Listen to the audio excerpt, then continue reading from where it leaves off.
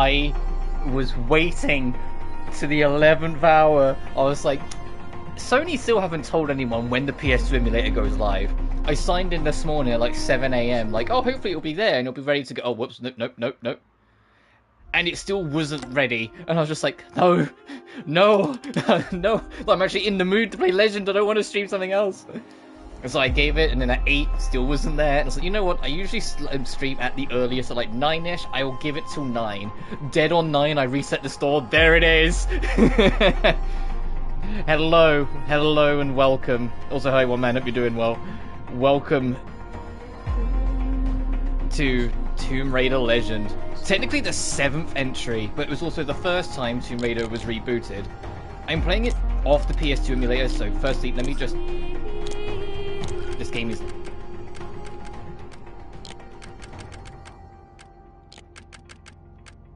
loud. That'll do. Oh, and I'll turn Savi's on as well. Oh, I love this main menu theme, by the way. This is one of my all-time favourite main menu themes. No, I'll leave that as standard. Right? Yeah, no, so I don't want advanced hold. Yeah, I'll play it as standard.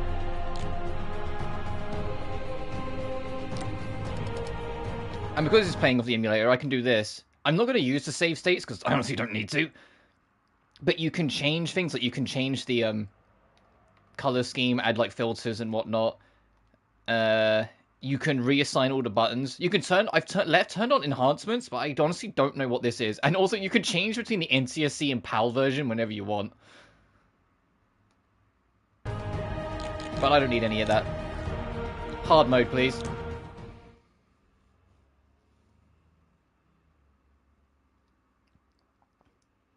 Although Legend isn't my all-time favourite Tomb Raider, it is the start of my all-time favourite trilogy of games. As in, like, all 3 parts of the trilogy just hit. So let's begin. Just because no one's ever caught one, doesn't mean they're not real. That is very true. I'm going to turn my volume up. I just realised how quiet I am. I've heard they're rather fierce. Yeti only look fierce. They probably don't like being so cold all the time. I shouldn't like it either. You never have to be cold, my Lara, if you don't want to be. Look! Henry, what's happened? Lead Croft. Mayday! This is Bravo Tango 229er. To the left on point side engine. I don't know if that's any better. You guys let me know. Are we going to crash? Starboard engine non-responsive. Not unless it's absolutely necessary. Stabilizer jam.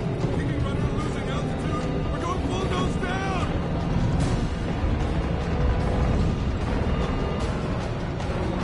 Close your eyes, darling. I don't want to close my eyes.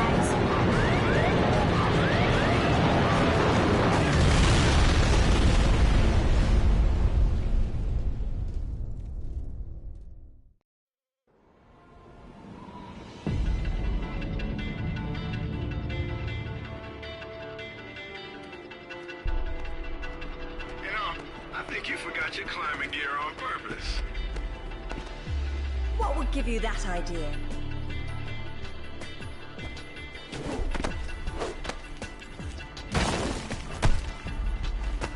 Really, Zip. It's like going up a set of stairs, only far less boring. Yeah? Well, I want to throw up every time you look down. Hey, Alice is back. Grab a headset. Back so soon? From Florence, wasn't it? Decided on Genoa at the last minute. My dissertation will never see daylight at this rate, but never mind that. What are you doing in Bolivia?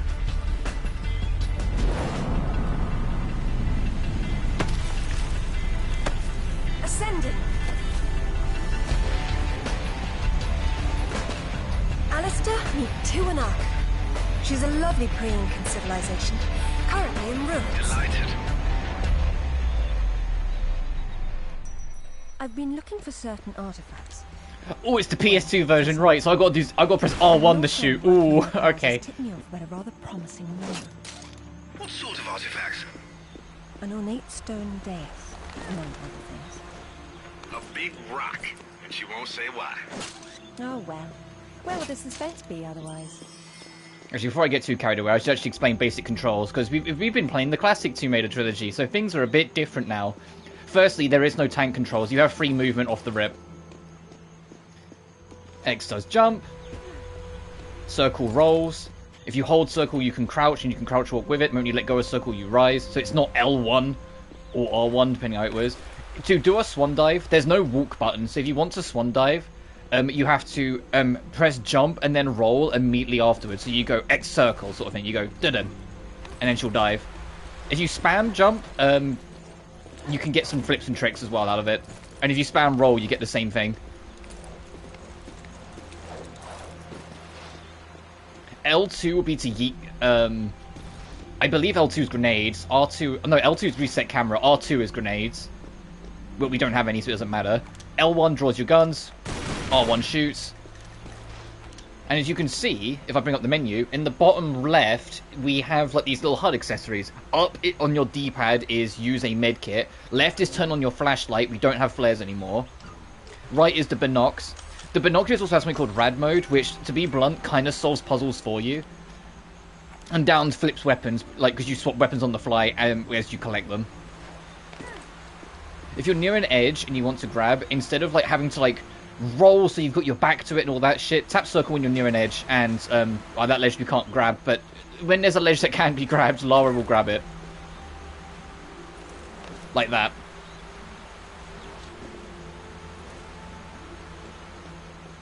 What you saw me nab during that, like you saw me like throw something, there are collectibles in this game. You can see in the bottom left of the menu, we have 10 bronze artifacts, 5 silver, and 1 gold. I know where all of them are, but there's a lot of them, so there is an odd chance I might just run past one by accident. Because there's 2 literally in this opening room. There's everywhere. They are everywhere. Swimming controls, push forward, you swim in that direction. Hold X, you will go up. Hold circle, you will go down. Mashing triangle will make her swim faster. Ah, that was lovely. Hey, do me a favor and check your PDA. Oh, this is telling you that you can bring up your pause menu in the water. That's what you're wondering. Cool. They said it was waterproof. And if you're wondering who the voices in our head is, you can see Lara has a headset on. This game has a lot of banter on it because Lara has 2 assistants. A hacker called Chip and a historian called Alistair. And both of them will like give you tidbits and information and whatnot as you go. Block pushing works different in this game. It's not a preset animation. You can just grab them and push the sons of bitches. This teaches you how you can move on vines. But if you've gone from watching me play Tomb Raider 1, 2, and 3, and now have gone to watching me play this, the whiplash might be a little insane. You'll be sitting there going, damn, the series really fucking grew. Would you believe me if I said that the series that you played 1, 2, and 3 kind of mostly stayed that same way until this game? This was the one that was the game changer. Look away from the screen then. Especially with ropes. Jesus Christ, when we get to ropes in classic Tomb Raider, they're hell. They're awful. But anyway, if you, like, stick a left over here instead. At the end of the path is our first silver. Bronze rewards, you can grapple. Square is grapple. This, you're eating this bitch. Silver and gold, however, you have to actually pick up physically. It's only bronze you can grapple. Jumping too soon will make Lara grab with only one hand. Case in point. Okay, I didn't jump too soon. But if she only grabs with one hand, you need to press triangle to steady her grip. It's the game's way of punishing you without being as punishing as Classic. In Classic Tomb Raider, if you jumped too soon, you were just fucked. You just died. Whilst in this, they wanted to make a point of, like, still teaching you to try and get better at timing your jumps, but not making it mean death. Careful. Deep breath, Sip. This will be a long trip otherwise. I forgot you were such an optimist.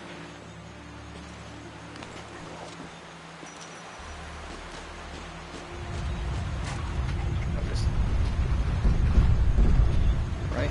And also, this on-screen tip was just saying, you don't need to manual save anymore.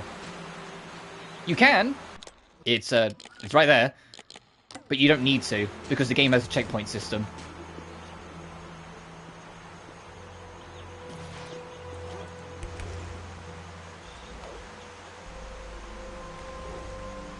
Hehe. So, you're going to get a lot of this out of me. I'm going to fuck around a lot. I love this game. And I'm so happy it's available for people to play now. Copy that. I'm here, but I don't see no climber. Oh, do you want to see how gunplay's changed? Oh, you're about to see how gunplay's changed. Gunplay is infinitely better in this game than it was in Classic. It doesn't look so fucking stupid anymore. Hell yeah, I'll tell Rutland myself, you know.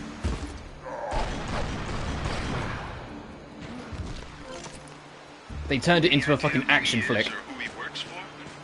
I haven't the foggiest. He's deliberately unremarkable.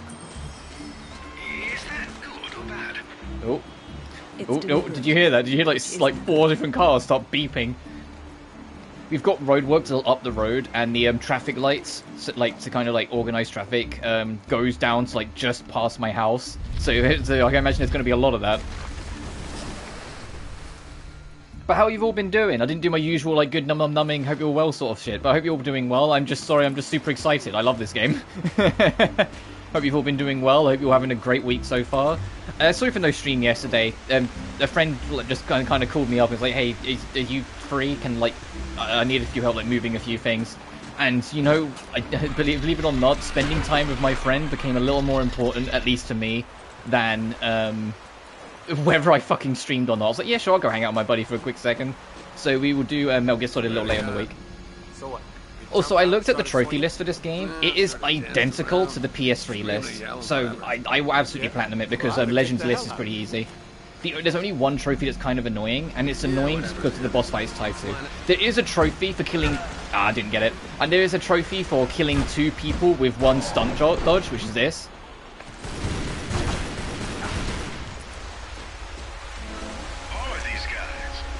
It's fine. But we'll get that in time, because there's going to be a lot of combat sequences. You'll realize very quickly, although there is some adventure in this game, sure, it's a lot more of a linear action game that just has adventure-y parts. Like, it is a super linear game. Like, the puzzles are very light. Like, for someone like me, when this game came out, I was 7 years old, I want to say. 6 or 7. For someone like me, this being the first Tomb Raider that I played as a kid, it was the perfect introductory Tomb Raider because the puzzles were light. You know, there were still puzzles, it still gives you the basics, but it was so much more focused on being an action-adventure game over just being an adventure game. Also, another secret there. That it was just the perfect gateway Tomb Raider for me. And because it was the first one with modernized controls, it was also a lot easier for me to jump into. I didn't have to like try and figure out how to do tank controls at 6 years old.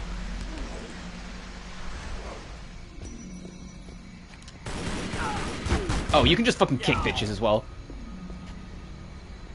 Our grapple hook has 2 button commands on it. In Anniversary, the next game, they unify it into just 1 command, but I get why they make it 2 here. The way it works is that there are grapple points above you sometimes, as you can see there. If you jump and press jump again, she will automatically flick it out, so you can hook on. But even if you fuck up the jump, that part of the bridge collapses so you can climb back up. Which is what I mean by like, this game, it's punishing, but it's more punishing by making you waste a little time than it is punishing as in just killing you. Like, they looked at what Core Dynamics did and was like, okay, these were fine, but how can we make it better? How can we make things more accessible? How can we make it, like, more beginner-friendly as we reboot it? You say that to all the ruins. And if you're still stuck, the binoculars have something called the RAD mode, or RAD. And if you do it, it will make things of significance light up in the scenery, and if you put the focus of the binoculars on it, Lara will describe it to you. So you can get hints from off of that. Mercenaries by the look of them. What are they doing there? Getting into trouble. Oh, the music in this game's fantastic, by the way. Bye, bitches! Ha ha ha ha ha ha!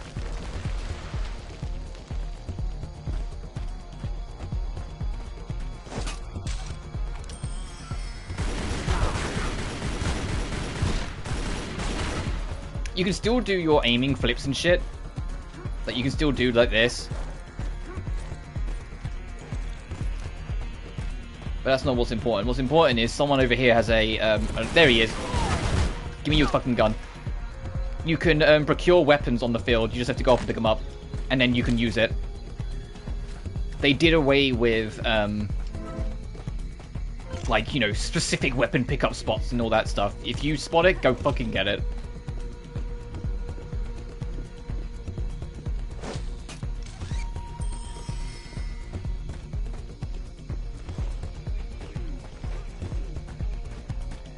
Additionally, you have other reasons to try and get all the collectibles in this game. Like, you get the big thing is that you unlock costumes. You unlock concept art, you unlock character bios, you unlock the ability to rewatch cutscenes. Like, there's a whole bunch of little things like that. But more importantly, for gameplay, the more artifacts you get, the more your pistols upgrade. They have a sort of like semi-leveling system on your pistols.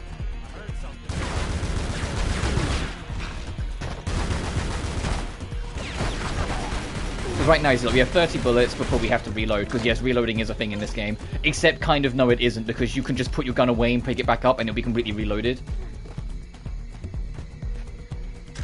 That's the gun I want, there we go.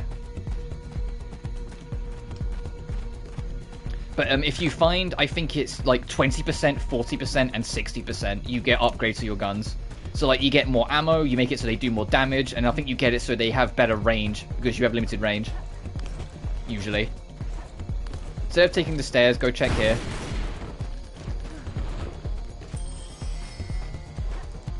I was just sitting there like, Jesus Christ, Robert's picked up a collectible like every other second. It's like, well, yeah, this is... I told you, there's a lot of collectibles in this game.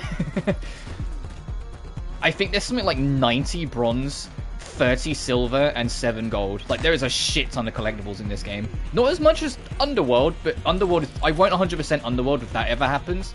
But that's just because there's so fucking many, I never remember where all of them are. Like, Underworld genuinely goes too far. Underworld has 179 basic collectibles. And that's ignoring the, I think it's 8 relics.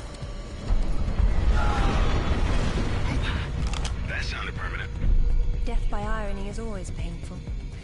Amateurs. And also, yes, this is a different voice actress for Lara. I can't remember her name off the top of my head, but if anyone who's British, you might recognize her as the leading lady of Ashes to Ashes.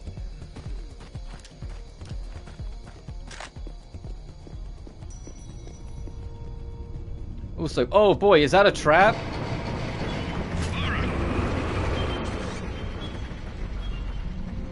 Glad you're on your toes. Oh, also, if you press the right stick in, you can manual aim. There's very, very limited situations where that matters, but it's still nice.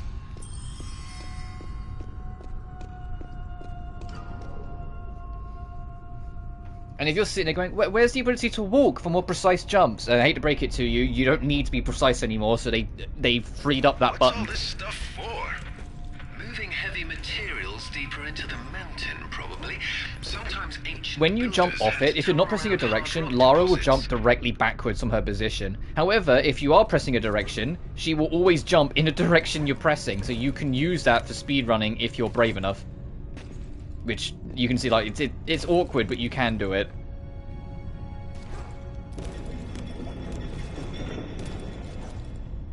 I just haven't played in a few months, so I haven't done it for a second. You don't need to do this, but when I was a kid, when I was like 7 or 8, there's going to be a lot of moments in this where I just start rambling on about stories of my childhood. I would always just take this all the way down, instead of just hopping off immediately.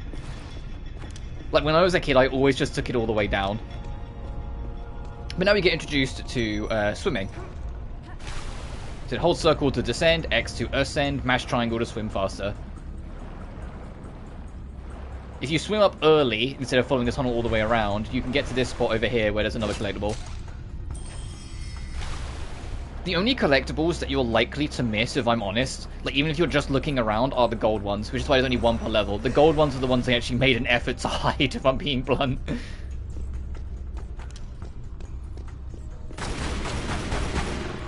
Is that a jet?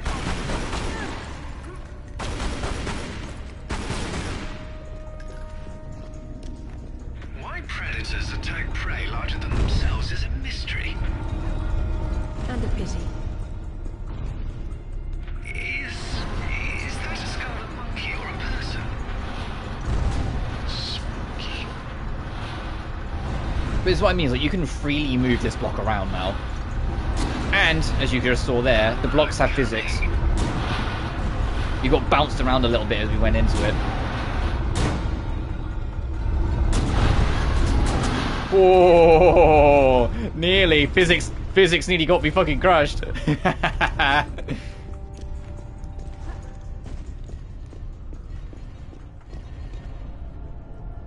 If I recall, there's a lot of collectibles in this room alone. This is your one obligatory puzzle to remind you it's Tomb Raider.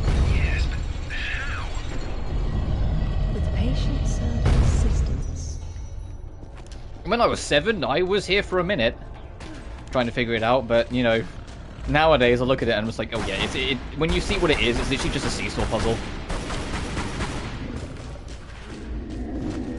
Someone picked an unfortunate place to hunt. I'm just double checking. I know there's one, I can see it's up there. I'm just trying to remember there's one down here in the water.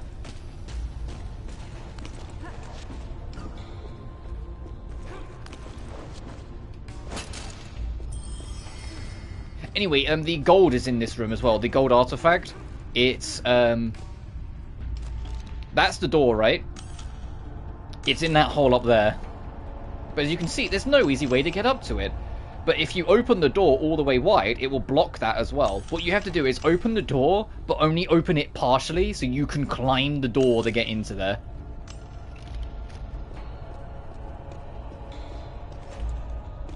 But first of all, to do this, we need to mess with these buttons.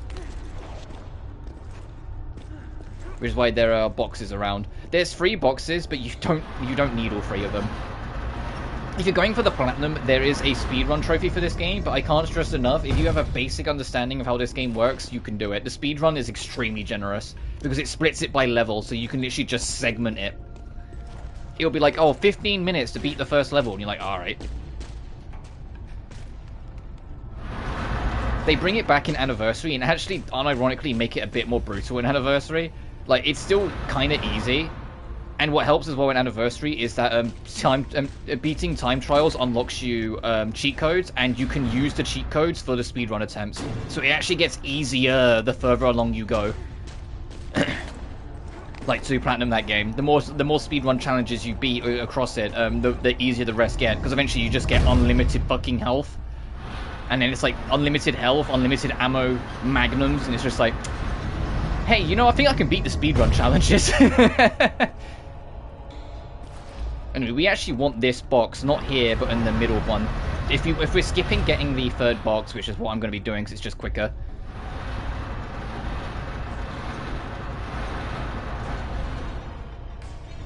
We need to put this here, because we need to be able to manipulate how open and closed the door gets.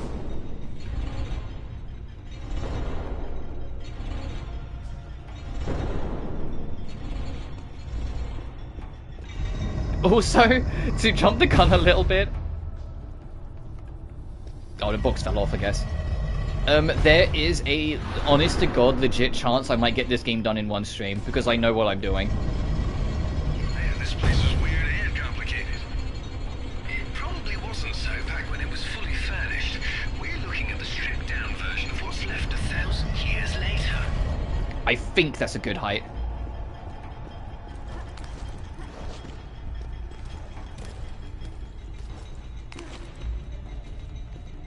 Also, if you mash triangle whilst climbing, you go quicker in general. If anything you're holding onto, mashing triangle will make you go quicker. So this is normal speed, this is mashing triangle. I say mashing, it said what the game tells you to do when it's teaching you is to press it in rhythm of Lara's hands, like touching the thing. It's just the game doesn't actually check that, so you can just spam it. Ooh, that might be slightly too high.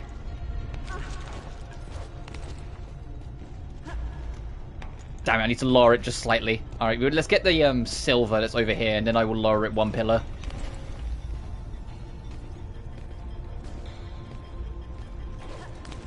So I want to get that gold! I want gold!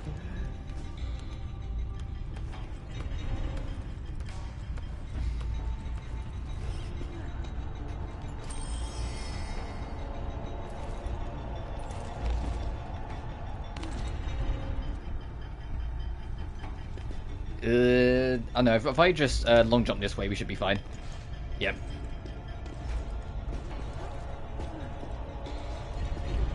Alright, let me pull this off so it doesn't open more.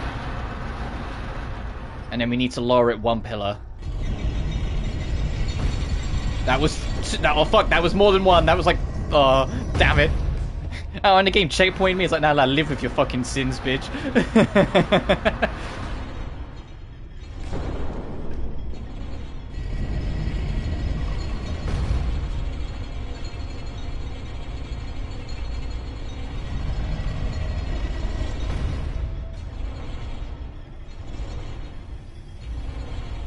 So that feels too low, but let's go try it out.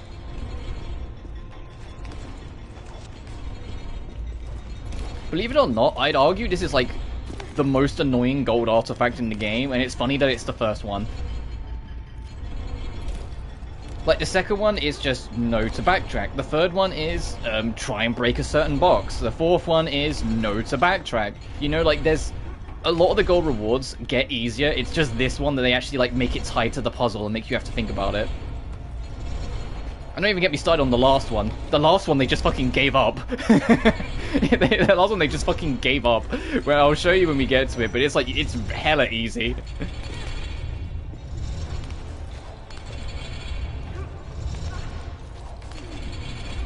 Hey, there we go. Alright, there's our gold.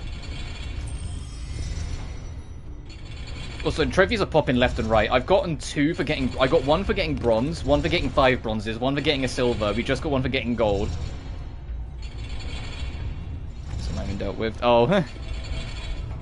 Oh, the other thing that gives away that this game's from the mid-2000s, by the way, is... you know what was really popular in the mid-2000s? QuickTime events. So almost every level in the game has a section that's just a QuickTime event section. None of them are particularly difficult. And what helps is, well, if you know the buttons in advance, you can mash them and the game will give it to you. And still breathing, yes. That's mine been dealt with. Well, I hope you're doing all right.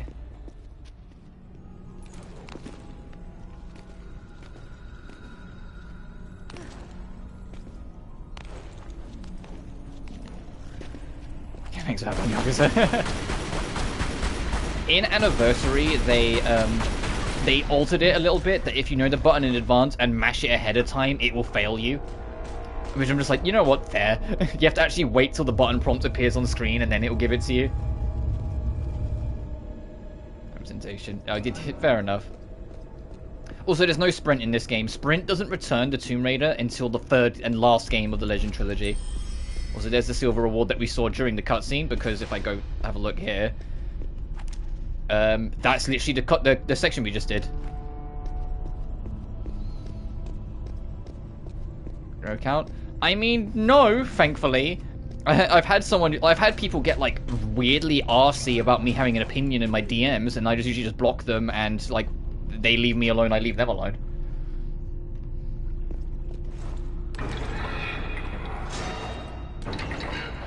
It's the center of the evil Kodak Empire. Fucking zip. The evil Kodak Empire.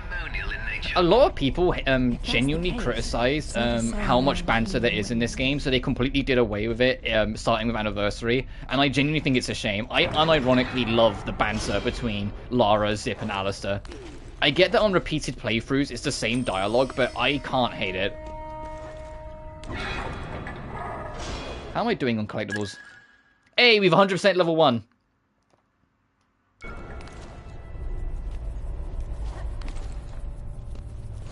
Alright, good. Now let's just see if I can keep that routine for the whole game. Because that's what I mean. It's like, I know where they all are. It's just there's so many of them. There's a chance I will forget one of them in the moment. Yeah, fair enough.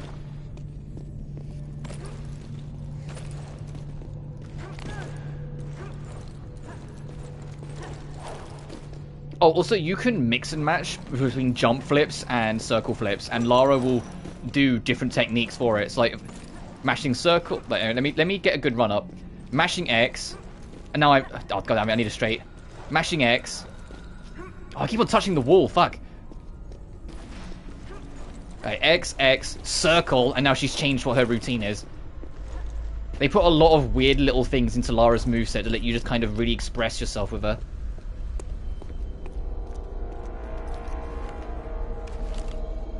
And we're also at the end of the level, by the way. We're at the end of level 1. Have you seen me like really stop at all in this level? You're starting to get the idea.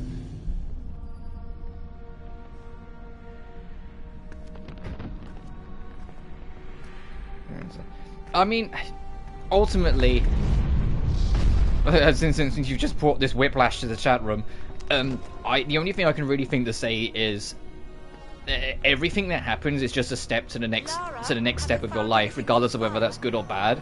So I'd never say write anything off, but that's also just my opinion. Also, we're getting a bit more backstory of like, because also this was a reboot, so they had to reintroduce Lara and like what her background was related to harassment. Oh, okay. Who are you?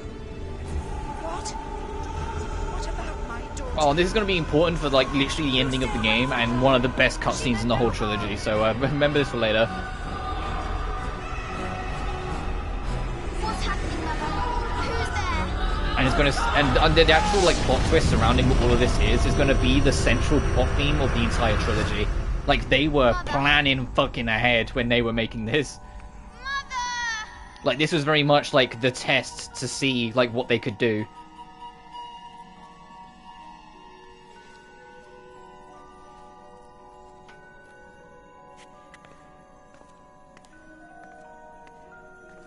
Well, you know what I'm gonna say. You just block them. You never engage.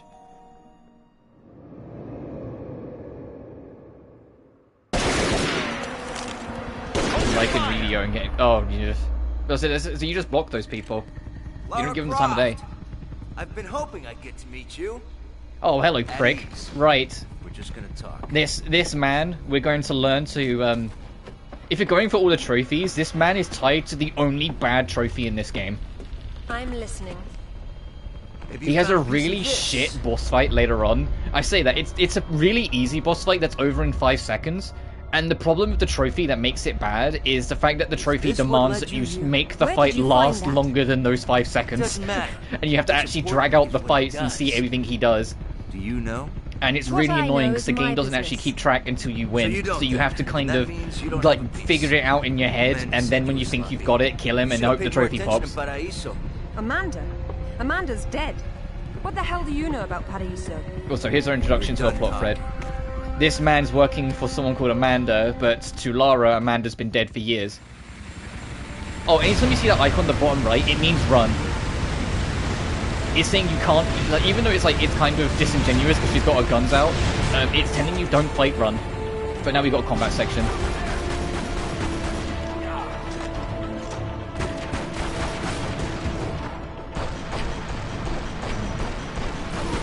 Nice, okay, you've got a double style points.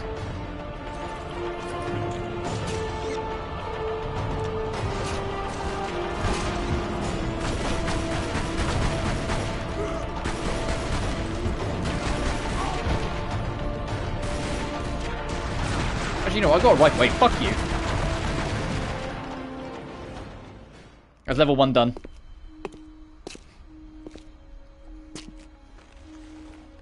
There is more. My brain looked at that logo and told me, oh hey, it auto-saved.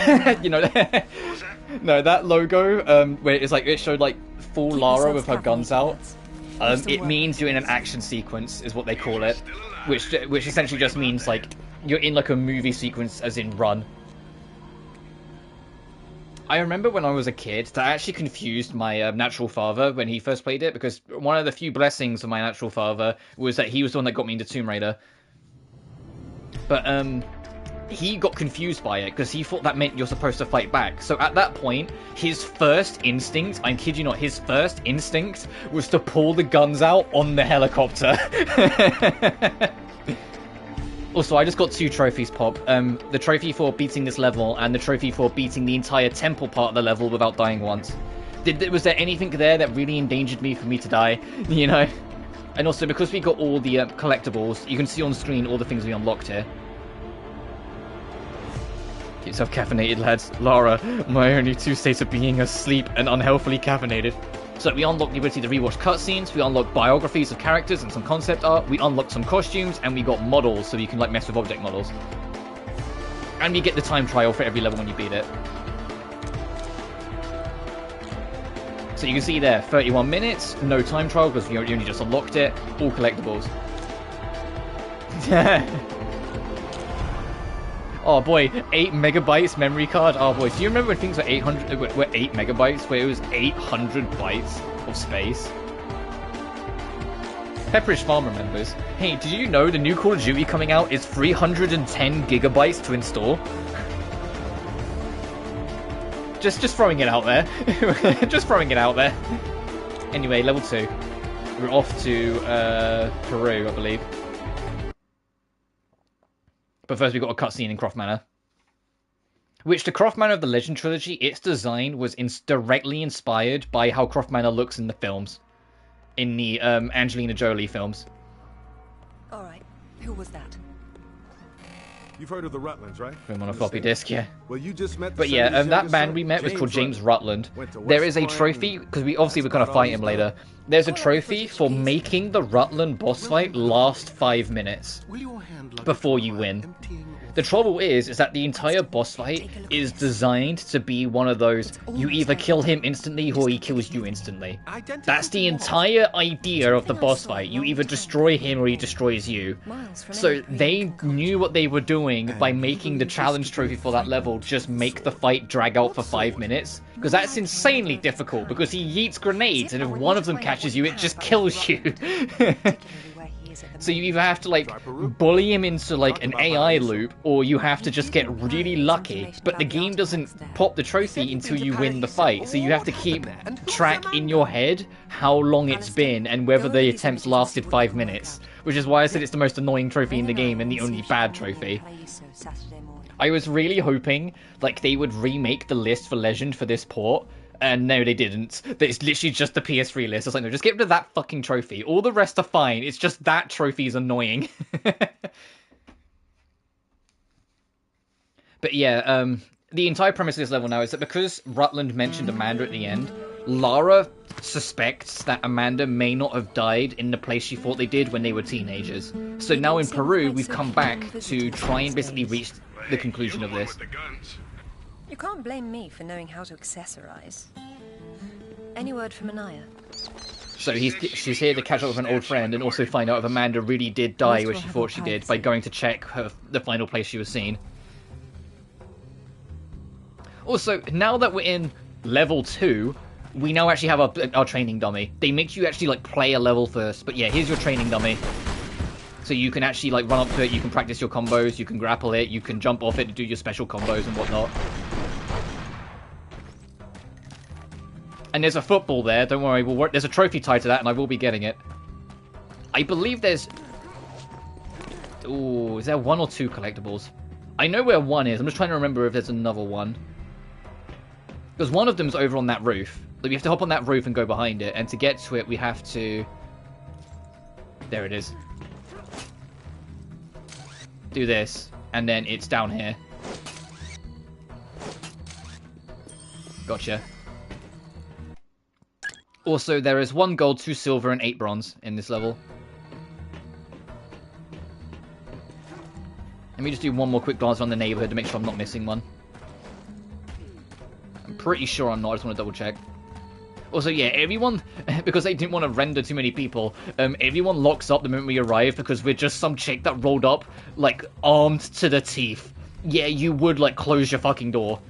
Anyway, there's a trophy tied to this football.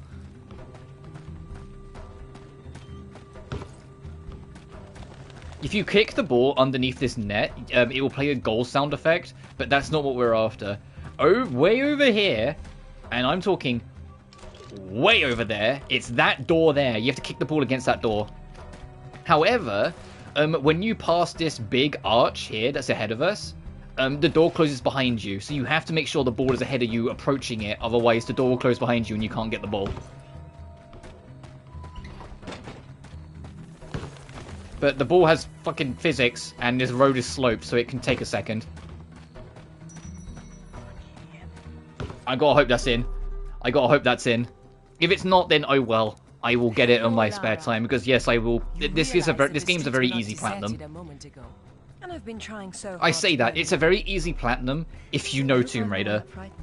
If you're not used to Tomb Raider, I can imagine some trophies in this being a little annoying. Because, like, obviously there's a beat the game on hard mode, which is why I'm playing on hard. It's also because I played this game a million times, so I know what I'm doing. I've yet to die once and we're playing on hard mode, for God's sake. La Paz is not so far away. Neither is the past. Lara, go! I'll catch up. The only other trophy that might be interesting is level 3, which is in a little bit.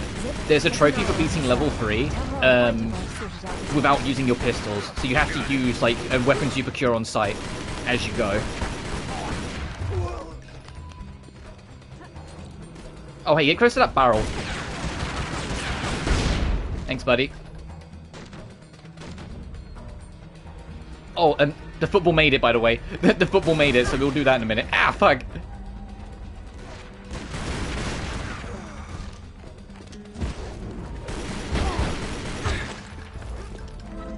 And you can see by the damage enemies are doing that we're playing on hard. Like if they hit me, they fuck me up.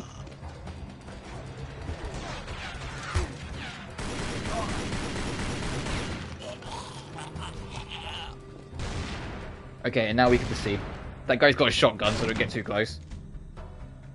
But it's fine, because we can just pick him off from down here. There we go. Anyway, this football, that church door, let's go.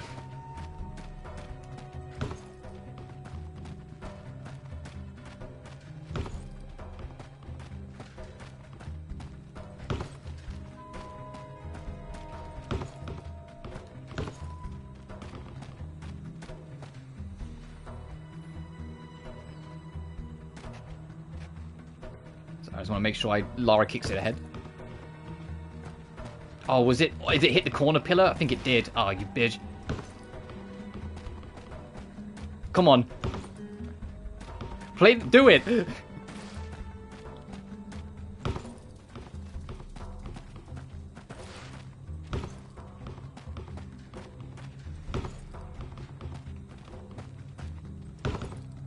Oh, god damn it, why isn't it doing it?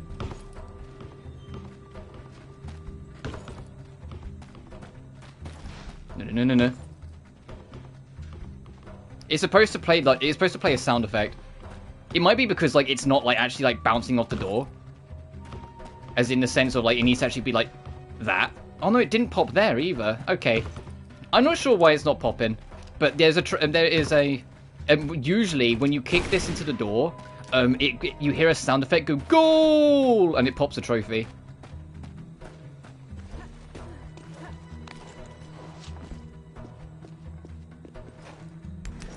But that's alright, I'm going to have to redo all these levels again anyway for the time trial, I'll just do it then.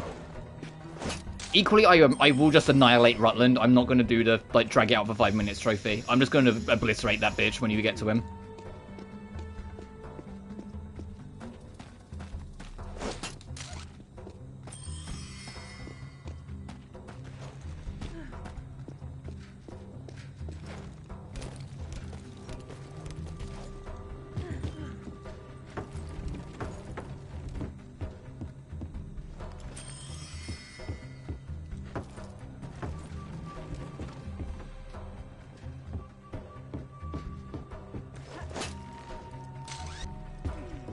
But now we've just been introduced to our next gimmick. Pressing R2 will prep to throw a grenade. Oh, hey.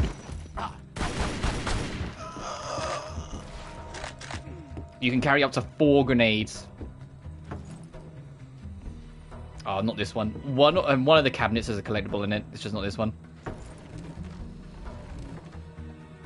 But when you come outside, we now have our combat sequence.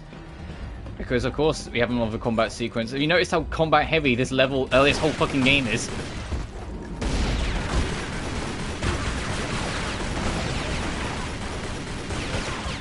Take her out.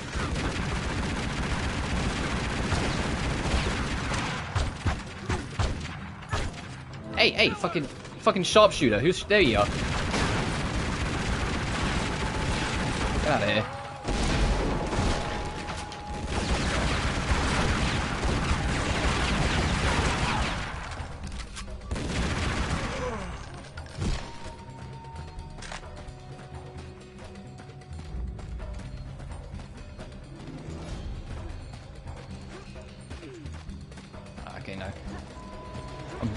I'm trying to remember where every collectible is as I go, so there's going to be a couple of instances where I'm just like double checking my scenery as I go, because I'm just not 100% sure.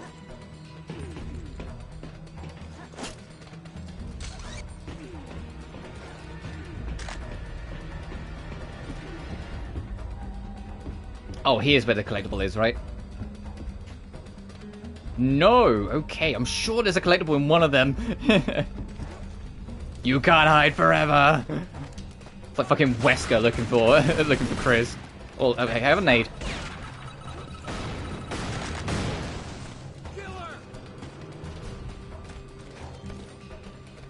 The longer you hold down the button, the more Lara will pull her arm back. So if I do this...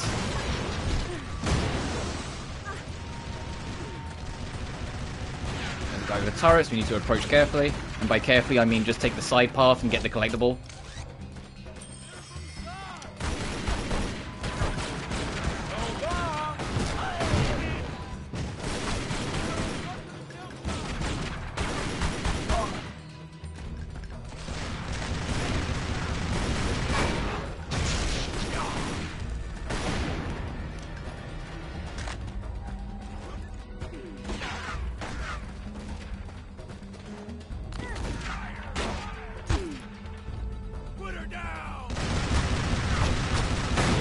Fuck, they just threw a grenade at me. I mean, I deserve that. Alright, first death.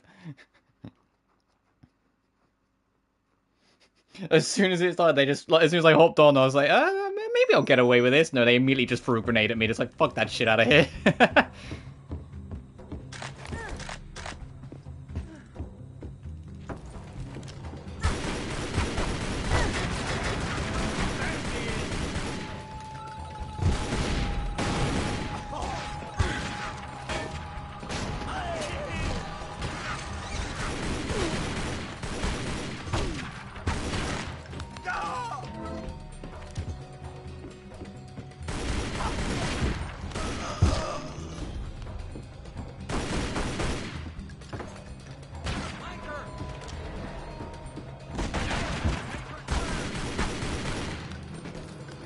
No. Oh.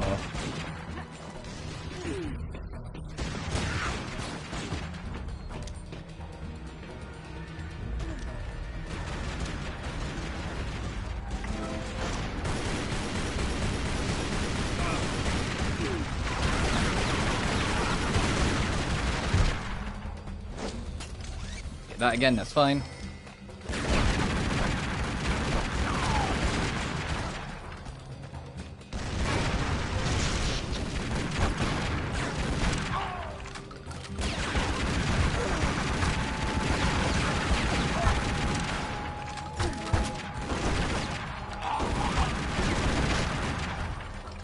Nice. Alright, we cleared them all out.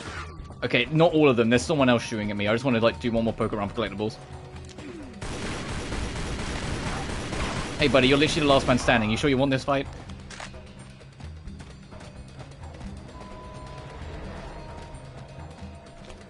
Alright. I don't know why the church door thing wasn't working, but oh well. We're just gonna carry on. Tell her I'm on my way. Right.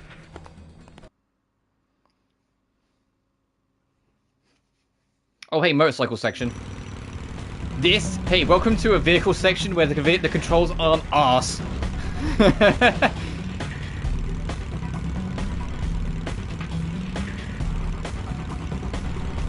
It's still not perfect, like, as I'm sure it will reveal itself as we go on. But, yeah, there's actual, like, vehicle sections where I don't want to, like, rip my hair out. And the music's great for the motorcycle sections. Crystal Dynamics really wanted to prove they were essentially worthy of taking the mantle of Tomb Raider after Core Dynamics ceased to exist. And so they went all in with Legend in a lot of ways.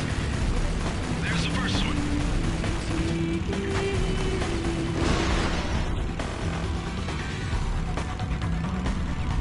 Yeah, when firing, L1 makes you swap between targets.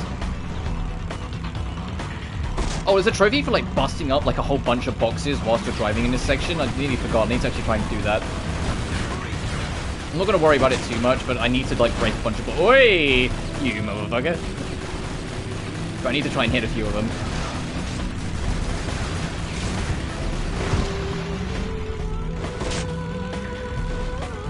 The way both motorcycle sections, because there is 2 in this game. Oh, whoops. I wanted to pause the game. I forgot that's the beat menu. I've got all my code-up details set up. Sweet. Oh, good. Nice. Yeah, sorry, as I was saying, the way both these motorcycle sections are set up is the screen will wrap, like the path we're going on will wrap around and just be the same area again until every enemy's dead. So just keep on driving and hold R1 because Lara will auto-lock and shoot for you. And just keep an eye on your health. Oh, I just got the trophy for breaking enough boxes. I just got box cutter. If you hit a wall dead on whilst you're driving, it will just kill Lara. So you have to be somewhat aware of like all the little pillars and like cliff walls and everything.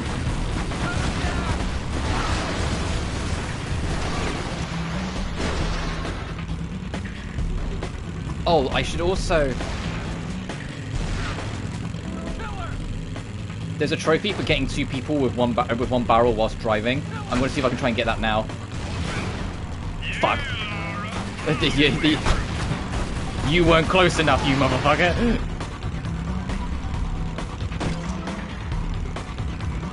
I remembered there was a barrel coming up, which is why I slowed down. I wanted to see if I could get them, but the shotgunner wasn't close enough. What's your collab, one man? What you doing? And like who with? They blew up the bridge. Imagine blowing up a whole bridge just to stop Lara Croft from chasing you. Imagine thinking it was worth detonating a whole bridge just to stop one woman from pursuing you. Like, Jesus Christ, dude. Game caught up in Steam. Oh! Fair enough.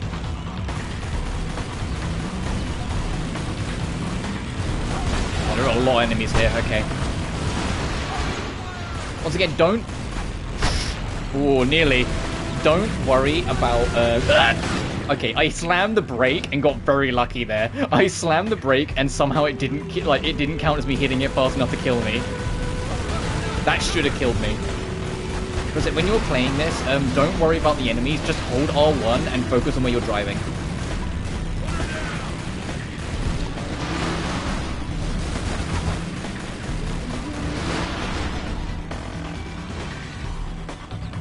Tubing. Do some regularly. Oh, fair enough. Oh, okay. The explosive barrel range is not as wide as I wish it was. Oh, I'm out of med packs. Uh-oh. Hey, I'm going to shoot from across the map like this over here because I'm scared. Stay away from me. Okay, guys, if you see any red boxes, I need to fucking hit them because I am out of heals.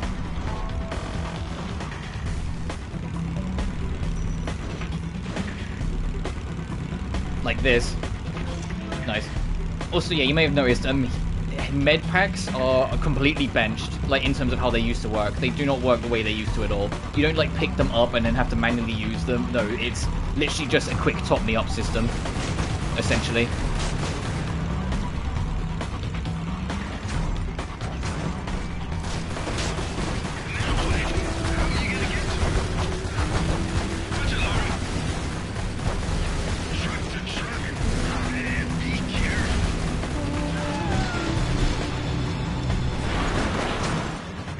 There, we're done. Don't regularly, and I'll be using a Lumine Workshop model. Oh, fair enough. Enjoy it. Also, Ducati, did you see that? A little bit of sponsorship. But Naya's going to notice us, and yep. And so she's going to slightly slow it down to let the truck get closer to her, so Lara can do, like, this fucking action movie bullshit.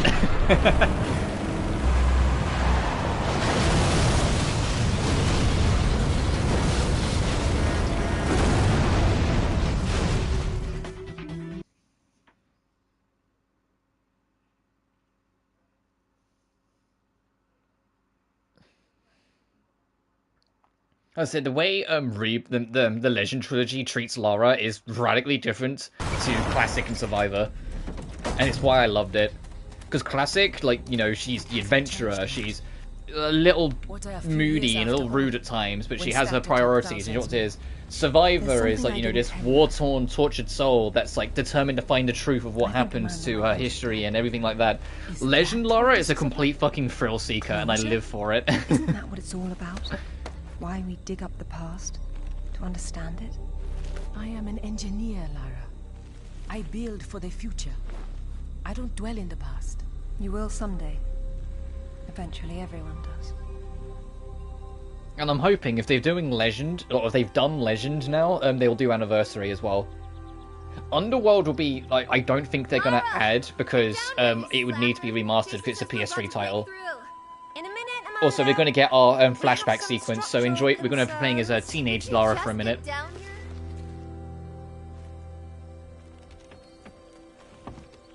Because like this, and if they do Anniversary, they can just run it off the PS2 version, which is what they've done here.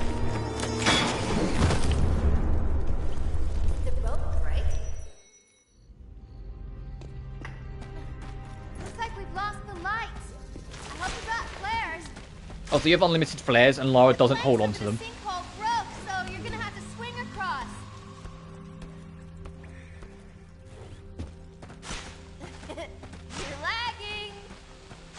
Oh, if you want to, you can immediately break right and sequence break a little bit, but they kind of hide it. You're supposed to go left, see Amanda run for her life, and the path break before you see what happens.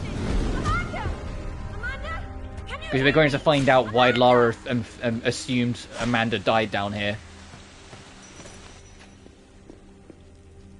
Oh, Sarah. God. Because she came with a whole expedition crew, and here's one of them, Sarah, dead.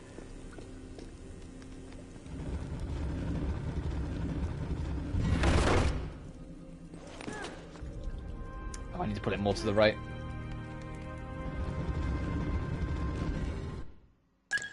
It's funny that you can bring up the PDA here. I just wanted to like check my collectibles. Because technically this was before Lara had all that shit, but yeah.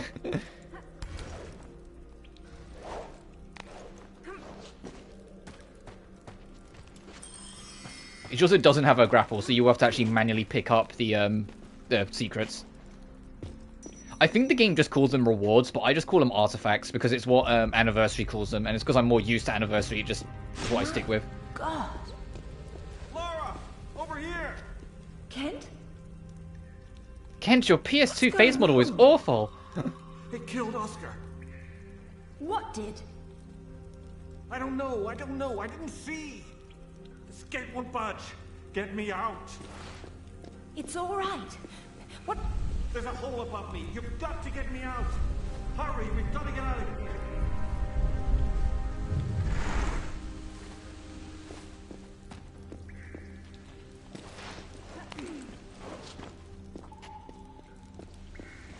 But that'll be fun. I hope it's enjoyable for you in your collab. I'm almost there. Hey, I think I see a light. Stay there, Kent. I'm coming down. Amanda? Amanda! It's her! Wait! Yeah, this... Kent! Kent! Oh, Jesus Christ! Look at this fucking cosmic demon!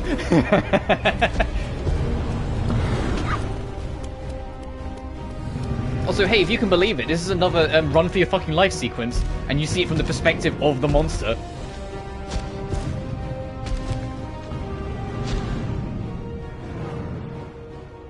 And it just ceases to exist and fades into the wall afterwards.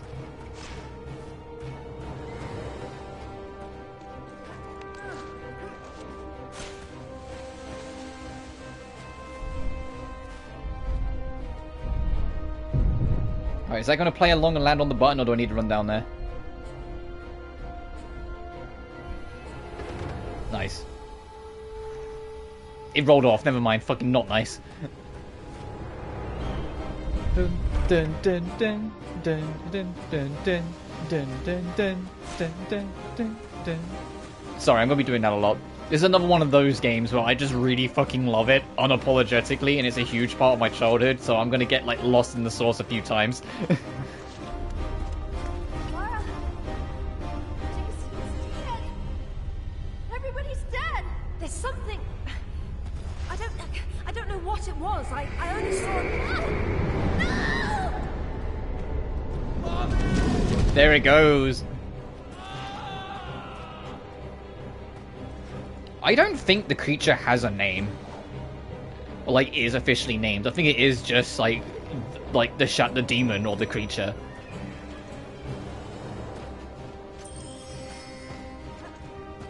It kind of sort of has a title in Underworld, because, yeah, spoilers, it kind of comes back a little. Oh, also, be careful here. When you first came through, there was nothing under you. When you come back, there's spikes under you, just to see if you were paying attention. But as we reach the end, we're now done with this flashback sequence.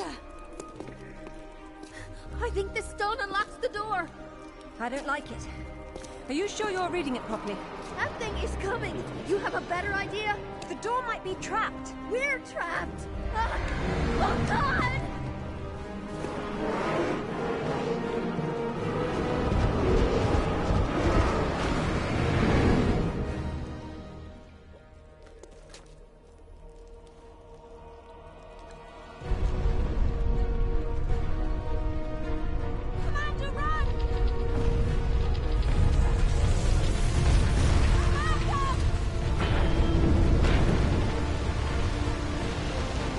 Right, now, just to get an extra opinion for Lara's sake, would you agree, or at least understand, why Lara assumed Amanda dies here, and believed Amanda was dead for the next number of years thereafter? Lara's doing everything. Yeah, Amanda is literally underwater, her foot trapped in rocks, screaming, and then more rocks land on her. The only way out is through this gate that Lara's desperately holding open, and her strength just gave out. And she can't get it open again, and it gets even further buried. Can you blame Lara, or agree with the notion that Amanda should be dead?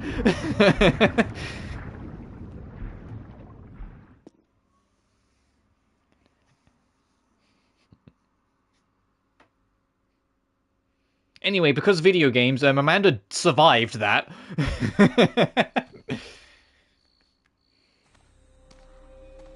But we'll get to that more later. I think this is a terrible idea. Everyone agreed to leave things as they were. I will as much as I can. But from what Rutland said, I'm sure there's a clue down there about what killed my mother. I have to go back. There's no use trying to enter at the same point. It's caved in. The river had to get in there somehow. I'll leave you to figure out that. The only collectible I might have missed is that I always forget if there is or isn't a reward you can pick up during the motorcycle sequence. I don't think there is, but I don't know. We'll have to see as we go through the level. So, how you getting in? The same way as the water, I hope. If you get a call from Anaya, patch her through straight away. I'm a little concerned about leaving her by herself. I'll keep her company. I think, because there are collectibles here, I think they only show one of them at least only shows up when you return. Because I feel like there's one up here. Because we're going to backtrack to this point as well.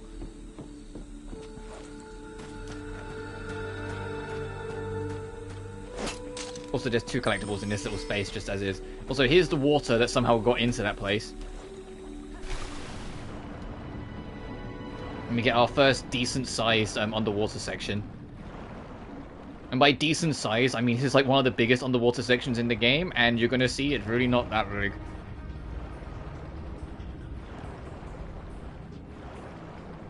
You just have to go to the next section, rise. Next section, rise. The only thing you have to get used to, especially if you play Classic, is that the oxygen meter you see in the top right, top left, sorry, Jesus, I know my left and right, I promise.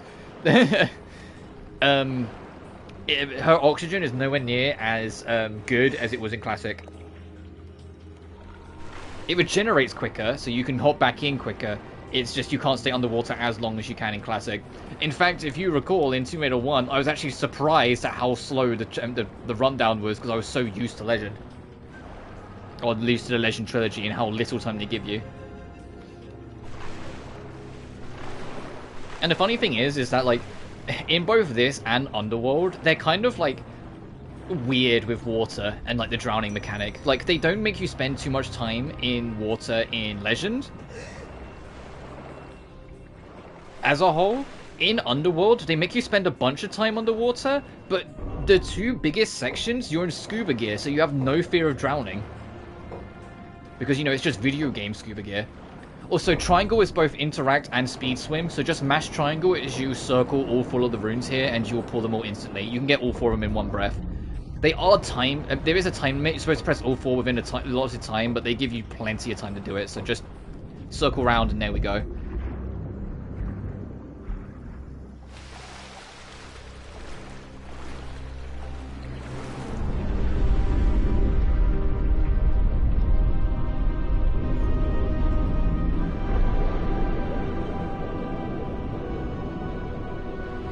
The only game that does more with water is, in terms of like having more water sections, is Anniversary. But reminder, Anniversary was a full-on remake of Tomb Raider 1 that was now like reworked its story to fit into the Legend timeline.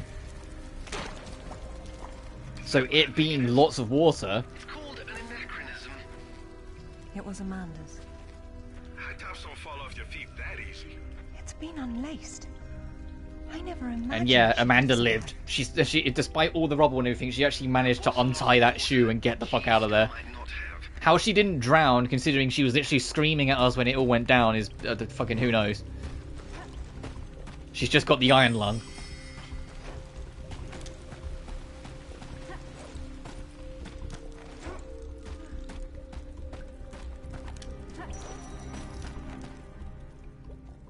It tells the story of the last queen of Tiwanaku. Her father was king, but she was lost and raised by a warrior. And Anniversary is also peak. Like I genuinely, if now they've done Legend, it's like, oh, they're absolutely going to do Anniversary eventually. That's absolutely coming eventually now. Like they've got their PS2 emulator up and running, so now it's just a matter of when, you know. Of great power. According to myth, Viracocha originally lived in the lake. The god of indoor plumbing. She led her people into Anniversary has far less collectibles, but they made each one more significant. Like, they're not just scattered in like random corners. Each one will actually have like something you have to think outside the box for, or a challenge you have to solve to get them. And if you can believe it, I genuinely think Anniversary is the best way to handle this, the artifact system that all 3 games in the trilogy has. I think the over-bloatedness of Underworld was not the right way to go about it, because it makes it feel nonsensical. A youth, unaware of his royal blood, rises from obscurity to become a wise king. Also, the legend of the Queen is very familiar to King Arthur, which is what they're bringing mention to. And that's significant. That's actually significant to report later on. The Great Flood, for example. Everyone's got that one too.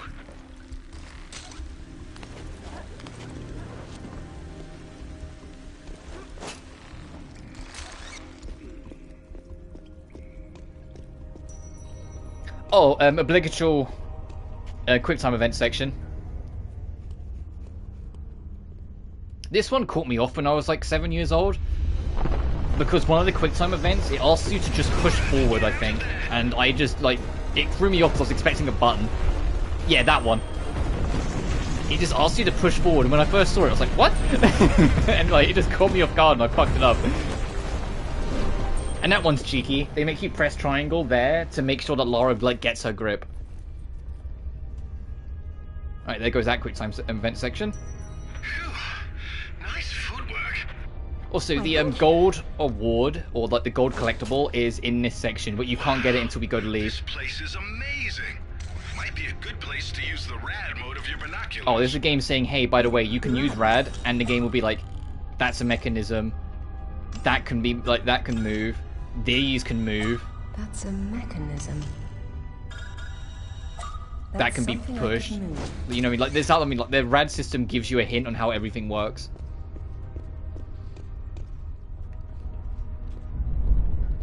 What we need to do, however, is get 3 boulders.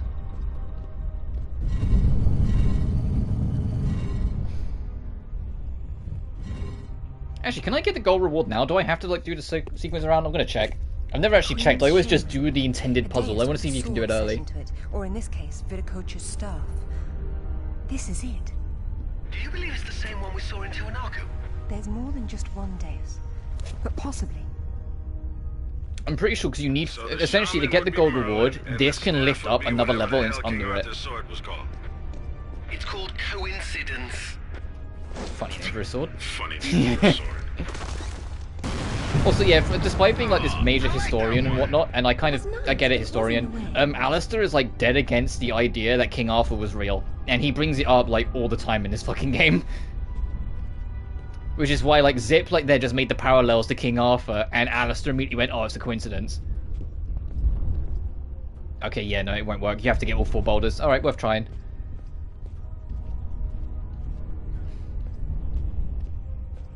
Anyway, you put this one on this one because it opens it up, so you can use the ladder to climb up to the top, and you can see where the 3rd boulder is. Wow! That must have impressed the villagers back then. I know it impresses me.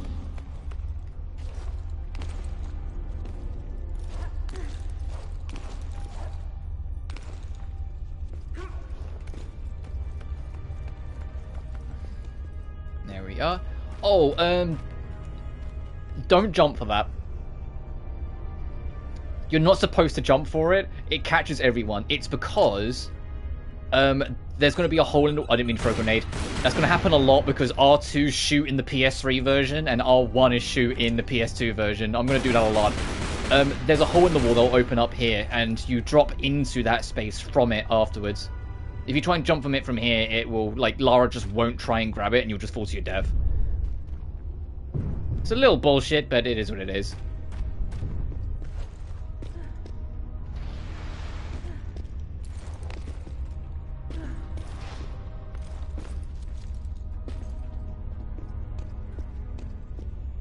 You know, we have 3 boulders, so we can put all 3 pieces in. And so there is a 4th one, but we get it when we come back.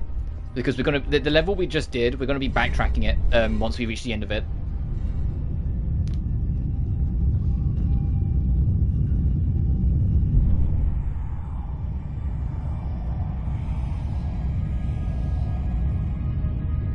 And it's something I wish they kind of did more, and it's actually one of the coolest things in Underworld. The Underworld makes a point of making you do it in every single level, is how does Lara get out of these places once we're done? Legend only really does it once, or like maybe twice, which is what we're seeing here. Anniversary, because it's based in Tomb Raider 1, only really does it in Tomb Raider 1, in the 1st chapter. At Underworld, every single level, you have to get out of the area once you're in, so it becomes more of like an actual expedition than just, you know, reach the end of the level. You have to figure out how to get out of the area you're in afterwards. Ceremonial copy. And what do we have here? The tip has broken off. Also, this sword is a replica of a legendary blade we'll be learning more later. I had no idea it looked like this. I've seen this before. And we've also now got our location for the next level. We're off to Japan. I didn't know it had anything to do with these artifacts. Yeah, I'll get a hold of them right now. It's not there anymore. It was stolen by Shogo Takamoto. It was stolen by a member of the Yakuza.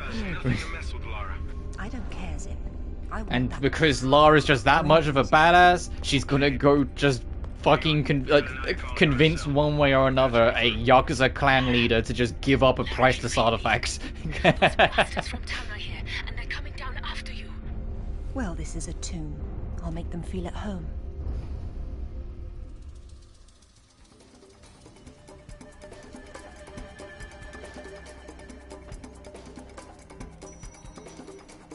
Sorry, I wasn't keeping track of Anaya. I got distracted. But she seems safe for now. It's alright.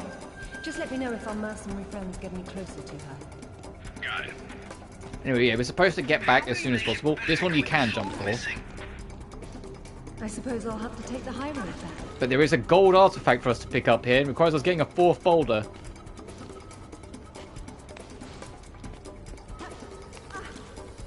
Also, if you're wondering why Lara's grabbing at one hand, you can jump off the wall at any frame.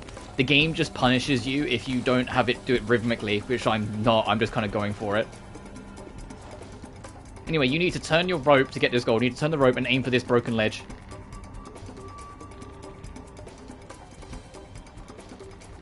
Also, when you want to build up swing on the rope, you don't need to hold forward and back. You only need to hold forward, and Lara will start doing it herself.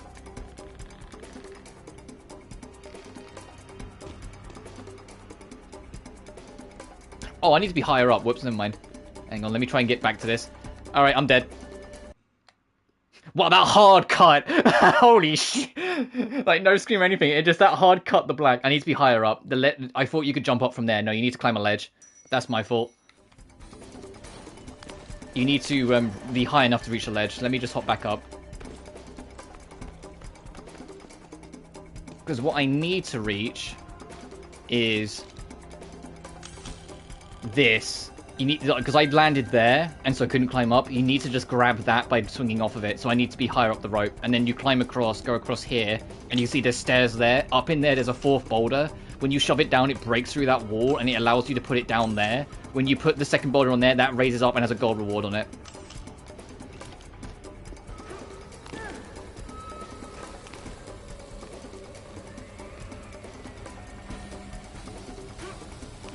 What you're supposed to do to get these proper is wait until she goes to swing her arm forward and then jump. But if you just mash it, she will still jump the same distance. You'll just have to tap triangle when you land.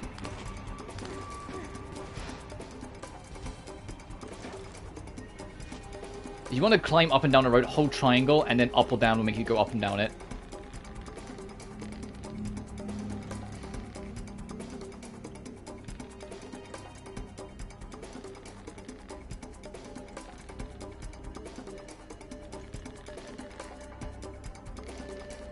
I don't know if that's going to be enough. Well, moment of truth. Nice.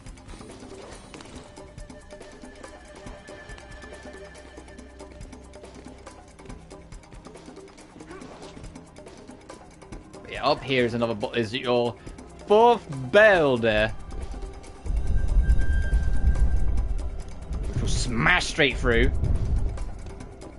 Well, it nearly went straight through.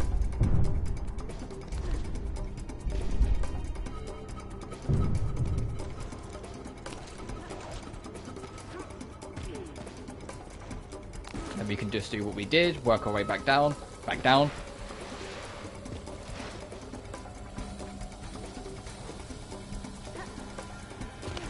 Ow.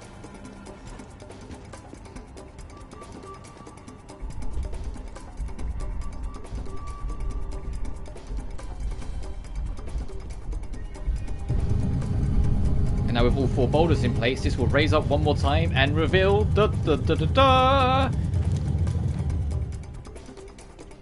a gold reward.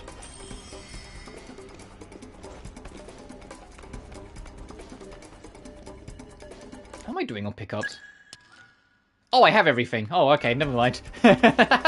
oh, never mind. Fucking we're done here.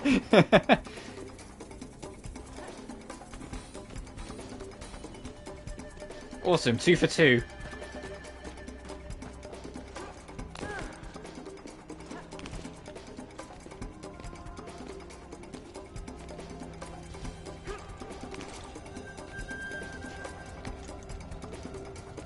It would be great if I get everything in one playthrough, because then you could, people can unironically use this live stream as like a pseudo guide if they need to for like getting everything. Not that this game, like I said, I really don't think this game's too hard. The only level in the game that's kind of hard for the hard mode trophy is legit the final boss, because they don't give you any extra healing, so you have to actually learn the fight. All the rest, you can heal spam through it, so it's easy.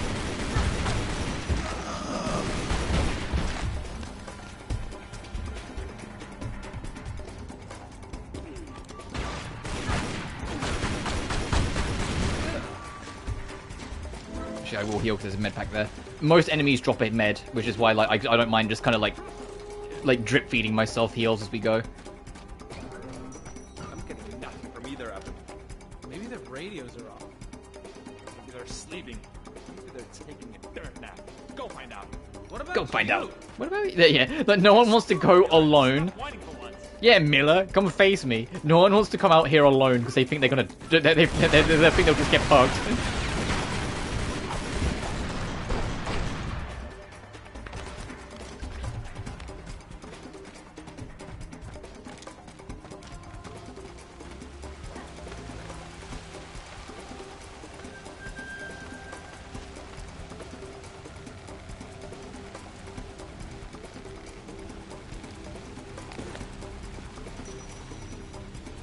We're only... I just checked how long we've been streaming. We've only been streaming for an hour and 20, and we're already, like, basically done with level 2. I'm not going to say we're going to get this game done in one stream, but I am going to say there's a good chance we'll get this whole game done in one stream.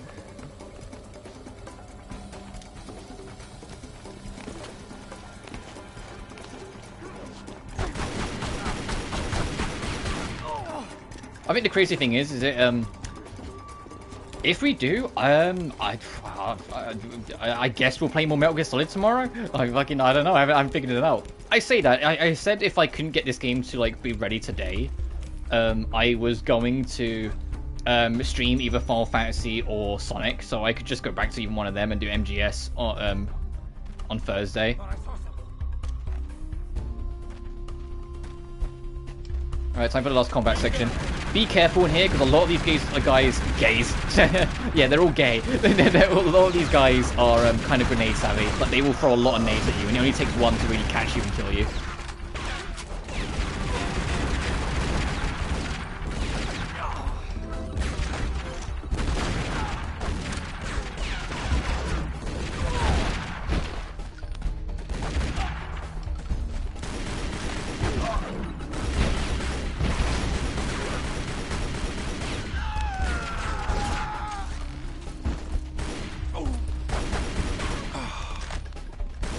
Oh, wait, where'd you come from?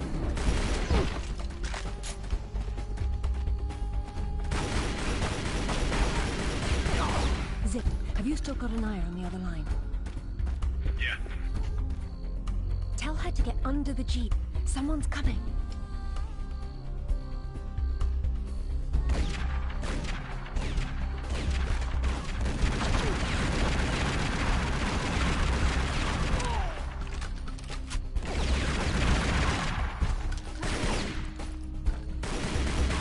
There we go, we're done. And that's level 2.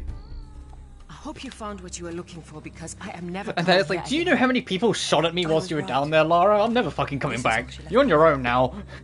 And funnily enough, this is the first and last time we see Anaya in anything Tomb Raider related. But this is just a character that just ceases to exist after this game. Perhaps she found or learned something down there that she wanted to keep to herself. Zip, did you speak to Takamoto? Eventually. He didn't want to see you, so I reminded him how much you hate the word no. I'm a horrible conversationalist. I trust he wants to get together on neutral ground. You'll love this. He wants to meet at Toru Nishimura's offices across the street from his penthouse. Nishimura? Takamoto doesn't know we're friends. Nope. All he knows is Nishimura's hosting a corporate party tomorrow night, and you'll meet him there. Better and better. All right then, I'm heading in straight away. I'll need to find something to wear. Go, okay, tomorrow night. So she has from the that moment there to get out of Peru all the way to Japan in one day.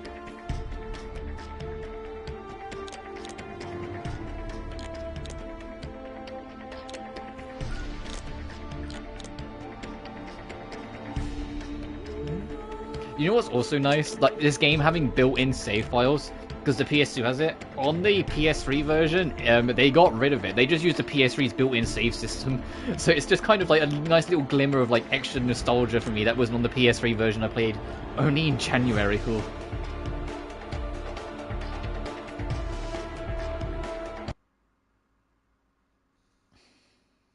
Conventional reason doesn't work with Yakuza. I haven't seen Takamoto in a long time. I doubt he's missed me after our last meeting.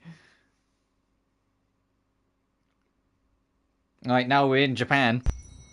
What exactly happened last time you and Takamoto got together? He was trying to pass off forged relics from the Asuka period, and conventional reason doesn't work with Yakuza. But you let him go. And now we're going to have a useful conversation. It's turned out quite nicely.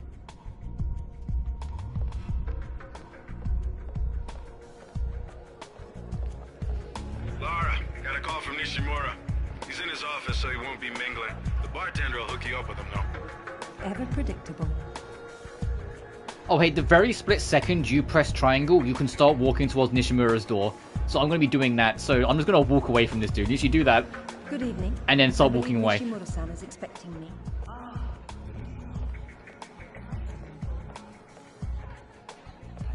I'll let him know you're coming.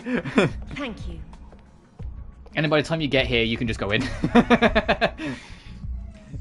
Like the guy's like, Lara, where are you going? Welcome, Lara. You have been enjoying my little party? Totemo tanoshindeimasu, Nishimura-san. What? When Takamoto arrives, however, it may cause you some inconvenience. Take care. He is a very dangerous man when his interests differ from yours. You'd be amazed how persuasive I can be, even with dangerous men. I am convinced. I am dangerous too, you remember. But please, enjoy the party while you can, and good luck.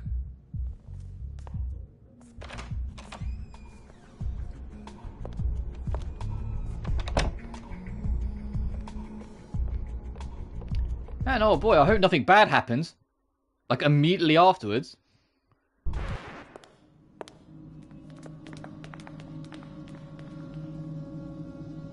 Kiri? He's blonde Kiryu? Look at this guy next to him. Be brief, Miss Croft. I have many demands on my time, you understand. Of course, Takamoto-san. I would say it's a reference, but this game came out only a year after Yakuza 1, and for those who might not know, Yakuza really didn't take off in the West at all. And you would be wise for a good long while. Like, it was very fucking niche in the West for a while. Negotiations.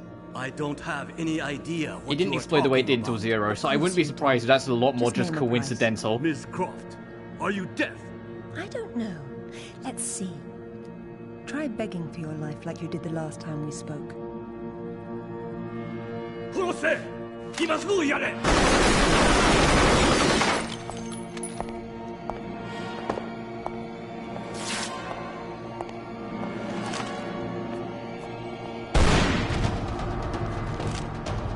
Alright, trophy for this level, I need to like kick a bitch, because you're not allowed to use your gun. Give me your...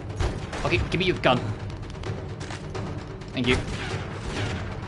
Hey, why don't you come close to the TV, because there's a trophy for dropping a TV on someone too. Are you close enough? No.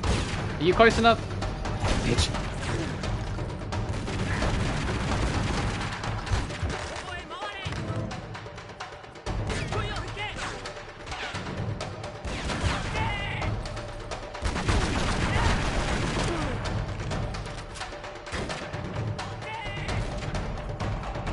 Come on.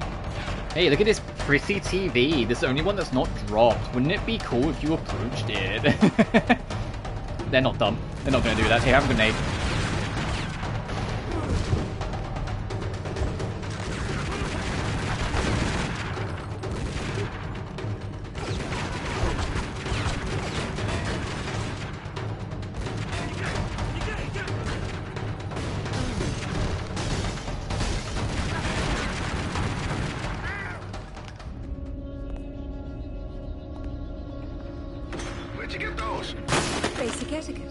Never arrived at a party empty-handed. Takamoto has no doubt returned to his penthouse. Do not follow him, Lara. His men will be waiting. His lobby's a death trap. I know you're into those, but it's not really a winning option. If I can't go down, I'll go up. How do I get to the roof? The roof? There is an elevator. Be cautious. There is construction above. This guy's like, hey, don't go after him. It is really not wise. And she immediately responds with, so how do I get to the roof? If I was him, I'd be like, you're not listening, are you? I'd be like, you're gonna fucking, god damn it. Alright, how many collectibles have we got? 1, 4, and 6. Okay, not that many. The gold one in this level is easy. And when I say easy, it's probably like the first one most people found. Like on your blind playthrough, because it's like you just go, oh, what happens if I do this, and then you get a gold out of it, and you're like, oh fuck, okay.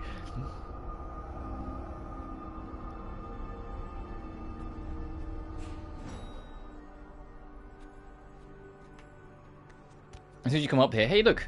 Odd place for a bike, and a nice one too. Huh.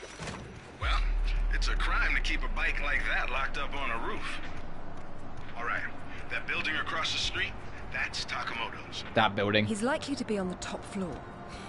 This is going to require some creativity. I don't think this walkway gets much foot traffic. Terribly inconvenient.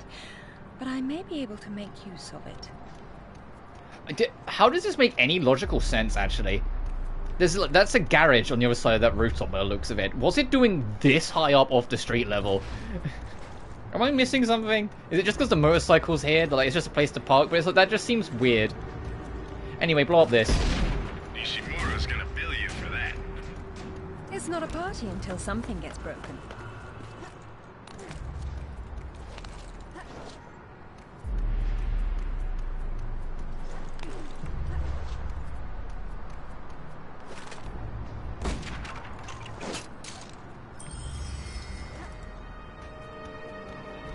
We're on the board.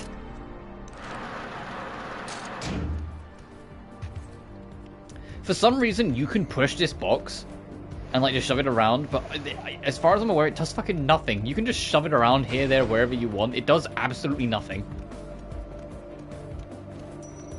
What matters is that there's a whole like treasure trove of boxes over here that has a box that can be broken open in it. That's conveniently glowing.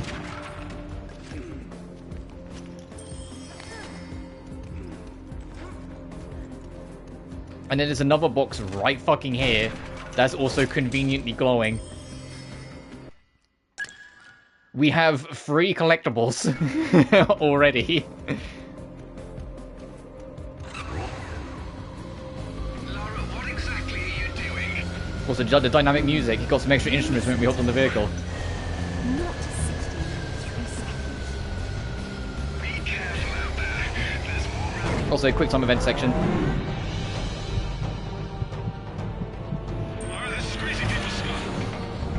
Even Zip's like, what the fuck are you doing, Laura? Don't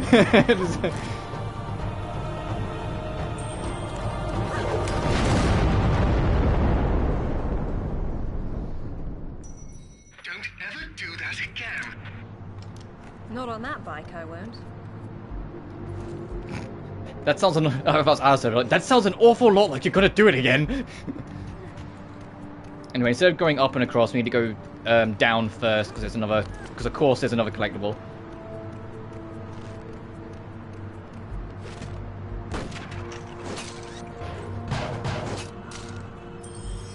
Also, yes, Lara, because she didn't bring any other shoes, she got rid of the high heels. She's just barefooted for this whole level, so I can only imagine how much her feet are going to really fucking cane her by the end of this.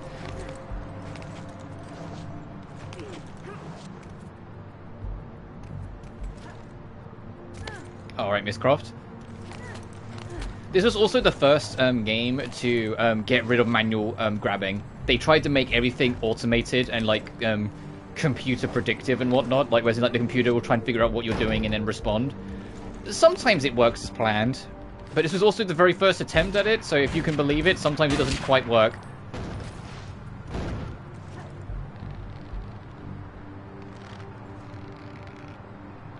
It gets more consistent as the games go on.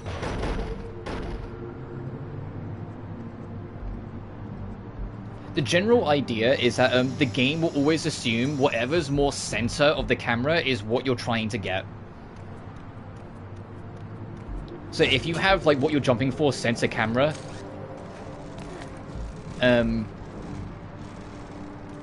Lara will probably get it 9 times out of 10. Whilst if it's like off camera, it's more likely that the game will think you're might be going for something else, and it won't go for it.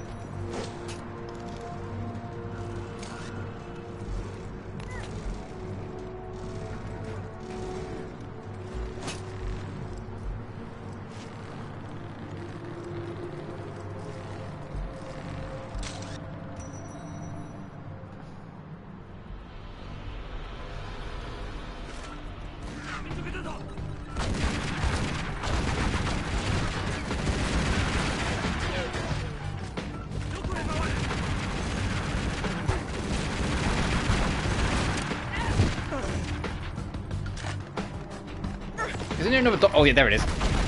Also, I'm sure there's another dog around here somewhere. Sorry, boy. It gets worse from here. This is like a Yakuza factory. Then let's see about shutting it down.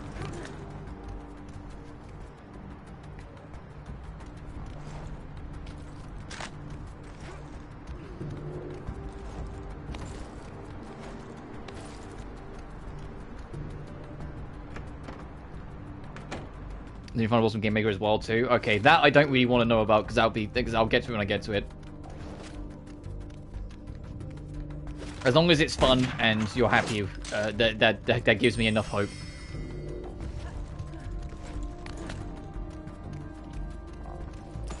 I need to get back to SVS. Are they? It's not like they don't know you're there.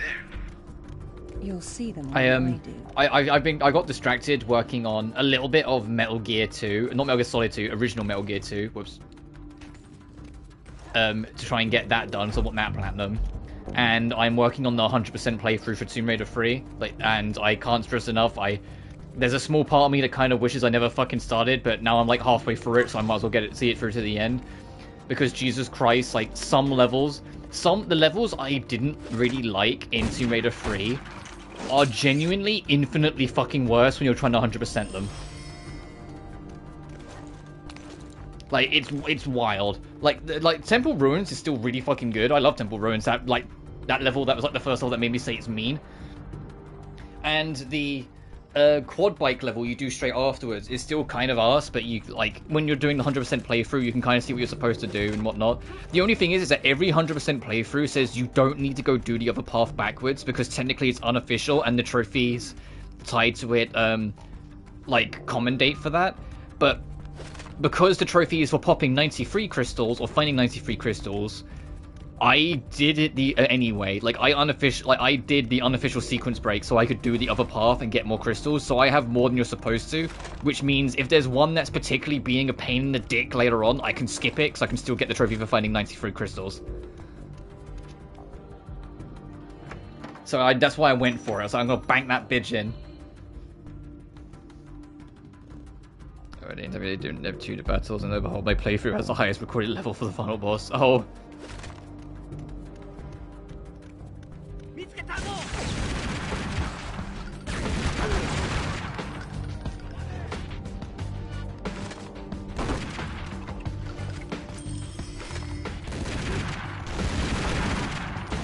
I wasn't even aiming at that guy and I managed to catch him with a few shots. Ow. Ow, fuck. There's a sniper in here.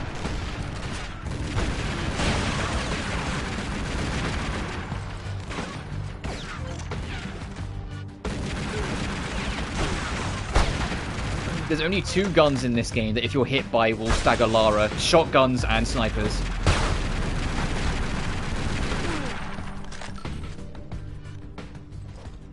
And is the game saying, hey, if you don't know where to go, use your rad mode? No, I know what I'm fucking doing, game. Looks like there's no way out. There's always a way, Zip.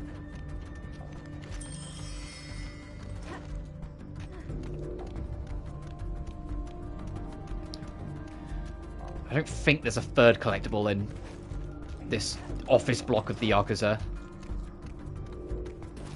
Also, we can pick up the shotgun if we want. Now I'll keep my rifle. Actually, how much ammo can I get for it?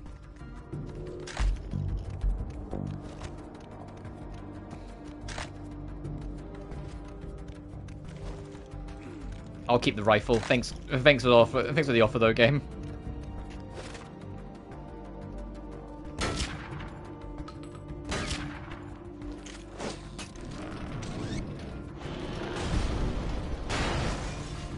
She's never cared for TV much. She did them a favor. Maybe now they'll read a book for a change.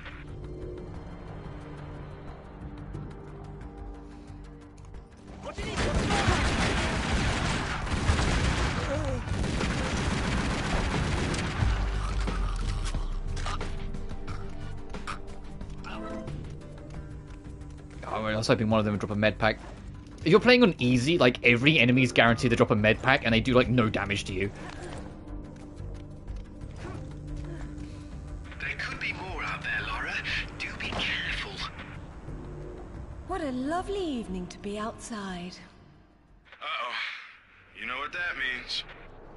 I'll get the diamond hydronate. The what?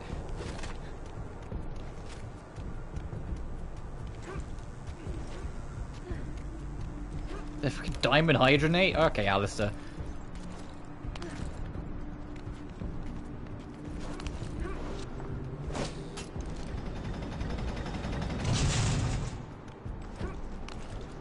How are we doing on collectibles? 1 bronze, 1 silver, and the gold, huh? Oh, okay.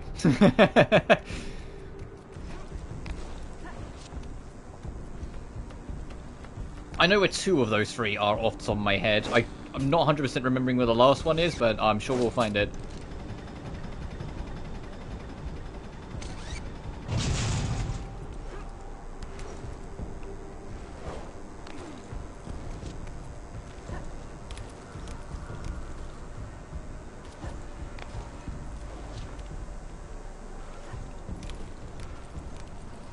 Please don't look down. Heights don't bother me, Alistair. Well, death will bother you, Lara. Fucking...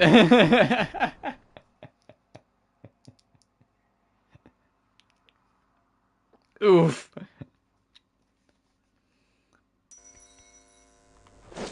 Right, our checkpoint was right here. That's what I mean, where it's like, it's like 9 out of 10 times it works. Every now and then you get an odd moment where it doesn't quite connect, just because it was their first time experimenting with having the game kind of predict where it thinks you're gonna go. Like I said, I feel like it's something that they got a lot better with pretty damn quickly. Please don't look down. Heights don't bother me, Alistair. They make me positively nauseous. Like I told her in Bolivia. I'll try my best to keep my chin up, but I do need to concentrate, if you don't mind.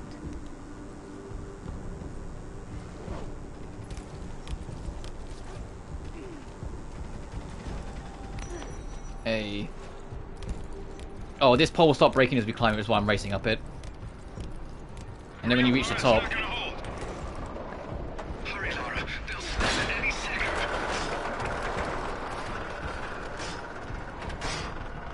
Right. I know there's one collectible in this room. It's whether there's another one, and if I can remember where it is, if it is. Because I'm not 100% sure what the one I'm missing is on my head. Never mind, I found it. Never mind, I'll shut the fuck up. I just saw it.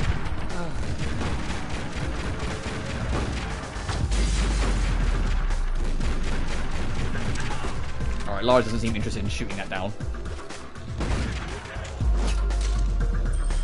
Of course, it's just in another fucking stray box.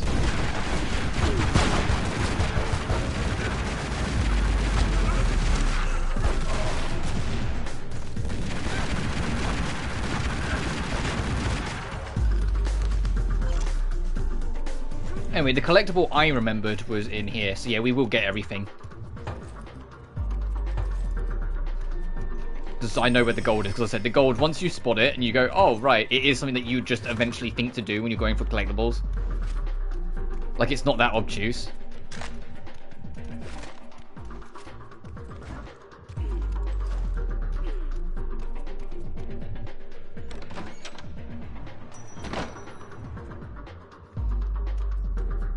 Oh, there's several ways to solve this problem. There is a turret down there. Yes. You smell a trap. I do.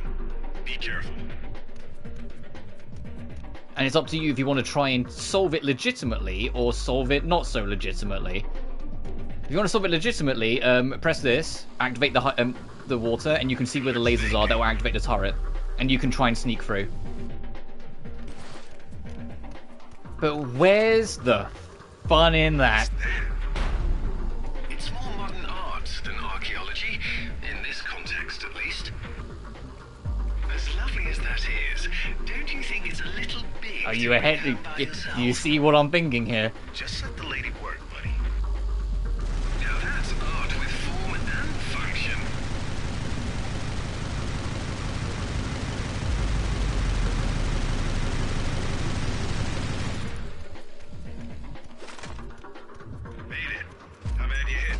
I've been better. Let's not do that again. You should not have come here. This is my province, not one of your rotten little tombs. Tell me about the sword, Takamoto. What about it? What is it that fascinates you, Ms. Croft? Let me have a look at it and I'll tell you. Your persistence will be the death of you. I'll get ready immediately because one of these pricks has a shotgun.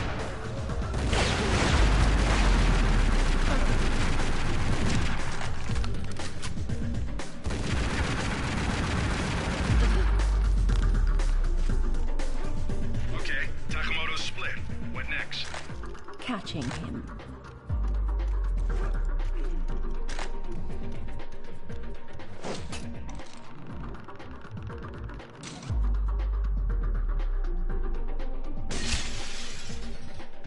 Right, now about that gold. And so I swapped to the shotgun because straightforward approach.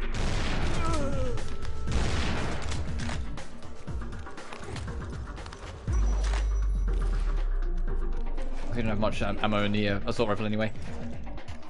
Oh, actually, I can just take this one. Fucking never mind. Yeah, we got ammo for the assault rifle. We're good. And I might actually go back and pick up what was there for the other one. The gold artifact's in this box. It's just straight up in this box. And eventually, like, it will cross your mind. It's like, okay, why can I, like, move this thing? What can I do with it? And eventually, you might feel incentivized to be like, what if I just shove it off the edge? And lo and behold, that breaks it. And you can get your gold artifact.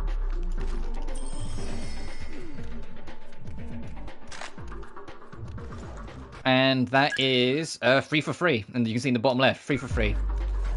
Also, yeah, this level's hella short if you can believe it, because we are done. We've got a boss fight, the first boss fight of the game coming up, and that's it.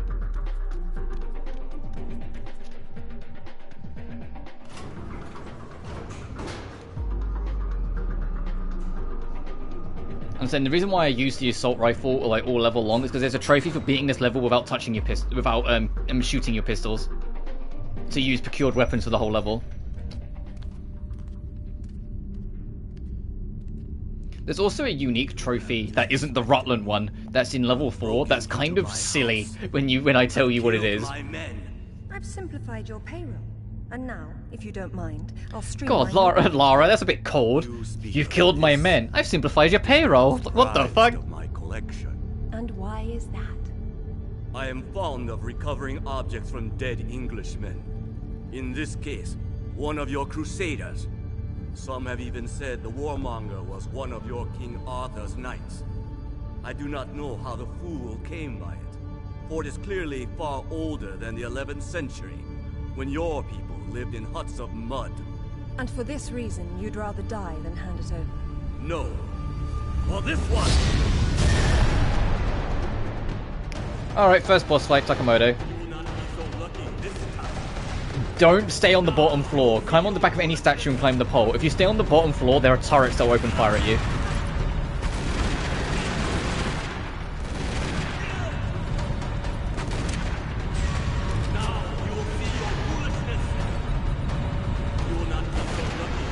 Yeah, I managed to catch him with a nade, awesome.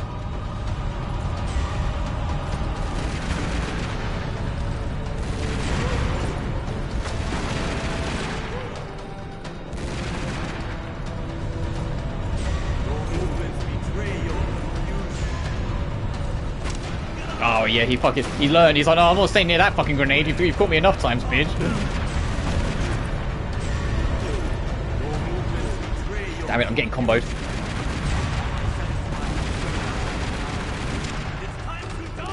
Oh, the fight's over. There we go, we're done.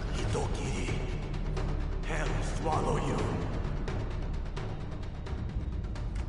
Alright, we got the first piece of the legendary weapon. This is it, alright. Have you realised what the weapon is yet, with all the references to King Arthur? Yes, Alistair, I did. Nishimura's got a chopper outside waiting for you. Excellent. Tell him he's my new favourite person.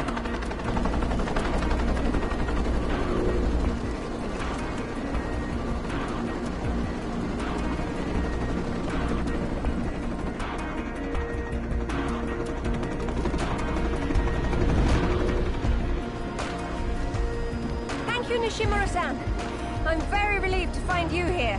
I am relieving myself too. What about Takamoto? Where is he? It depends on whether he was naughty or nice. We've got a line on James Rutland, by the way. Want to go together? Absolutely.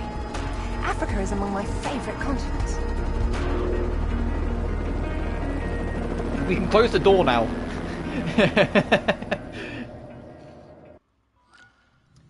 Thank you and good night, Tokyo. Trophy unlocked. And superior firepower. Beat level 3 without using the dual pistols. I'm just eating up these trophies.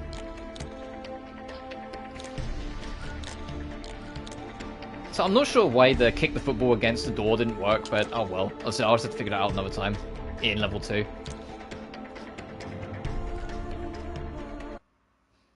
Alright, off to Ghana. Long distance relationships inevitably come to an end.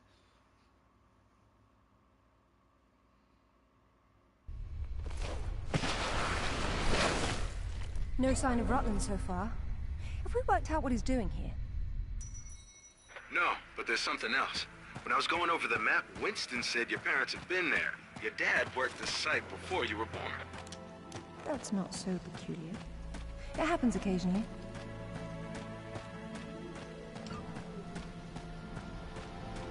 Ah, welcome to Ghana.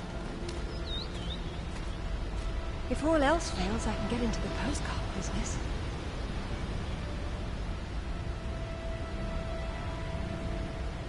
Oh, now look at the little termites mucking it all up. That won't do at all. Looks like they didn't get in from this side. Any ideas? We'll see. I do my best thinking plunging off cliffs. I do my best thinking plunging off cliffs, she says without like a hint of irony or sarcasm or anything. Anyway, let's go. Okay, if I recall, there are several pickups under here. One of them that we can't get straight away because there's rapids. Oh, there's water pushing you away. It's in that tunnel there. You can actually see the effect. We can't get that artifact right this second. Let me surf it before I drown quickly. I want to say there's another one. I can actually see it. There's another one over here. I can see it through the water. Can you? It's very subtle.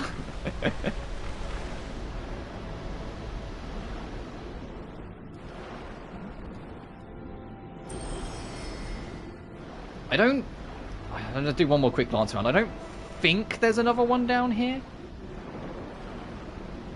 I think it's just those two, and then the third one we'll get when we open up the passageway. The water's absolutely perfect. I've missed Ghana. Oh, and we have... Oh, a doorbell, and then we'll go over it. But we have 1, 4, and 5 collectibles. 1 second.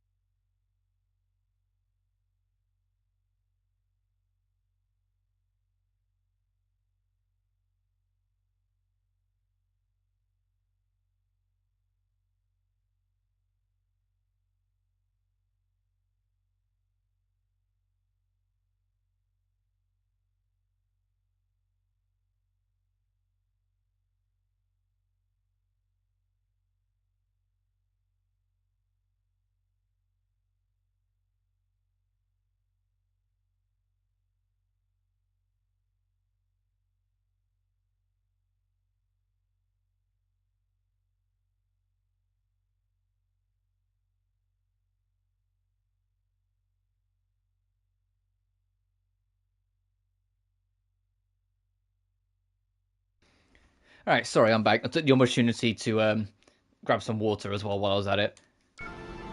You know, looking at all of this, if you can believe it, put water on my mind. If you can believe it. Anyway, this little puzzle's easy. Grab this, it lifts that up. And then, like, I've seen people do it different, which I find wild. People drop and then shoot the wall. But you can just grapple and pull it. And it will do it as well. Like, people will shoot the glowing bit instead, and I'm like, no, the game teaches you that the glow means grapple.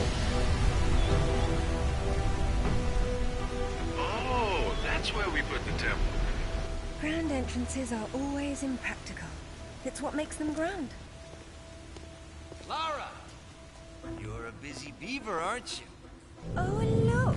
It's Rutland. Fancy dropping down for a chat, then? Only if you can shoot this far. You know long-distance relationships inevitably come to an end. I'd wish you luck with that, but, you know. Alistair should really have a look at this. He's still trying to figure out where these sword pieces originally came from. Just you and me for now. Oh, well, hang on a minute. Before I get too carried away, I nearly got carried away. Once you pull the bridge, it turns off the water. I nearly fucking, like, missed a single silver.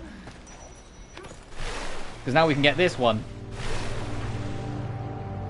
Nearly. There we go.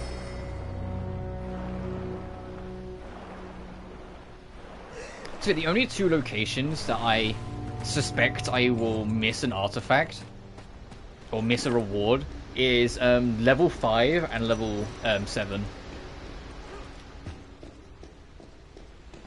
They're like the only two that, like, if I'm gonna miss one, they're the levels I'm gonna miss one. I mean, I could miss one in any of them if I just forget to check every single, like, corner I'm thinking of. But you know what I mean? Like, they're like the key ones where it's like there's a genuine chance. The modern kind. Rutland's men must have been using it to move about. I've seen this before. In my father's sketchbook. He has been here. Like, just... No, okay. Just double checking.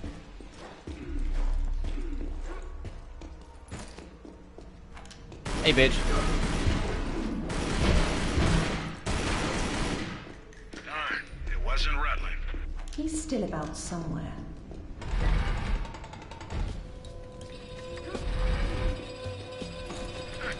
Not very effective for a trap. Not these days. Something must be jamming.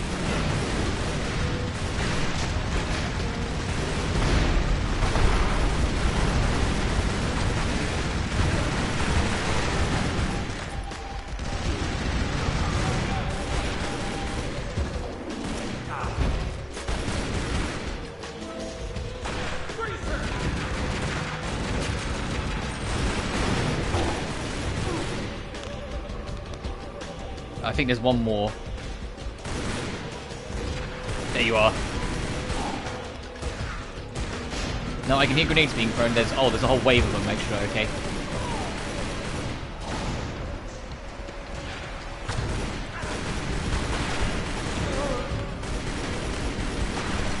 Anyway, you know I said there's like a trophy that's kind of dumb when you think about it in this level?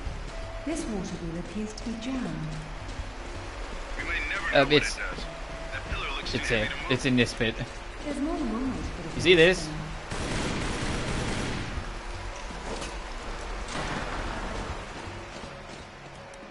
You have to make all 4 of them in this room break or fall over.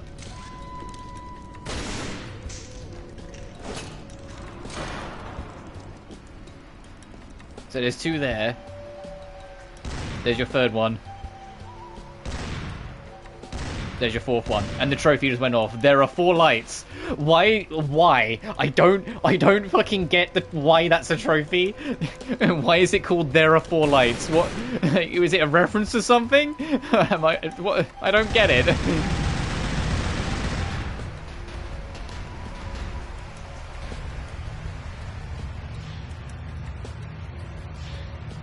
Water wheel's got things running again. Anyway, we turn the place on. Make the death trap activate solely so we can actually navigate this place. It's the only way to navigate it is to make the traps active. So you get to see what the place looks like before it turns into a hellscape, and then you deliberately turn it into a hellscape so you can navigate it. I'm just doing one more check that I'm not missing anything. I know there's less collectibles in this level, but I'm unsure, so I just want to kind of double check everything. Also, have you noticed how our pistol count's gone up from 30 bullets to 40 bullets? It's because we're collecting artifacts, but the guns are leveled up. We have no more bullets now. Level 1 is you get 10 more bullets in it, so you have 40 shots instead of 30. Level 2, which we'll get for, I think it's either 40 or 60% of the artifacts, makes it so its range is increased.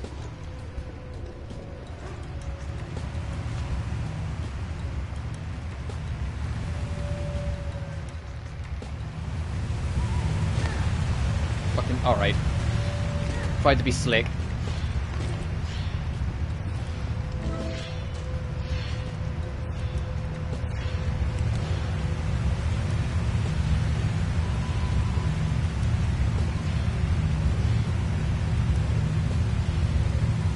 Yeah, sorry, and then the final level is you do more damage with your pistols, you get more firepower. No, don't lock onto the barrel. No, don't lock onto the light. Thank you, Miss Croft.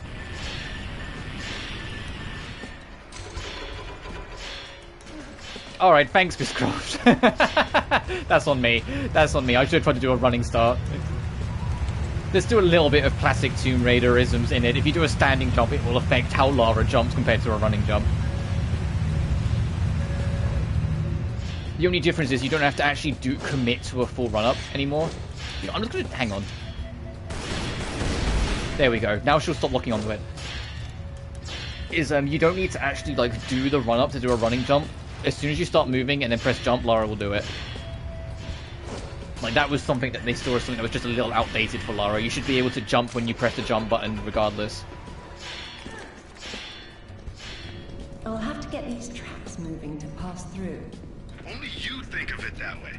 I don't like it. It's like, do you ever think maybe you're a psycho?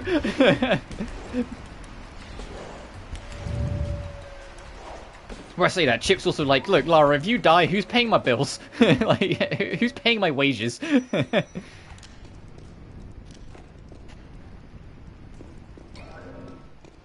just wanted to double check corners.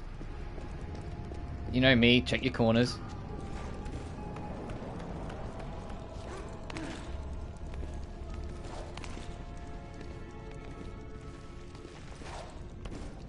This channel runs directly down to the wheel. Can't have a wheel without a couple 1,000 gallons of water. No, it's simply not done.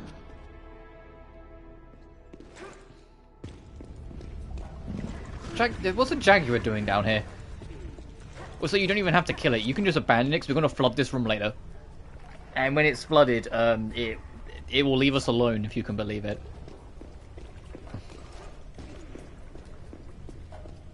But there is a, oh, is that because I missed my corner? A terribly poorly hidden... No, I'll just deal with this, buddy.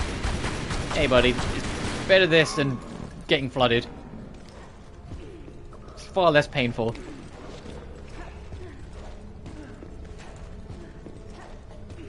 Oh, when I, fucking again? Bruh. When I did the, PS3 run back in January when I got my PS3, there was one collectible I missed, and because I missed it on that run, it means I have it, like burned into my memory this time. But I'll show you where that is when we get to it. There was one collectible here I missed, one in Kazakhstan, or level 5, which is why I'm concerned I might miss one in level 5. And there was one in level 7. And the one I missed in level 7, I know as soon as I like thought about it for a second, I went, oh god damn it, because I knew exactly what one it was. Have you ever had that where it's like the moment you take a second to think about it, you realize immediately what you missed, and you just realize you just ran past it and you have to go back and get it? Like, it's hella obvious too. You literally just like look backwards after a jump, and I just forgot to do it. Anyway, they want you to take the slow climb down by grabbing that, like dropping to that, and then dropping onto that platform, but it's just water. You can just jump in. I mean, I'll show it. This is what they want you to do to get down safely.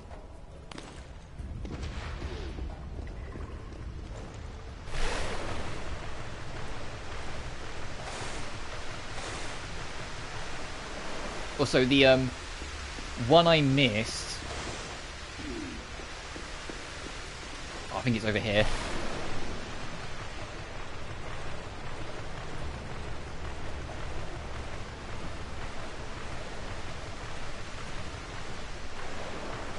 Where?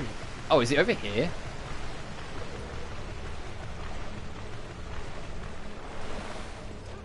Yes, it is. It was this one. This was the one I missed on my PS3 playthrough. I knew it was in here somewhere. I just had to think for a second.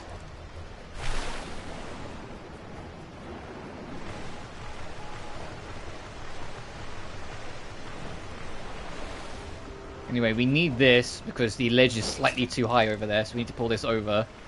There is a current that will drag us through, which will allow us to reach this one and pull us towards that.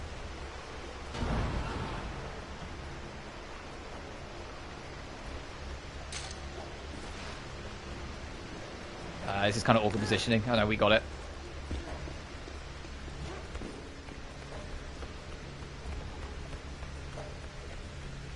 If you're not, when you're on a ladder, don't press a direction and press X and she'll jump backwards. The game says you can hold down and do it as well, but no.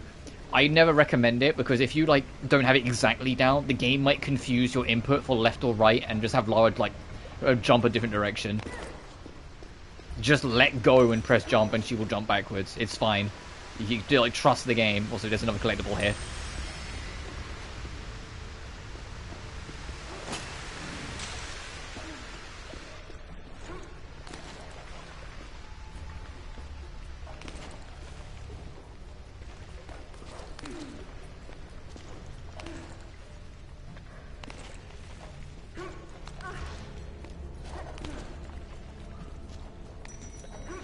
There we are. Standing on this will drop this block so we have our way back up if we fall. But, more importantly, is that it sets up the first part of the puzzle.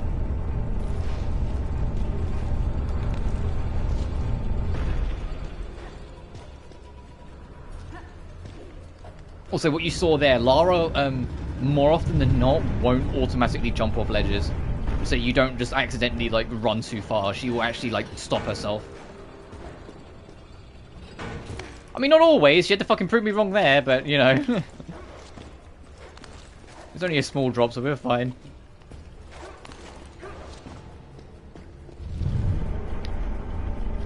But with Button on the other side and us on this side, we can take both the chains off that statue, and then we just need to get into the middle and pull the thing out whilst the cuffs are off.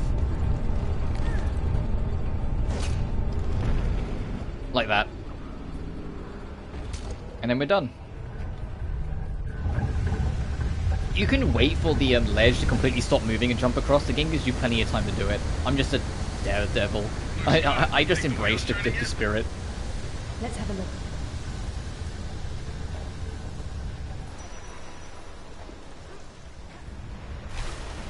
And yeah, if the Jaguar is still alive, the Jaguar just straight up despawns. Now.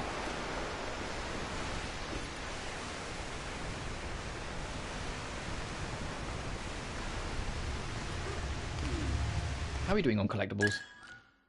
All bronzes, 2 silvers and a gold.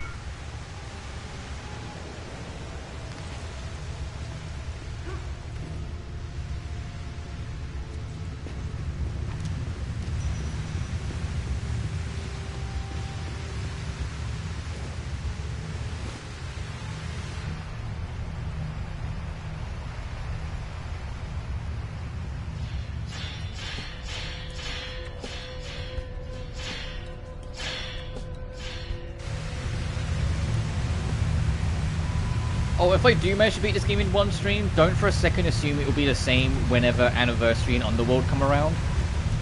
Because they're both longer games. Anniversary especially is like a good 9-ish hours long on a casual playthrough.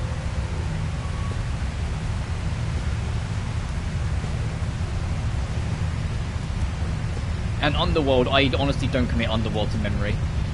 As much as I do still enjoy it, if you've been in the channel for a while, you'll know it's my least favourite of the trilogy.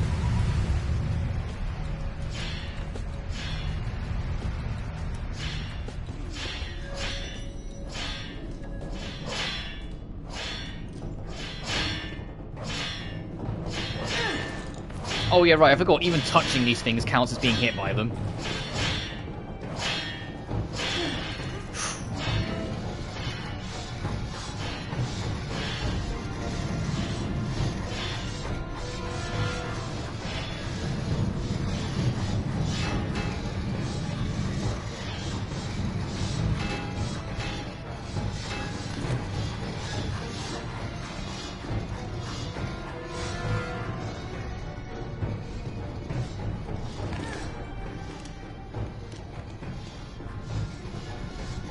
Oh no, no support to help you this time. You're gonna have to actually navigate the traps. Oh, whatever will I do? Anyway.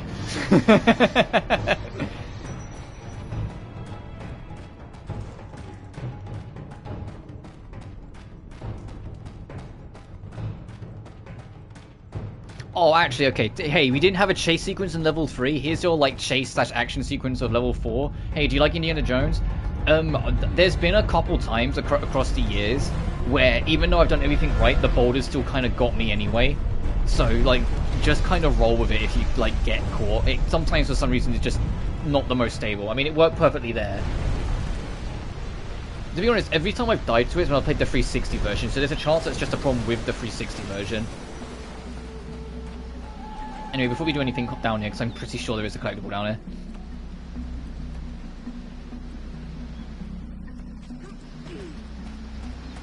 There it is. Alright, only 2 collectibles. One of the silvers... Oh, I should have said at the start of the level, don't use all your grenades. One of the silvers requires a grenade that we're coming up, so don't, at least keep one of them. If you've used all of them, it's not the end of the world. Just... There are going to be a group of enemies afterwards, you'll just have to backtrack.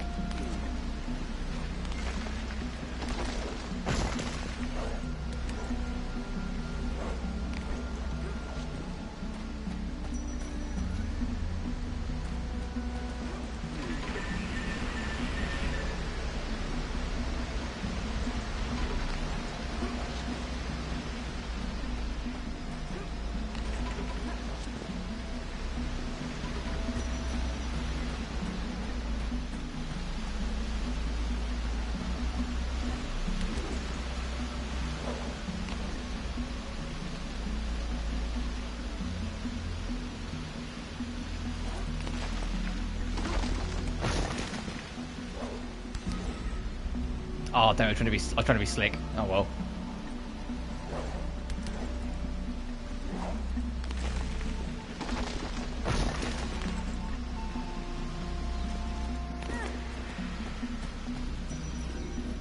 Nice checkpoint. Genuinely, it says night and day. When the last Tomb Raider I played on stream was Tomb Raider 3. How different the balance and difficulty is. Once again, I'm playing on hard, and for the record, across the whole Legend trilogy, I'll be playing on its respective hardest difficulties. Because I just don't think these games are that hard to begin with, and there's always a trophy for beating me on the hardest difficulty.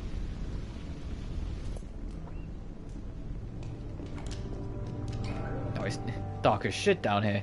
Can't see shit, Captain.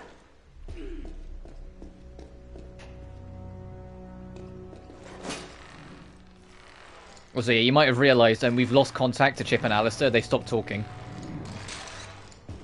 Something's happened at Croft Manor whilst we've been away.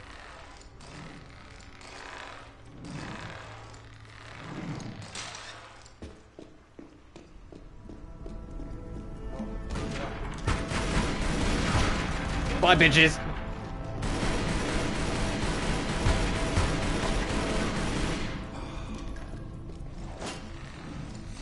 Hey, I hope you drop a med pack. Oh, thank you. He knew.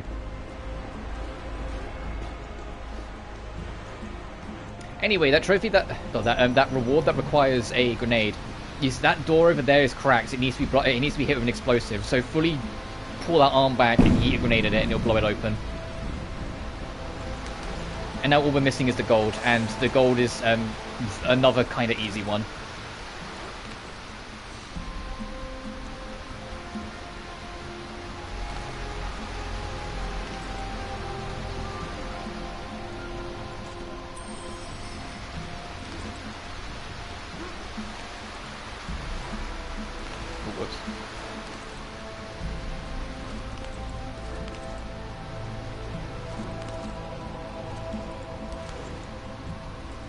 Oh, this is something that's kind of cool, but I usually don't do it because it makes it harder for you too.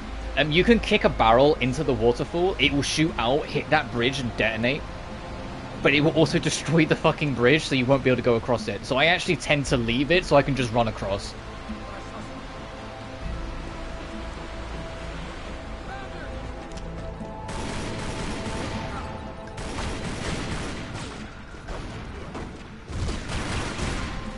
Also, that guy tried to dive out the way. There was a guy trying to dive out the grenade. I don't know if you saw that. He dived off the edge. He died. Also, there's a guy with a grenade launcher over there, so be fucking careful. Actually, I'm just gonna fucking deal with him now, eh?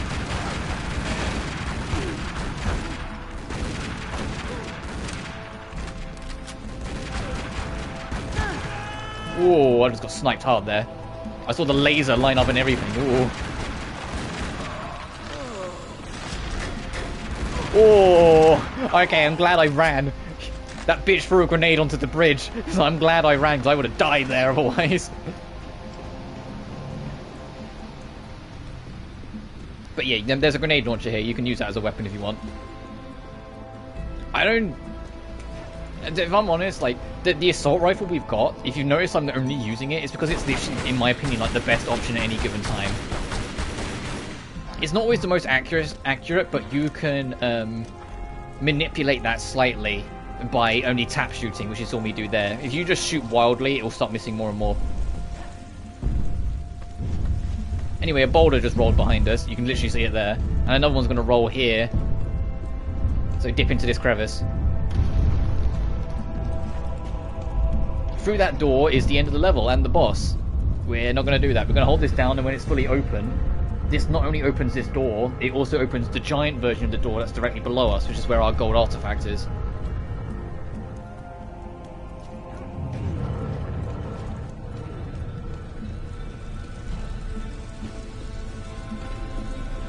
Ta-da! And there's our 4th gold.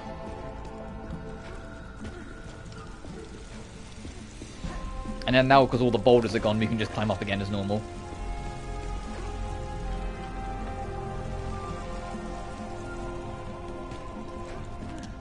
And get ready for the Rutland boss fight. The boss fight that's pathetically easy and over in seconds. And so they made a trophy based around making it last longer than a few seconds. For the sake of the playthrough, I'm not going to do that trophy. I'm just going to kill this bitch. You came for the Galali key too, then. Perfect. Pretend I don't know what you're talking about. Oh, you know. It's what puts the sword back together. It's the size of a fist. And according to Amanda's research, it's here. What do you know about Amanda? Where is she? So, your father did some digging here, didn't he? You know, Amanda thought maybe he found the key. I don't know what you're talking about. Tell me about that sword fragment you're so fond of waving about. Huh. Well, I have been spending some time with it, and I've learned a couple of things. Let me show you.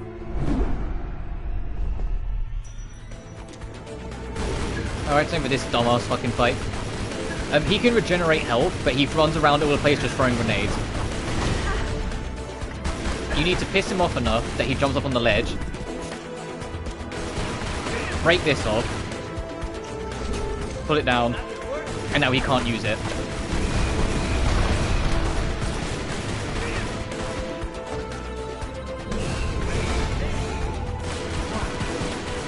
If you destroy all of them, he can't use any of them to regenerate his health. Also, he just threw a grenade and jumped on it. That big damage he just took, he did that to himself, the fucking idiot. Anyway, he will drop, and this is how you do the quick kill. You just time out his grenade. and he's dead. You don't even have to do the rest of the gimmick. I personally feel they should have made the trophy killing Rutland without getting rid of all the pillars. But no, they instead made it you have to make that fight last 5 minutes. And did you see how many times he threw a grenade in that, like, second alone? That's why I don't bother with it. I don't suppose you'd tell me where this I will eventually, though, because I am going to platinum this. Because I platinumed it on PS3, so I might as fucking well. History doesn't interest me. Well, then why don't you stay here and consider the future? Make sure I'm not in. And the fact that you can install, there's a PS4 and PS5 list means I could effectively triple platinum this fucking game. Because I have the PS3 version, PS4 and PS5. Also, yeah, the reason why Chip and Alistair went silent is because Amanda was raiding our manor. God, finally. I've been trying to get through for ages. What happened? This woman just saw her way through the front door. She had some sort of... I don't know what the hell it was. It was like black smoke. I'll be there straight away. No, we're fine. Look, you've got to follow her. She's going for another piece of the sword. What? Where? In Kazakhstan. I found a photo that matches the pieces you have. All right. Do an inventory and try to locate something called the Galali key.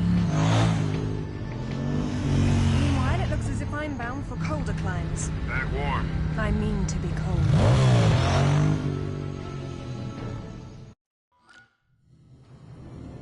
The trophy you get is called This Is Ghana Be Good. Get it? Because we just beat Ghana. Fucking. God, we're steamrolling this game.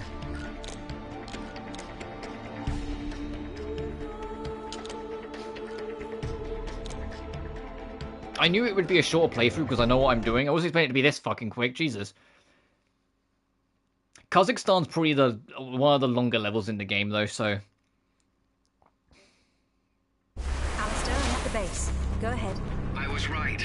It was a secret Soviet project from the 50s called Carbonek. The laboratory was... But it's also worth mentioning, Tomb Raider 1, 2, and 3, sometimes the levels would take upwards of 40 minutes because I would get stuck. In this game, some of these levels are taking like half an hour to 40 minutes because they are just longer levels. You got there right on time. Like, we kind of keep moving forward at all times, and yet here we are. Or Amanda's. Most likely she's the one behind this. The lab is somehow connected to that military base, but we don't know how. If you can find the command center, we might get a better idea. Now, after the firefight dies down, you should try to... Oh, come now, Zip. Waiting is for the patient. Or those without parachutes. Well, I'd look around more, but go ahead and jump when you're ready. 1 gold, 3 silver, and 5 bronze. The 1 gold in this level, I know where it is and know how to get it, but I remember it being, it can be a little annoying. Anyway, the hint that Lara said at the end there, those without parachutes, she has a parachute, just fucking jump. Now, Lara. And then just, for the love of God, press triangle. Very nice, Lara, but you've just leapt from the frying pan into a nest of hornets.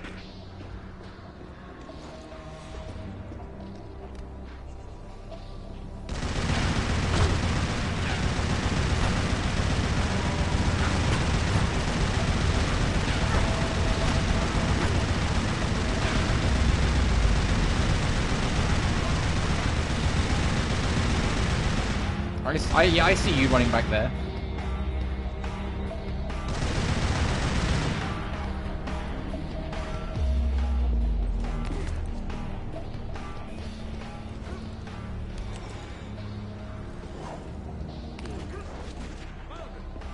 Oh, there's still more. Okay, that's fine.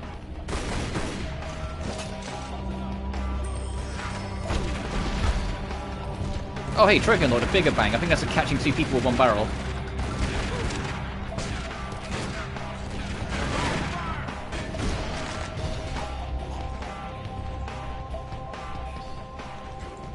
Oh, really? Nothing back here? I would have hit a secret back here.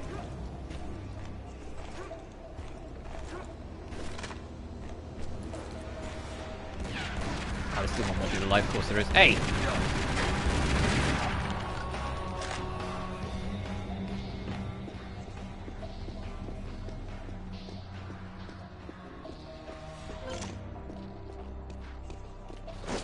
Grab that collectible.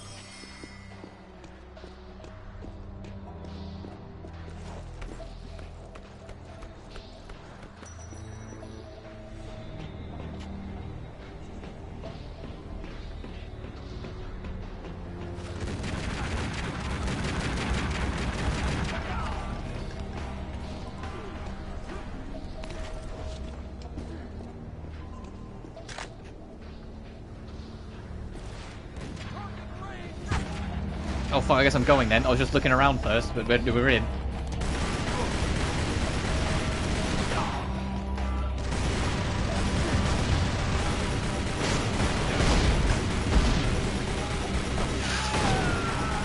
Hey, no, fucking get rid of you.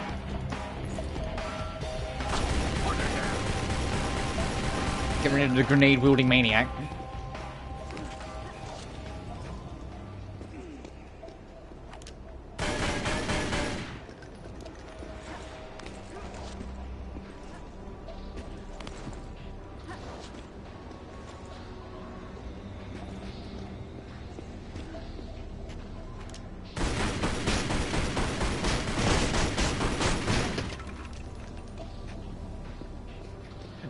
Well, can you... what a surprise.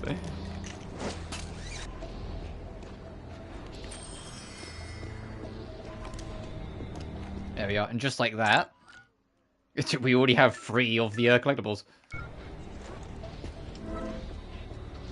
Anyone else drop a medkit? It'd be nice to have more. I feel like I'm like chasing the coattails of medkits this whole way through. Like I'm always only got like 1 on me. Hey, this place literally has a cross on it. This place is actually gonna have healing. Get down! I don't know why Lara's pistols fucking like send that man flying, but you know, whatever. You are American? British. And it looks like we share an enemy. Where's your command center? Не отвечай ей! Что здесь нужно? Погоди! Если она использует код без ключа, то сработает тревога, и центр пришлет нам подмогу! Да ты шо? Мы здесь охраняем только снег и звериную мочу, или ты хочешь сам идти? Through the gate! The code is K1879. Спасибо. Пожелайте мне удачи.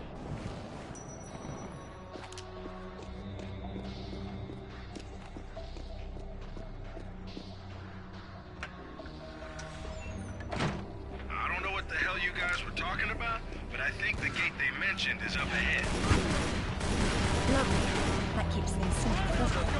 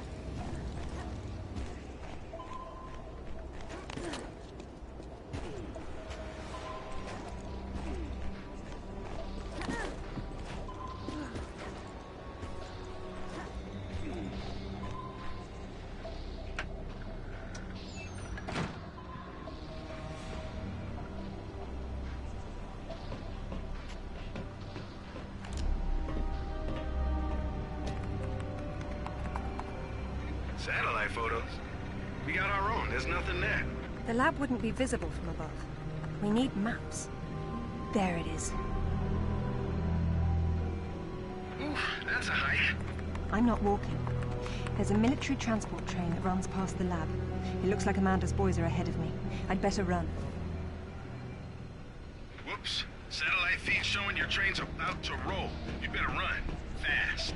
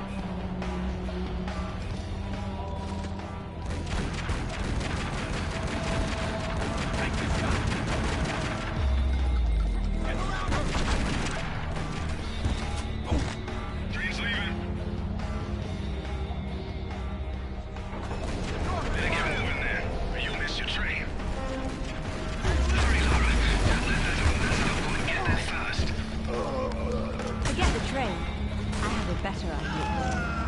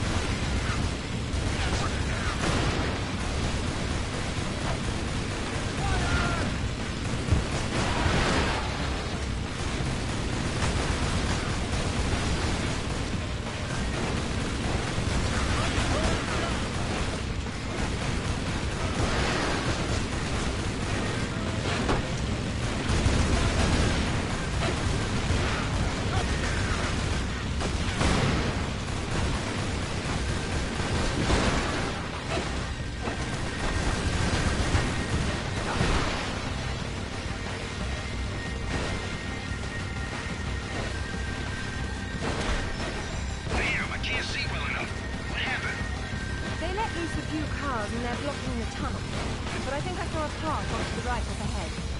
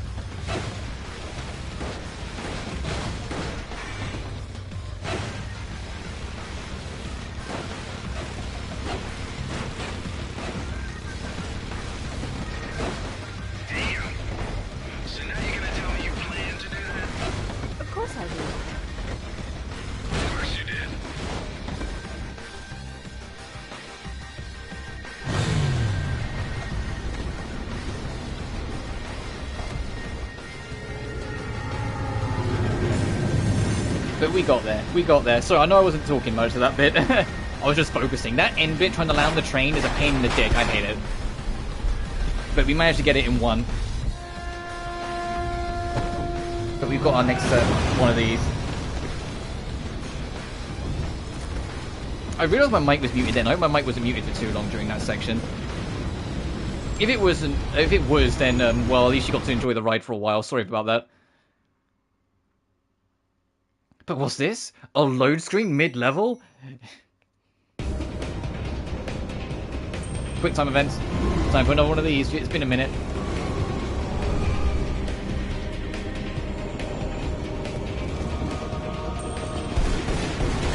And then I think it's Square next.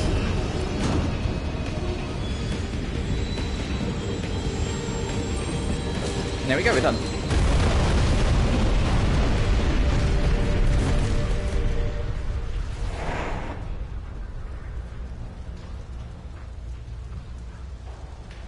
Alright, now for the rest of the level. So I am still, like, paranoid that I've missed one collectible earlier on. It's also why I'm destroying these boxes, because I'm pretty sure there's one in this area too. I just can't exactly remember where. Because my memory of where everything is, in terms of collectibles, gets slightly vaguer the further along we go.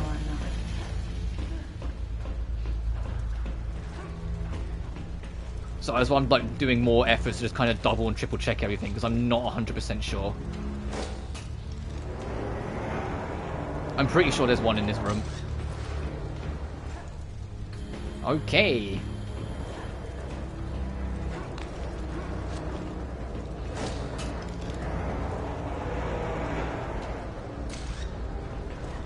There we go. That was the plan.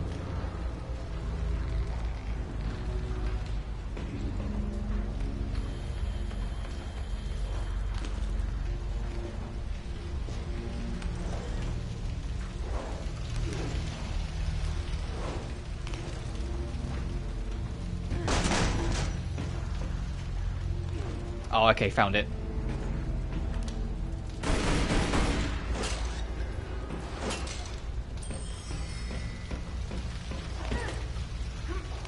How are we doing on collectibles? Let me just double check. 2 bronze, 2 silver, and the gold. So the gold, I know exactly where that is. It's just the other ones I'm trying to think as we go.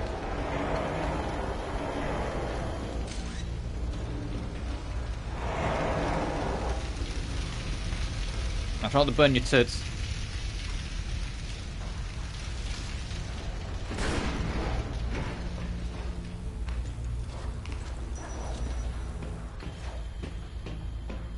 It's getting colder.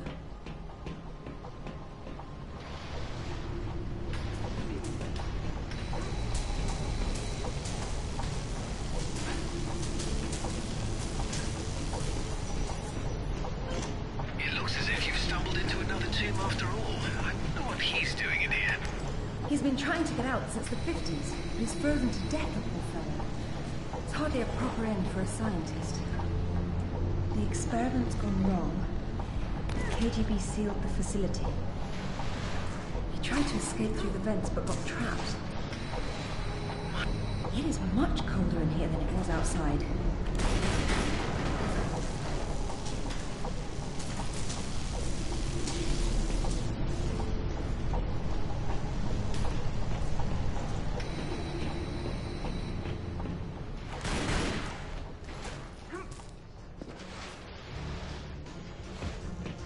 And the further you get, the more the music changes. You're getting deeper into like the labyrinth, the mechanical labyrinth of the KGB experiment. I'm not sure turning on the power was a good idea. Looks like a few things in there won't be getting the juice they need.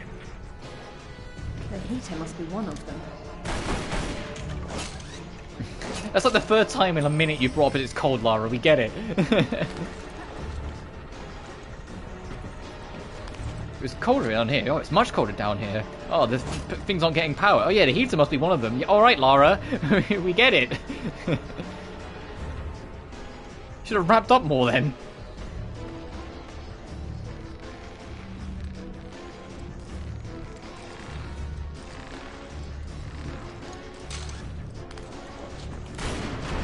Well, I say that she literally, like, her coat caught fire, so she had to get rid of it. Look at the lights. She's only found the emergency power. She came in through the main doors. I don't think she's been here. Looks like there's a generator on the other side of the room. She would have started it.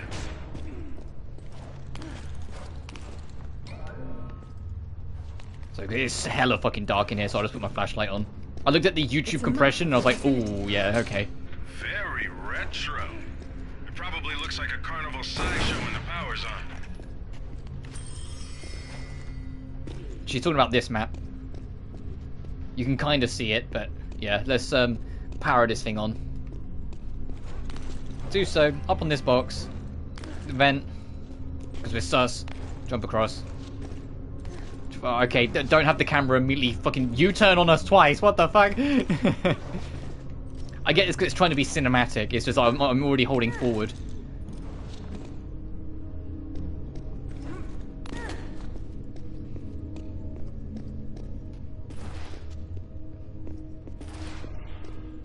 Just double checking like there isn't anything else because I'm still paranoid that I'm still paranoid I missed one collectible in the outdoor section at the start.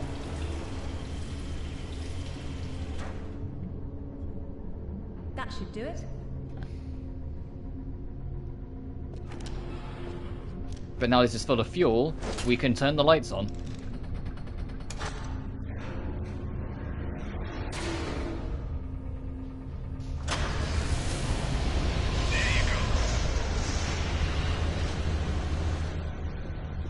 Now you can go check the map and see where we are. You have to admire this map's simplicity. We're here. Corridor, main room. Hey, that's where the boss fight is. We'll get there later. And then there's a detour down here to a bunch of power switches. We're just going to go from here to here. We have to solve something here, come back to this, and then to there.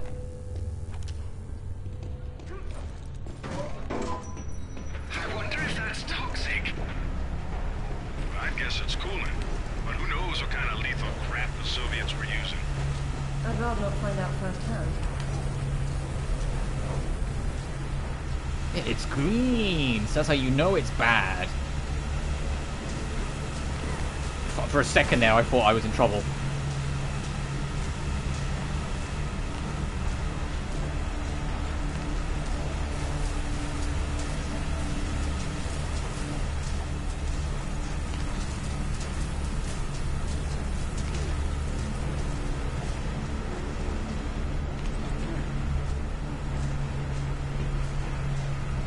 Oh, I'm gonna wait for that to pass.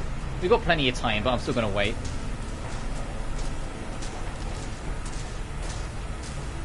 That's live. Yeah, I'm not touching it, Zip. Calm down.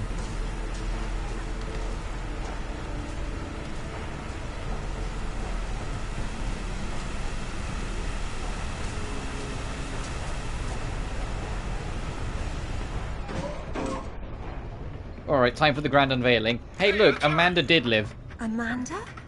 Damn it, Laura, I'm busy. I see you've changed your look. And she turned into a goth chick. With Rutland.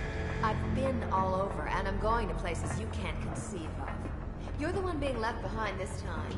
And she's real bitter that Lara assumed she was dead when she was under loads of rubble deep underwater and was mid-screaming. How dare she? And Amanda's super fucking bitter about it. When I got out and saw that you left without even trying to... What is it archaeologists do? Oh, right. Dig. We'd thought of it as a memorial. Whatever. Don't let her follow me.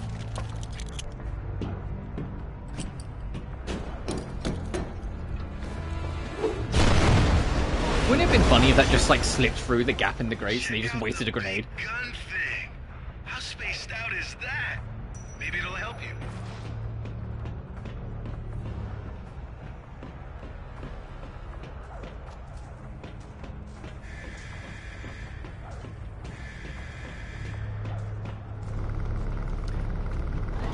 Anyway, here's a giant magnet gun. Did you see that? Yeah. Getting crazy interference on the video too. But we can't do too much of it right now because it's a low power. Tesla's Toroid coil guns. Except that would be impossible. Can they do it? It doesn't seem to work very well. Well, they theoretically need a lot of power, like from that Tesla tower across the way. If you could get that Tesla tower fired up, well, I never thought I'd get to say that.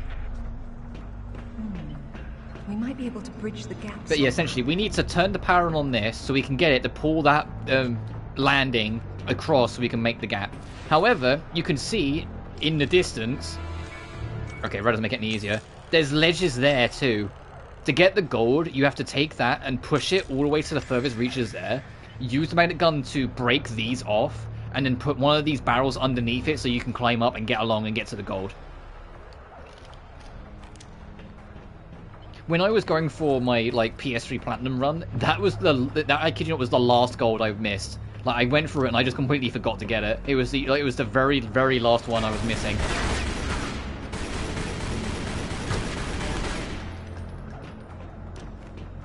Because ow, England and the next one after this are both very easy golds, because you can identify what you're supposed to do very quickly. Heck, there's nothing you don't even have to do anything in level 7. You just have to fucking look and you can see it and you're like, oh, okay, never mind. You just have to use your eyes and it's there. Don't get hit by any of those electrical arcs. I thought you said it wasn't running. That's just ambient discharge. The tower was on. You'd know it. And if I were the energy source, where would I be? Up top.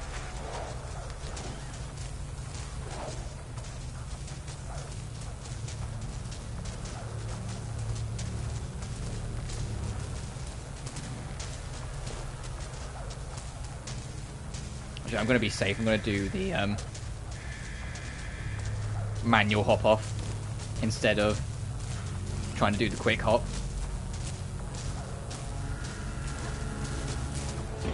Because sometimes Lara just won't grab it anyway. Oh, hey, a collectible. Okay, that actually worked out. You know what? I would have missed that. I didn't even think to check there. That worked the fuck out. Oh my god. I would have missed that one because I know about that one. You can actually see it up there, and I know about the gold one. I would have completely missed that one. Okay. That was Lara secretly throwing me a bone there, just like, hey, psh, hey, Robu, psh. Over there. That was Lara throwing me a bone. I completely forgot about that one. That would have been the one that I missed. But okay, so we didn't miss any in the snowfield then, because we can literally identify where the other two collectibles are. Hell yeah, 5 for 5 on collectibles. Well, it's gonna be. We've got to get them first. I don't want to speak too soon.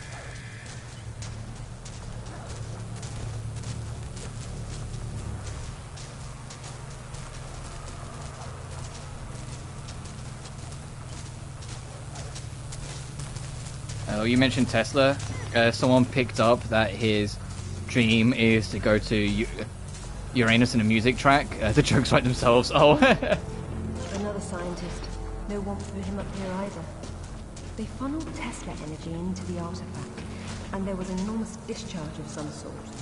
Oh, I think to get this one, what you're supposed to do is when you wait until you power the thing and it will break this off. But I want to see if I can just bust it off with a nade. Yes, I can. Awesome. So I don't have to remember it later. Alright, now the only artifact we're missing is the gold, but we know where it is. Can the tower be powered up from here? Not without the core. Looks like it's not here. Yeah, we need to find the core, and you can see, as Chip is like walking us through it, there's tracks on the floor here to follow. What are those hanging cords and sockets? Decoupled high current cables. You're lucky they're off, or you'd be decoupled high current. Yeah, ooh. Hey, you're lucky they're off, otherwise you'd be turbo fucking dead, Lara, that's what he's saying. Okay, there's a core up ahead. Okay, brief combat section. You may have noticed, similar to like Tomb Raider 2, this game is like 95% human enemies. Oh! They balance it out better as the trilogy goes on, but for their first attempt, and come on, it was a brand new engine, brand new team, brand new everything basically. Only having like 2 or 3 unique enemies is like, okay, I guess that makes sense. Like they were still figuring it out. They will bring in back all like the other creatures of the chaos way later on for human enemies. That's fair enough. Underworld has the best balance of it. Anniversary kind of steers it in the polar opposite direction. It's kind of funny that they're kind of 2 extremes. Legend is like 99% human enemies. Anniversary is like 99% animals, and then it's Underworld that finally starts to get more of a balance. Where like you'll get dedicated levels that are all humans, but like when you're out in the wilderness, like a fucking Black Panther might show up. Hello, Laura. How the hell did you get on this? Also, yeah, Amanda helped herself to a headset when she was raiding our base last level. She must have taken a headset while she was rearranging your office. You're so smart, Lara.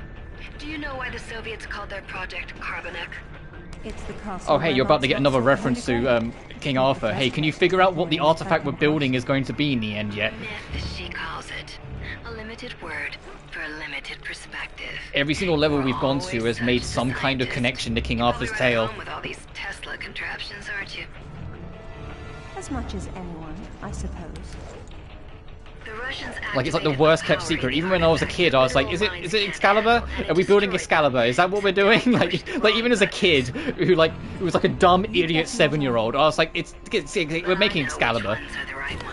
Oh, whoops. I just fucking, that was my fault. I was holding forward, Lara was facing in the wrong direction, so she just jumped forward with her. She hung up. What the hell was that about? She's having difficulty. It would have been great if it was like you just like you got to the end and it was just Caliburn instead. Like that would have been a good twist, because then it still makes sense, but it's not what you think it is, you know. But no, it's exactly what you think it is.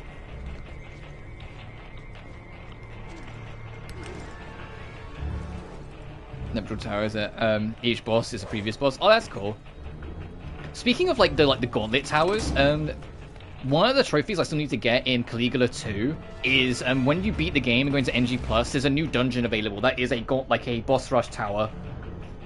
And I haven't even started it yet because I'm trying to do all side quests before I go into NG+. And speaking of, I have 6 left. I have 6 side quests left, and then that trophy's done. And then all I'm missing is have both endings in one playthrough and do the tower. Another unlucky scientist. And then I platinumed Caligula 2. He writes that at least a dozen of his colleagues were killed in the experiment. The artifact converted the Tesla voltage into something else. But the 6 quests I've got left, one of them, the quest requirement is just hit level 60. The guy just wants to see someone really strong, so we have to hit level 60. One of them is, I want to see how many skills you've got in your arsenal. And the quest is, have Phyllis, or the protagonist, learn 50 skills. And then one person wants 2 curries, and I have 1. And the only way to get more is by chance, by like breaking objects. So I just need to get lucky and get another one. I still haven't. One of the very first side quests we picked up in the game was that someone wanted 15 tissue packs. I have still yet to get 15 fucking tissue packs.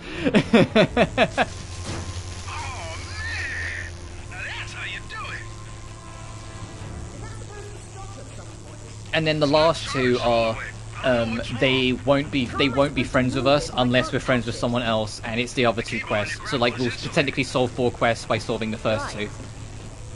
And see if I don't downgrade. I can see it. I loved Caligula 2 a lot more than 1, but I also really love 1 in general. There are certain things I prefer in 1. I love the fact that you got the ability to see it from the bad guy's perspectives, because to be blunt, a lot of the villains in 2 didn't really have much beyond the surface level. Like, you got to know them and they had things to go, but I felt like a lot of them just didn't have as much to them compared to 1. Whilst in 1, all of them had more to them because you got to hang out with them. But I know that also wasn't in the launch version of Tomb Raider, of Caligula 1. That was in Overdose. The original version that came out on PS Vita didn't have any of that.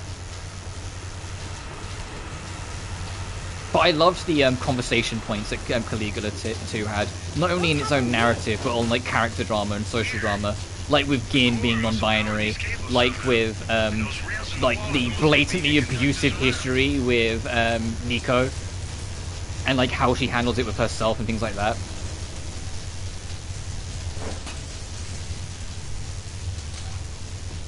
Oh yeah, Bluffman was cool. I really enjoyed I forgot her name. Kudan. I really like Kudan as well.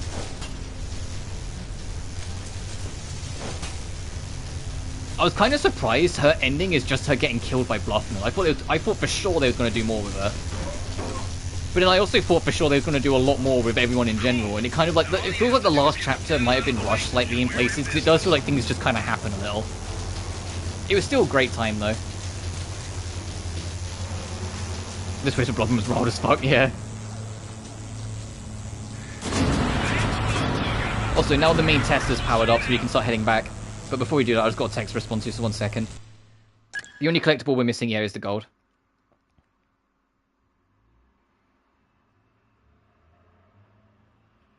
1 second.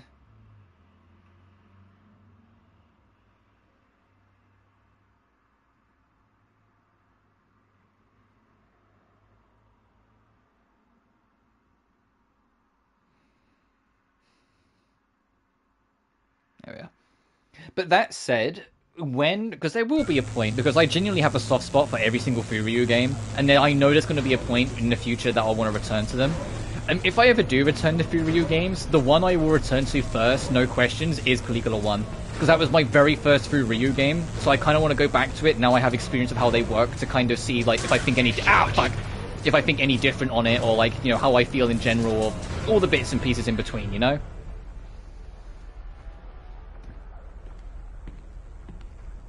Like, just see how I appreciate it different. 10th or 11th century. Probably. And especially with some things, like, it'll be interesting, like, bumping into Wicked in Caligula 1, knowing her story arc in 2. Like, to see, like, what glimmers of it we can get. Have a good look and see what you can make of it. What do you think it's for?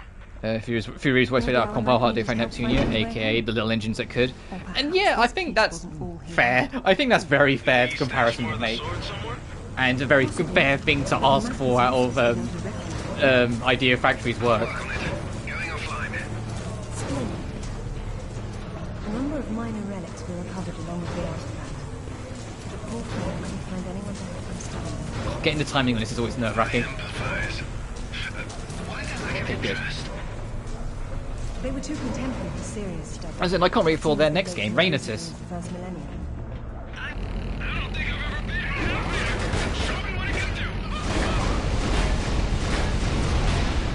Okay, too high. I thought gravity would have more of an effect on it than it did, to be honest. Okay, that blew up right in my face. That didn't really work either. Okay, cool. Alright, we got one of them.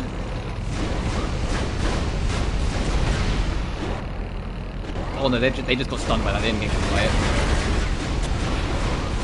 Oh, here, have a box. Also, we're invincible in here. The electric barriers just deflect every bullet.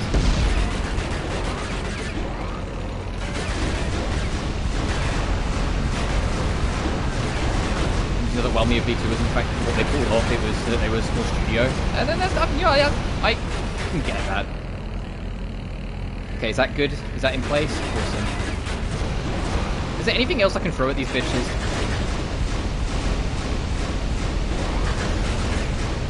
So I don't have to just shoot them.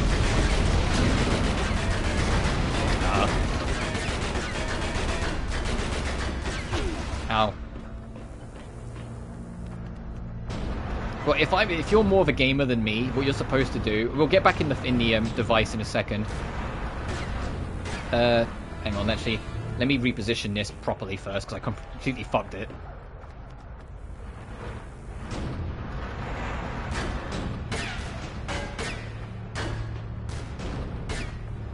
Oh. Lads, any of you guys want to stop shooting? Come on over and help me move this for a second. No? Alright, fucking... Ow, ow, ow. Ow! I just want it, like, flat against the corner here. There. And then let me get back in my Doomsday device.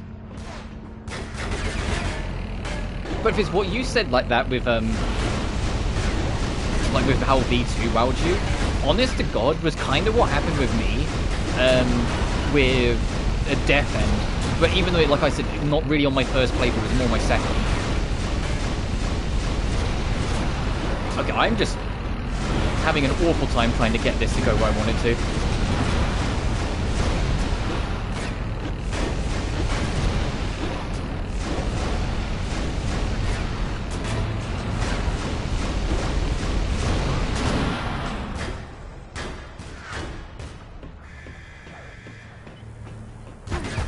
ow, ow. Anyway, you pull them off so you can get up here and grab this.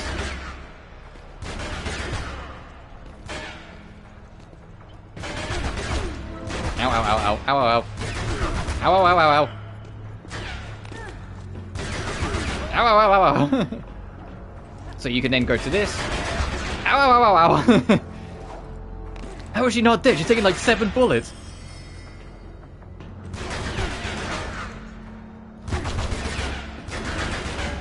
We can just long jump for this. Hey, bitch. Fuck you. Ow.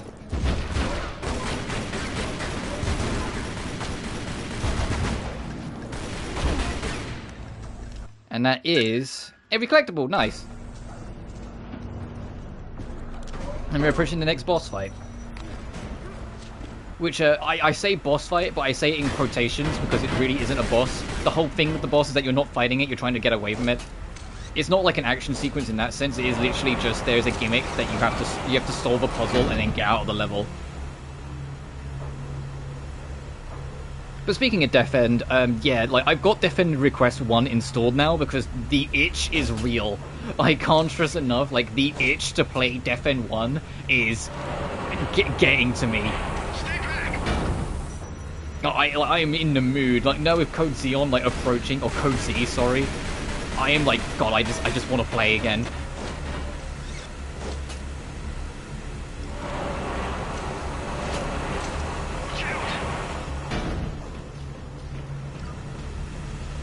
Alright, before we continue, my headset's starting to get a little staticky, so let me just fix that. 1 second.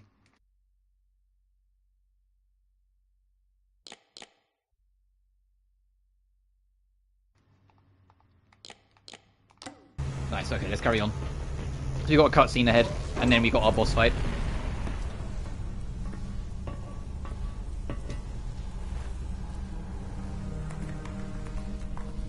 Amanda, I'm sorry for what happened, but we can still work together.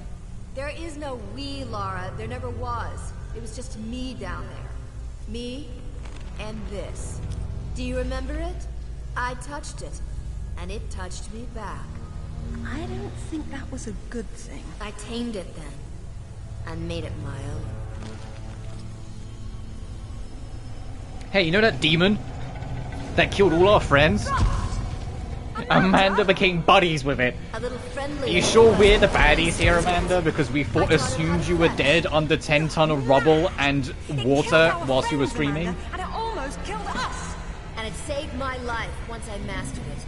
It's all about a broader perception. I'd stay away from it if I were you, though. It'd still be a But yeah, this thing is the reason why Amanda survived. Anyway, how's this boss fight work? Don't fucking fight it.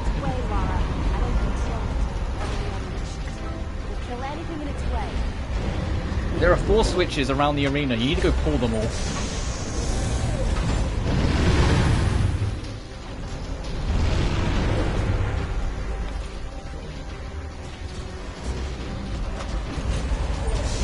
Thankfully, every time the cutscene starts, the boss stops for a second to give you time to like process it.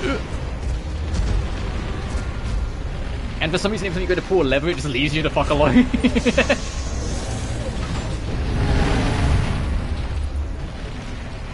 Oh, okay, I'm amazed I didn't get hit by that. I literally dived on it. Once you pull all 4, so we won't take any damage from this, it will drop these 4 testicles. Or these upside down ice cream cones, so I used to call them when I was a kid. Just look at them. Zip, what do I need to do to get it out of there? Oh, you'll come in a second. Let me just finish this fight. Hop in this thing. Push them all into the back. Once you've done that, hop out because you can grab the artifact at the top now. Ow. And now that's it. Level's done. Level is straight up over. That's the whole boss fight. So you don't even fucking think about the thing. Just run around, pull the levers, push all the coils back. It will release the artifact, nick your artifact, get out of there. Just matters to me, like Laura, no one will fault you.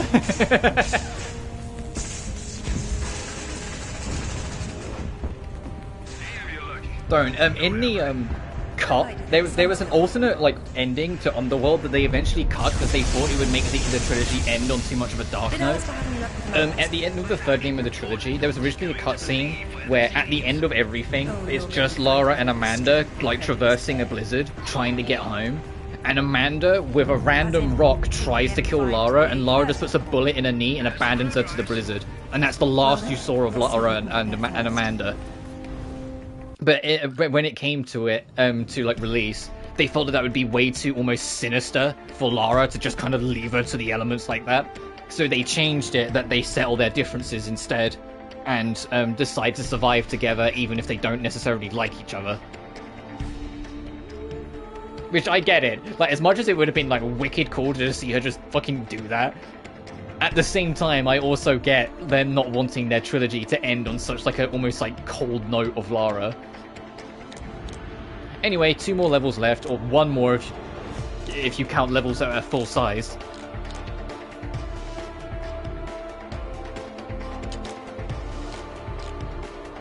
So we're off to England. King Arthur's tomb? Question mark. Swords and stones, they're part of a monomyth. The map that we found on the back of the shield led us to right here in England. I think this is the last full-length level, but it's the second to last proper level, level per se. Just the actual last level is hella short. There seems to be a fine line between coincidence and irony. Yeah, King Arthur's Museum. Professor Worse. Also, hey, Chip. You sure about that map? Unfortunately, there was some nonsense about the discovery of the real King Arthur's tomb here years ago, soon discredited, and yet another roadside attraction was born. Well, let's see what I don't understand why Chip has a barcode tattoo on both shoulders, other than it's just probably the game designers being like, hey, he's the hacker, so he looks all hackery, right? So we put barcodes on his shoulders.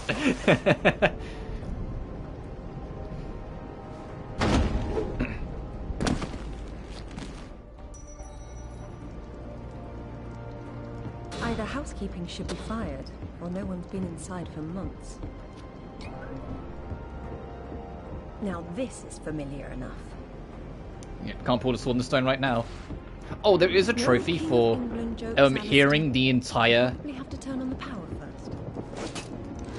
Like when we because it's an attraction. When we turn on the attraction, there's a trophy for like hearing every single piece of it. Because there's like a bunch of buttons you can press that play dialogue. You have to press every single button.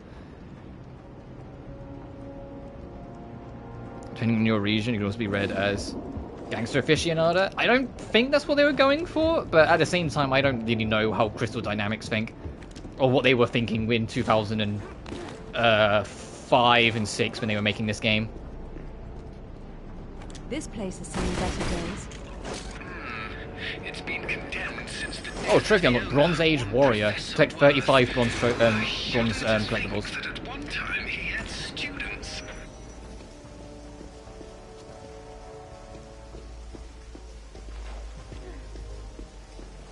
And don't worry, unlike a certain other Tomb Raider game I played last week, the England levels in this game don't suck dick. Don't, like, it... Even though I despise Malibu Gorge, I went to South Pacific after Nevada, and maybe my 100% playthrough instead of London, because I don't want to do fucking Alderich and Lodsgate. Hey, now that the power's on, yeah. you can go back and pull out Excalibur. It's not Excalibur. There's the sword in the stone and Excalibur. Oh, fair enough. Different bloody swords. Arthur got Excalibur after the sword in the stone broke in his. Oh, I love this, by the way, because I actually knew this. And it's one of those things, it's like when you hear like a really random piece of like trivia and you know it. That the sword and the stone and Excalibur are different swords. You wanna know how I know it? Fucking Sonic the Black Knight. Sonic and the Black Knight. Sonic has the sword and the stone, and the villain has the first villain in the game has Excalibur. That's how I was like, wait a minute, but they're not the same. Also, yeah, you can hear the attractant thing here.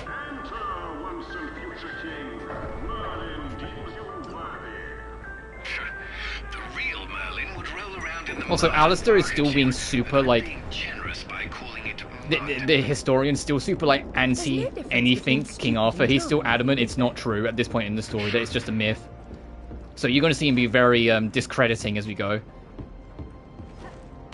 until we can't argue against it anymore. But we'll get to that.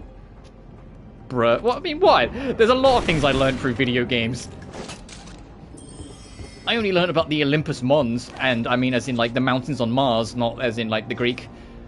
I think Greek history stuff, because of Persona 4, because there's one of the like the school testers on it. I don't know if you have to listen to the whole thing. If you do, oh well, I'm just gonna run around and press all the buttons and hope that the trophy pops when you press the last one.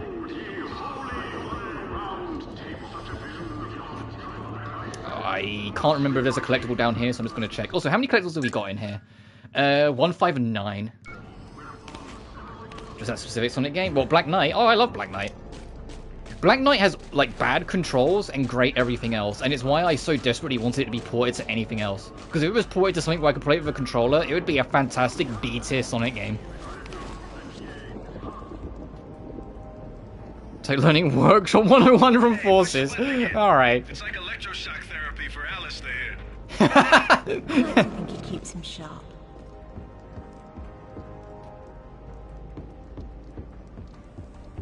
So I was waiting for the motorbike to pass, that's why I moved my mic quickly.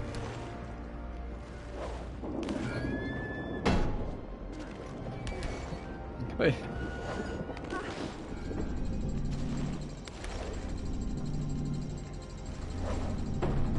So I don't know if it will make the trophy pop, but if I just keep on like whacking all the buttons as I go, we'll see. I was like, when I was on my PS3 playthrough, I just listened them out anyway, which is why I'm not sure. So I'm just checking down here to see if there's any secrets. Doesn't look like it. Unless... No. But speaking of Sonic, we got a lot of... This is the first stream I've done since fucking Summer Game Fest. We got a new trailer and like gameplay of Shadow Generations, and it looks fucking sick. Shadow has demon wings, and I'm like, hell yeah! They're making him fucking cool again. Fuck yeah.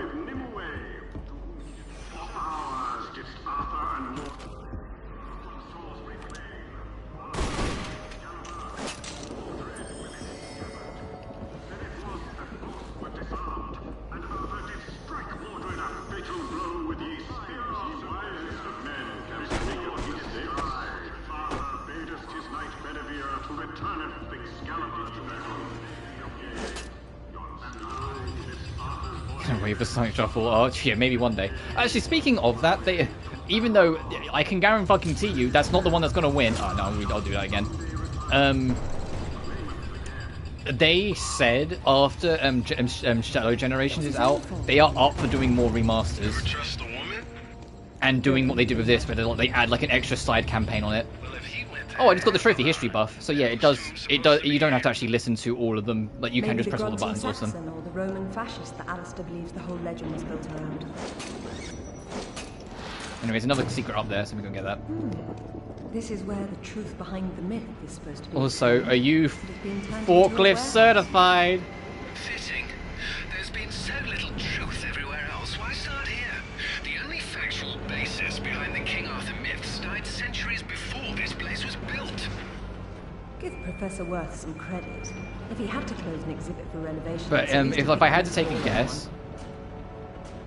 Oh, I'm kind of on that vent. It might fuck up the jump. Yeah, that's going to fuck it up. Let's see if I can get this out of here.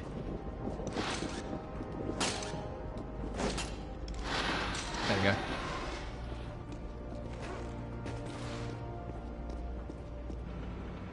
I don't get what the whole forklift certified thing. Oh, it was an old meme from forever ago where people would go, like, anytime someone does something bad, they'd go, and he isn't forklift certified. And that was like you're always supposed to pretend that's like the worst offense. It was a really stupid meme. Well, like most memes, really stupid, but that was just part of the fun.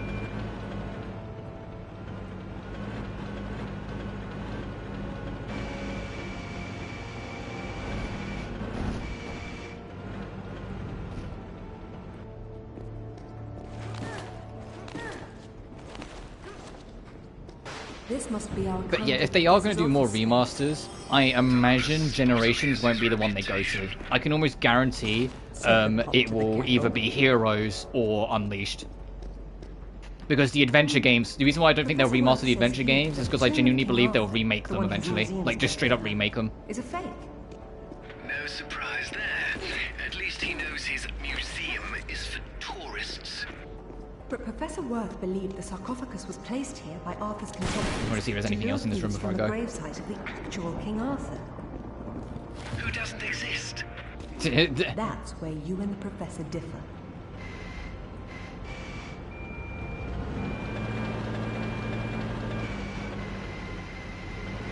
Anyway, we do actually need the forklift because there's a wall we need to break through later on.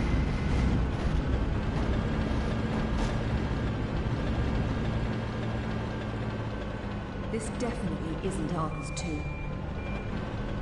What's wrong with it? I've seen enough tombs in my life to know when I'm looking at a cenotaph. Say who? A diversion. This place is trying too hard. It's hiding something. I feel like there's a collectible in this room. Let me just double check. No, that's the problem. I know there's the wall there, because that's where we have to go. Can I just break open this fake tomb? Hang on.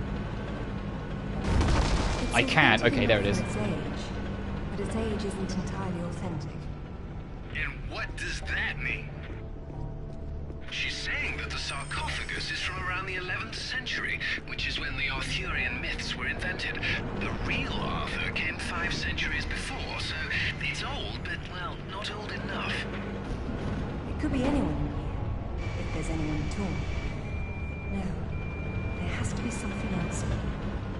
Yeah, and there's your reminder, hey, you're missing something in this room, because that's the second time in a row Lara's just said there's something else here. Now this is better. Nice. Be careful. You don't want to demolish anything important. Really, Alistair? I have a velveteen touch. A velveteen touch? I think there may be something important here. Yeah, and now he's started taking it more seriously, because it's like there's actually a legit tomb in here. Oh hey, quick time event section. Alright, that was the quick time event section. Did you like it? Are you alright? I decided to take the slow way down instead. Should have told that to the forklift. I think I can reach that one as well. I can, awesome. Alright, so I don't have to try. I don't have to. You're supposed to jump across that wing and then go around the edge. I mean, we still will a little bit. You just have to be quick because all of this will start breaking as you go. But like you jump across from here, but we can just drop down. Be careful, Lara. Please, Alistair. This will take some concentration. Yeah. Oh, this is going to break too, I think. Alistair, or I won't let you sit up front with me anymore. Oh, this one's kind of you have to be on the ball about. But you can see it; it's hiding. You have to just mash the shit out of the triangle because you've got to be hella quick to get in. Because this whole platform will break. You need to get all the way over here. You see, I just barely fucking made it. Nice, and that's 3 artifacts in the span of a minute. We're up to 6 of 9. Oh, nice.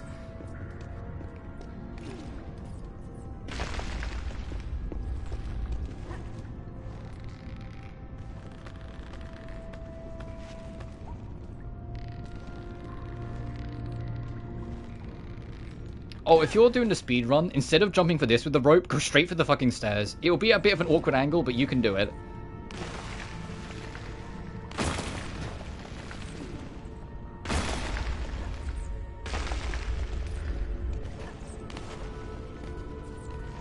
And like I said, if you're because of, you know, these being emulated, you can just use save states to make sure you get it. It's literally, it's right there. Glad you made it down safely.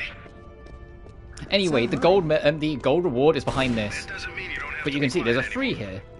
The puzzle is, later in the level, there's going to be another wall like this with a 1 on it and another one with a 2. You have to push the 1 all the way in, push the 2 all the way in, come back, push the 3 in, and then that will open.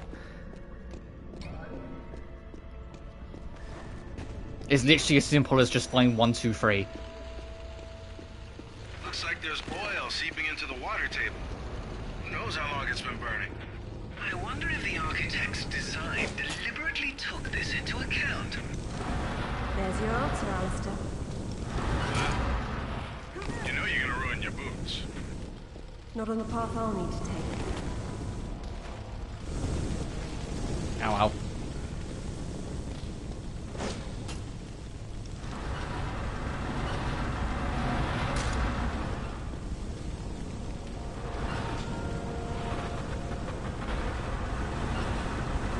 The thing is, I'm going to try and finish this game today now, because if I don't, tomorrow's live stream's going to be so fucking short, because all the levels that are left are short.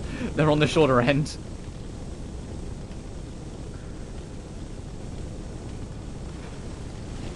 Like, we're talking it'll be like 40 minutes at most. Like, if we like wrap up to this level, so I might as well just make this a longer stream and just try and get it all done in one. The only thing I won't do is Croft Manor, unfortunately, which is a shame because I love Croft Manor. I'll still show it off, I just won't 100% it. Croft Manor and Legend and Anniversary are my favourite edition of Croft Manor because it's genuinely so relaxing whilst also doing its job to tutorialise you. In fact, like, I certainly hope so. Like, my recommendation for, like, study music, or if you're just grinding music, is the Croft Manor theme of Legend and Anniversary. Both of their Croft Manor themes are, like, genuinely beautiful. I prefer Anniversaries slightly over Legends, but they're still both gorgeous. Anyway, there's the two.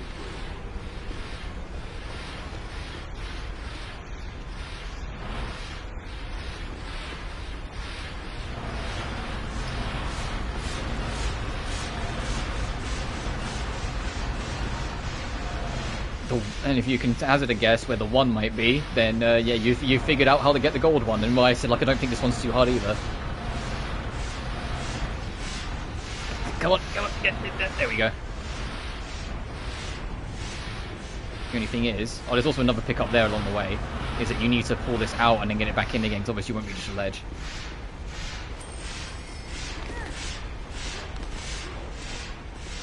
So there's one. So push it all the way in until the game doesn't let you push it any further.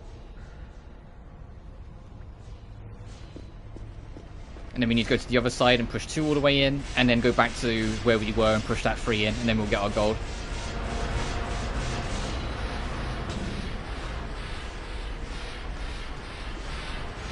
Oh, if you can believe it, you touch those blades when they're moving, they will just kill you. I know, crazy, right?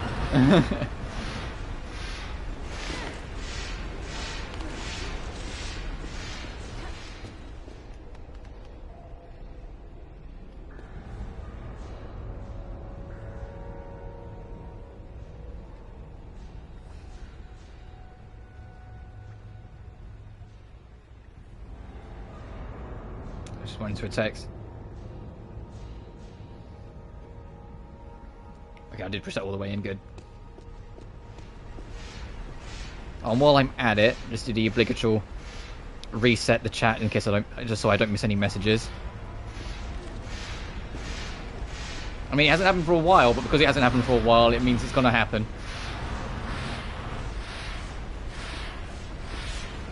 We know how this works.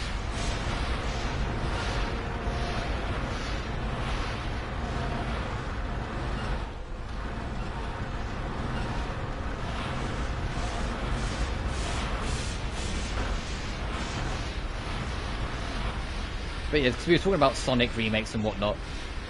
As you know, I'm not in the mindset of wanting a Shuffle 2. Oh, sorry, a Shuffle remake. But I do think, not necessarily be called Shuffle 2, but another party game attempt could happen eventually. Since Sega are more interested in branching out Sonic as a property. Like, they've been making it very clear as of late that they want to branch out the franchise a lot more now. Like, it's getting a lot more success, so they want to put more investment into it, etc., etc. And this should open up this, so we can get our gold. So, although I don't think it will be on their first priority, I wouldn't be surprised, is what I'm getting at, is that if they do another party game of some description later on. It might not be, listen, it might not be Shuffle. It'll probably be something else, especially because I hate to break it to you, but Shuffle was a fucking giant turd to a lot of people. It really did not receive well, even at the time. And I think they would rather just, like, start fresh in that sense than try to rebuild it.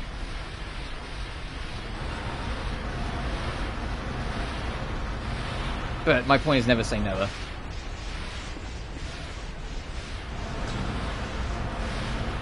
We also know that they got, I think the team called Sumo Digital are working on something. And, I think that's the team I'm thinking about.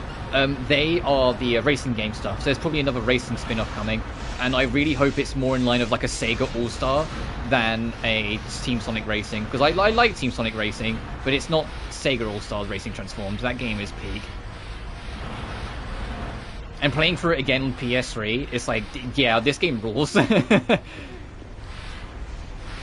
Like, it's genuinely gutting that they didn't just port it to like later platforms.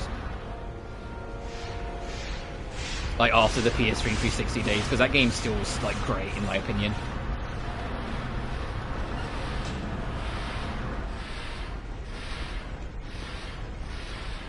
Alright, I don't want to get chopped up, which is why I'm pulling this back. You're long jumping that. I'll have to make it quick. It might have been worth trying just to hear you lads squeal about it. We need to make this platform long enough, so we're going to push two boxes, sorry.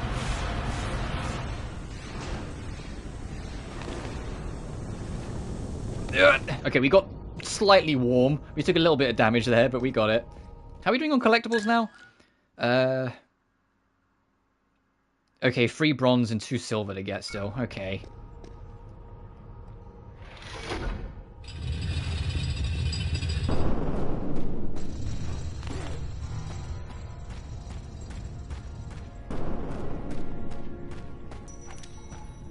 And to be honest, like, I think if they do decide to,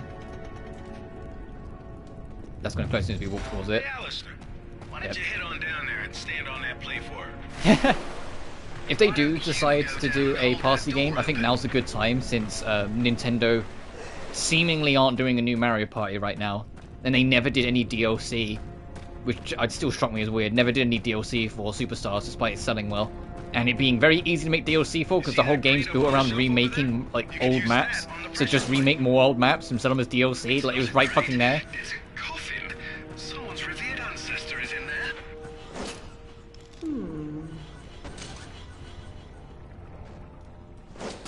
Oh, come on. I needed to hit that so it'll make it drop. There we go. You heard the ding. I could have sworn there was something, like, around here in the water, too. It's why I'm checking.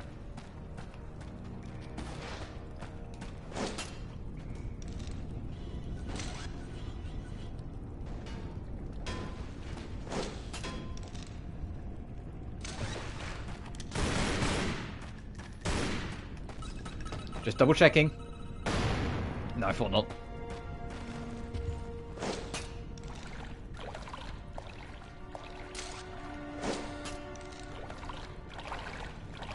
It is fucking coffin rider.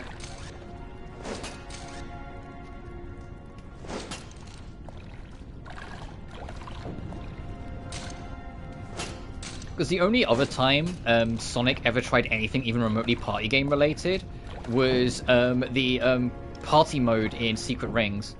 But Secret Rings is a really fucking bad Sonic game, so a lot of people didn't even bother with it. And to be fair, I thought it was alright, the party game on it. It was a bit basic and played by the numbers, like, it wasn't anything really creative about it, but it did a serviceable job kind of thing.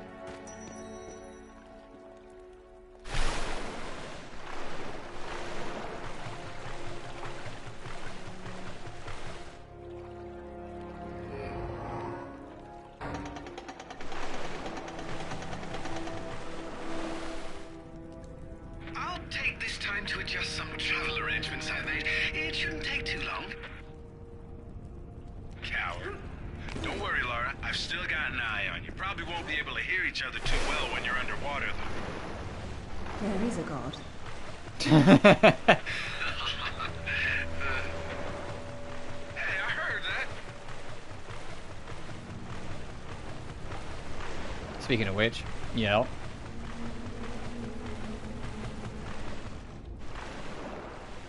There's that lever. I knew there's a lever around here somewhere.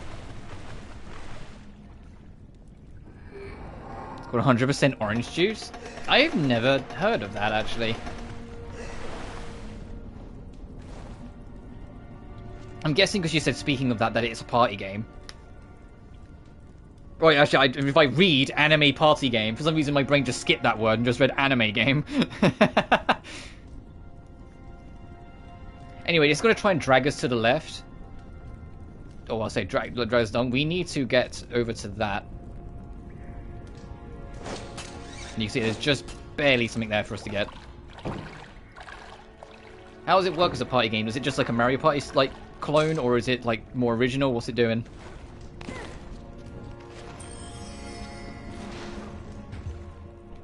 And there is nothing over there, so we can yank back.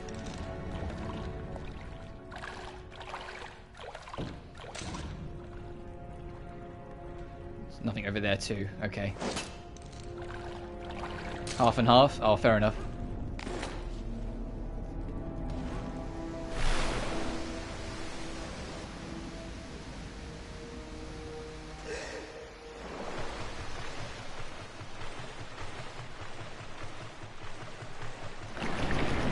Oh, hey, don't stay in this water, by the way. You can hear why. We're not the only thing in this water. I mean, nothing happens if you stay in here. It's just to build up tension. But I still don't stay in the water. Oh, this is brilliant. That is interesting. And yeah, the camera does zoom way out for this, just to kind of like let you see more of the area.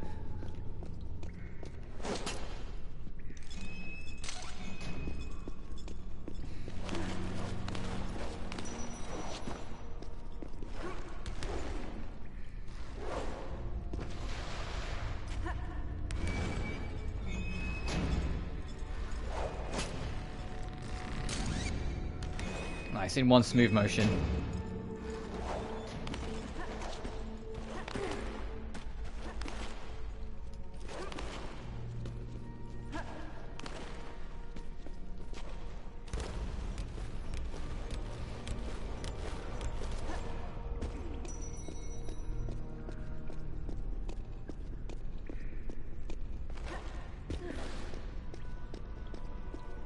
Aha, I fucking knew there'd be nothing else up here. I was like, I'm sure there's something up here. I might as well look.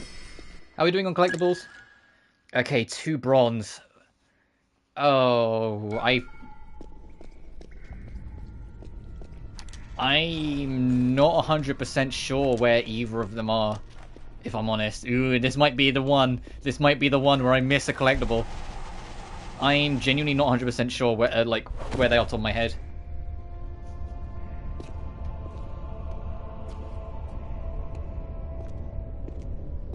Also, here's King Arthur's actual tomb. Signal's poor, Lara. What are we looking at? We're looking at myth, except it's real. They're all here. The court of Camelot. You're sure about this? King Arthur, who washed verily of ye loins of usurp and dragon? I've no doubt about the authenticity of this tomb, Alistair. Arthur was the 11th century figure that became legend. The once and future king was as real then as the air I'm breathing now. I don't know, Laura. Always the skeptic. Excalibur, the sword in the stone. That's how it always goes, isn't it? Pardon? Swords in stones, Alistair. They're part of the monomyth. There wasn't just one Excalibur or one Merlin. We keep seeing swords and deises all over the world because they were everywhere. So, you're saying that everywhere they went, they raised up kings, shaping the course of human destiny? Well, it's a possibility. Who? And what happened to them and their swords? Perhaps they're in Avalon. It's as good a place as any.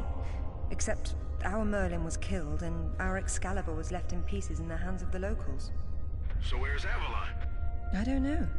On the other side of the looking glass, perhaps?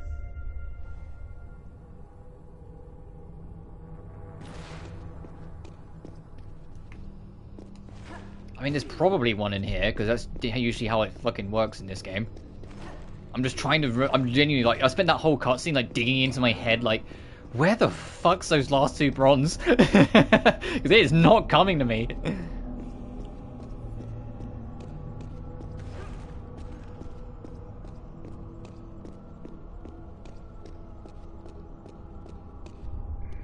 Oh, yeah, right, this is just because this is part of the puzzle. It says Bedivere returned a fragment of Excalibur to Arthur after the other pieces were carried off by the knights. Where'd they go? To find Avalon, perhaps. The quest for the Holy Grail. Lancelot, Galahad, Percival, and Bors. Their tombs are empty. It says this fragment was left with Arthur to help him leave this mausoleum when the time came. Perhaps it will help me instead.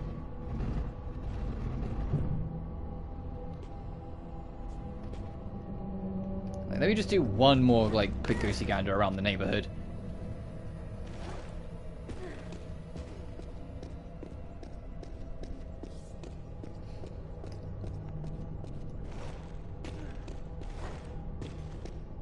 I've been saying all playthrough that this is going to be the trouble when I get to the later levels, is that I just don't vividly remember where every single collectible is in the later levels as well as the earlier ones, so I'm likely to miss one or two.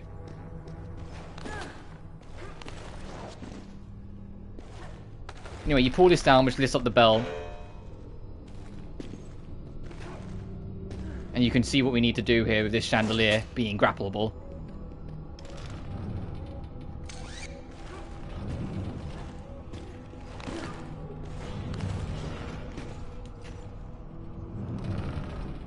Alright, I don't know what happened there. Let me just reset this.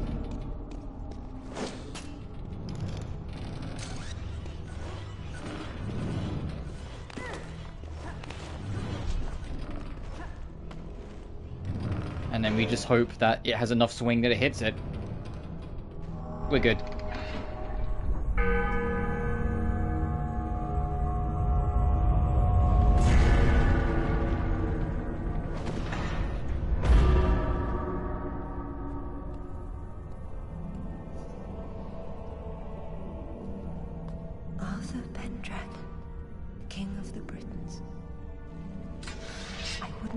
Excalibur if I didn't need it so.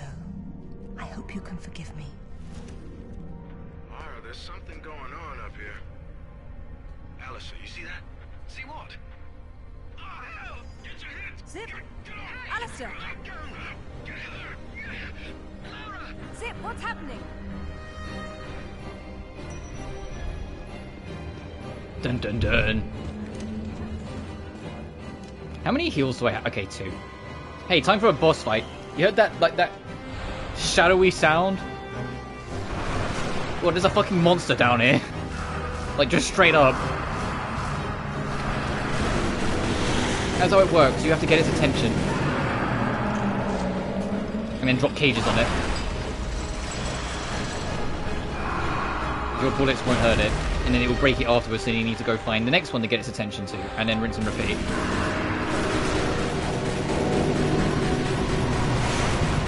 After this thing's dead, I'm gonna like poke around the neighborhood. Okay, I thought it was gonna stop there. I'm gonna poke around the neighborhood one last time just to see if I'm missing anything.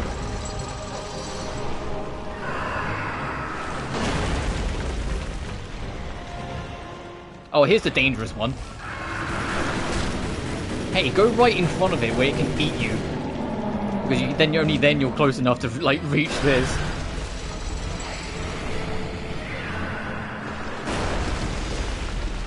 Hey, come to the other side, please.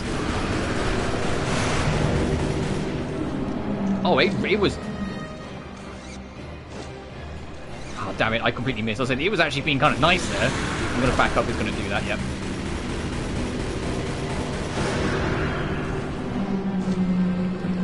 Fight's over. But that was really generous. Sometimes the thing does not cooperate.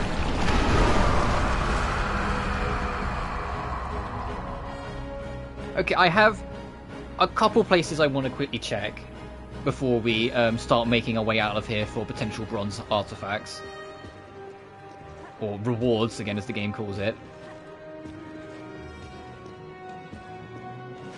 And of course, the game's going to fight me a little because it wants me to, like, you know, look up at the scenery when you're here. I just want to see if there's anything behind any of these cracks. And then all these platforms we blew up, I want to check each one of them.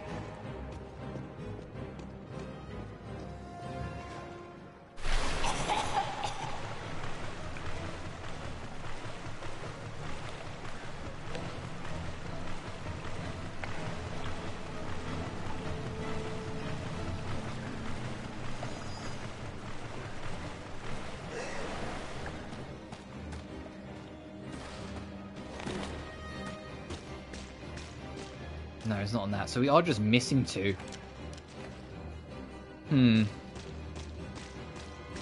Alright, eyes peeled, lads.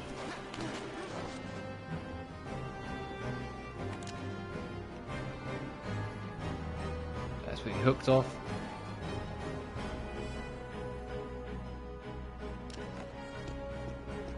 And you can't dive under the water in that boss arena, by the way, so there's nothing under there.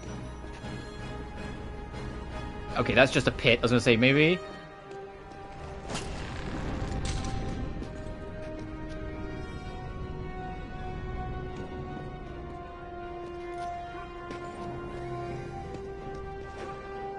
That's also just a pit.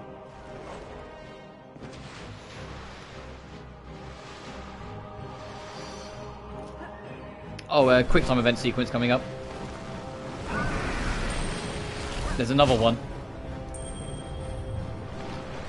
Either that or it's the same one and it just didn't die, but I think it makes sense it wouldn't be the only one down there.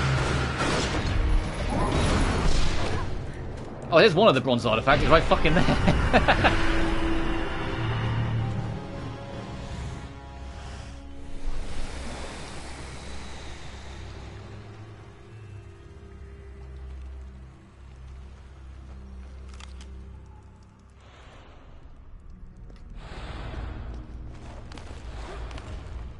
Oh, right.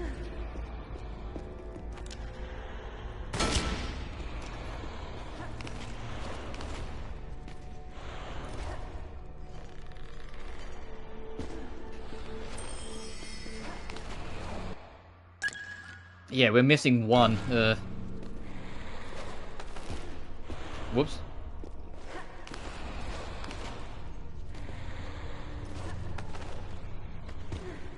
Lara, climb the fucking rope. Thank you.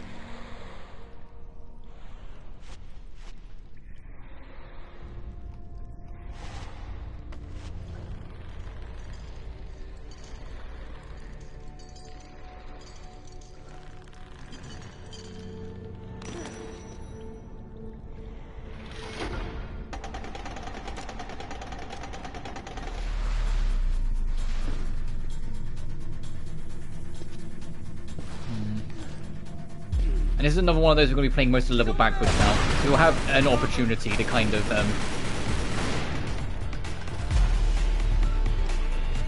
poke around again as we go back. But I think it might have been like in the opening section when I was still talking. I might have just like ignored it or gone past it by accident.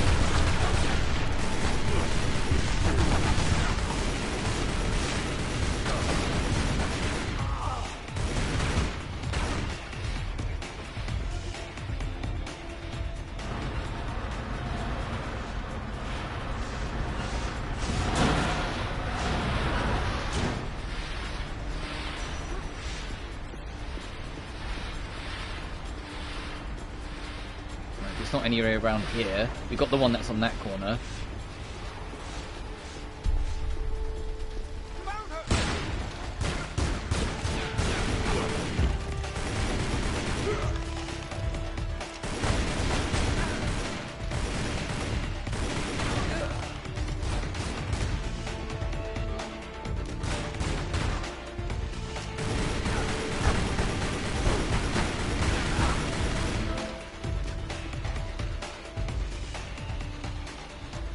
No. Oh, I think I just got to accept I missed it. I think that one that was in front of us at the end there is supposed to be the last one you get. I think I just got to accept I missed it.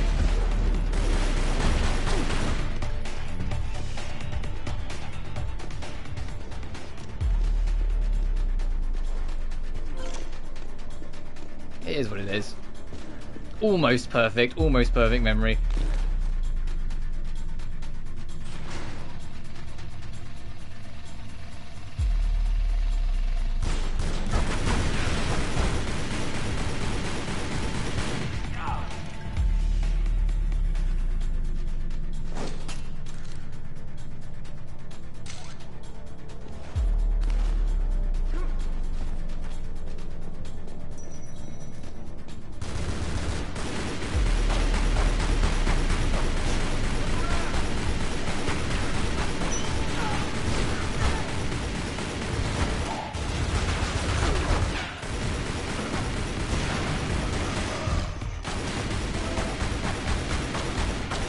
Well, you know.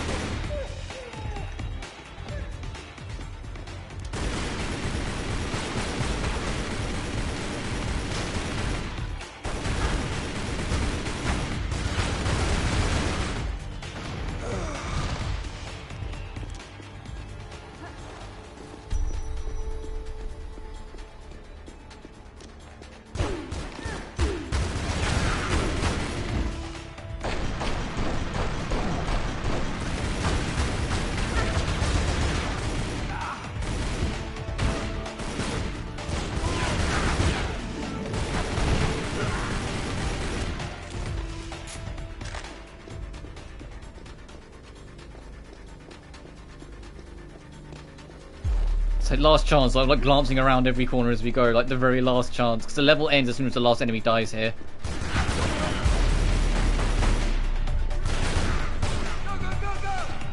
Yeah, no, we missed it. Oh well.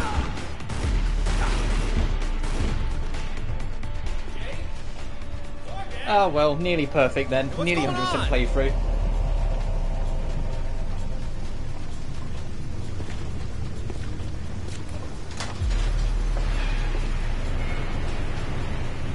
If they ever do like an official remastered trilogy, I'll make sure to try and get the one I missed in that one. If assuming I still remember like where it is by that time, because God knows how long it'll be before they do that. Hello, lads. Hey, Lara. What's up? They didn't make off with your credit cards, did they? Is everything alright? Alistair? I'm fine. I'm fine. Just not my usual evening routine. Then let's go home.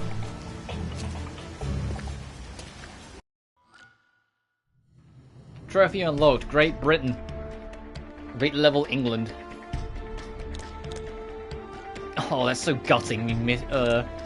I can only assume it's in like the opening areas, and I just went straight past it. It's one of those you just got to take it on the chin, unfortunately. I'll get it on my speed run. I'm gonna do the speed run playthroughs.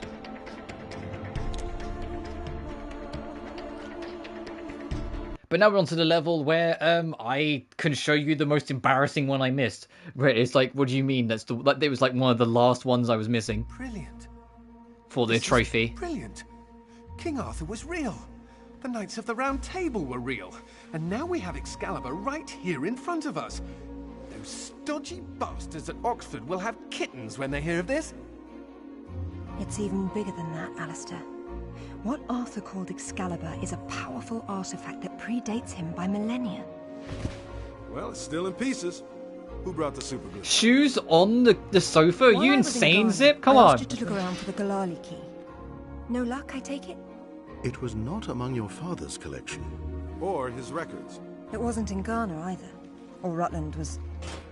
Hello? What's this? I've seen you before, haven't I? Doorbell, sorry, 1 second.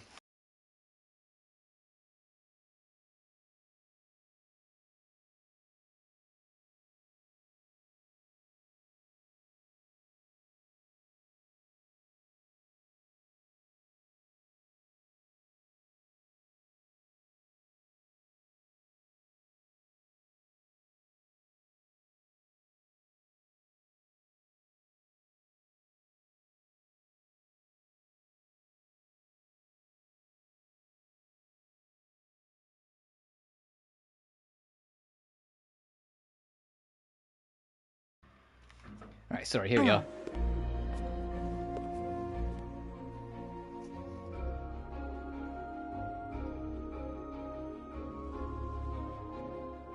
A striking resemblance, don't you think? The pendant was a gift from your father. I never knew from where he had obtained it, until now. Where is it now? It's in the Himalayas. My mother had it with her. Zip, Alistair, I'm going to Nepal. Please make the usual arrangements. We'll take care of it. Come on, man. Not to presume, Lady Croft, but I'd hoped you wouldn't try to use the sword yourself after what happened to your mother. She removed the sword. That's what killed her. I don't intend to do the same. If my father had known any of this, he tried so hard, and they hated him for it. No one hated him, Lara. It bloody well wasn't love, was it? His reputation was destroyed. Now there's more than one thing to be salvaged from that mountain top.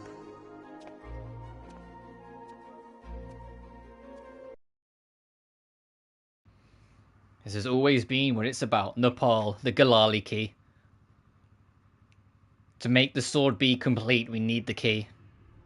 Oh, hey Fabled, hope you're doing well. The wreckage should be just on the other side. You meet us at like already like the last proper level of the game because you know this is a childhood favourite of mine, so I know exactly what I'm doing.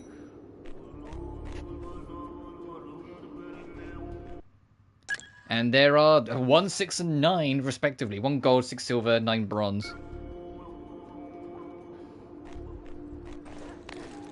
Once again, we find ourselves on a mountain without climbing gear. And I doubt any of that snow and ice is stable. You should keep moving before it breaks on you. I have done this before, you know.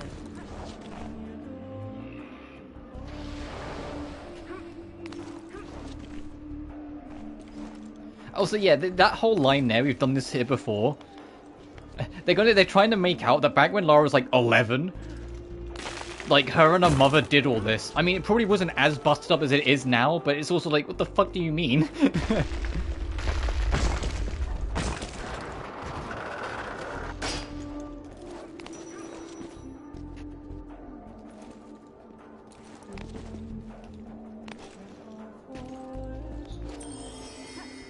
We try Wuthering Waves. It's not on console, so no, I haven't.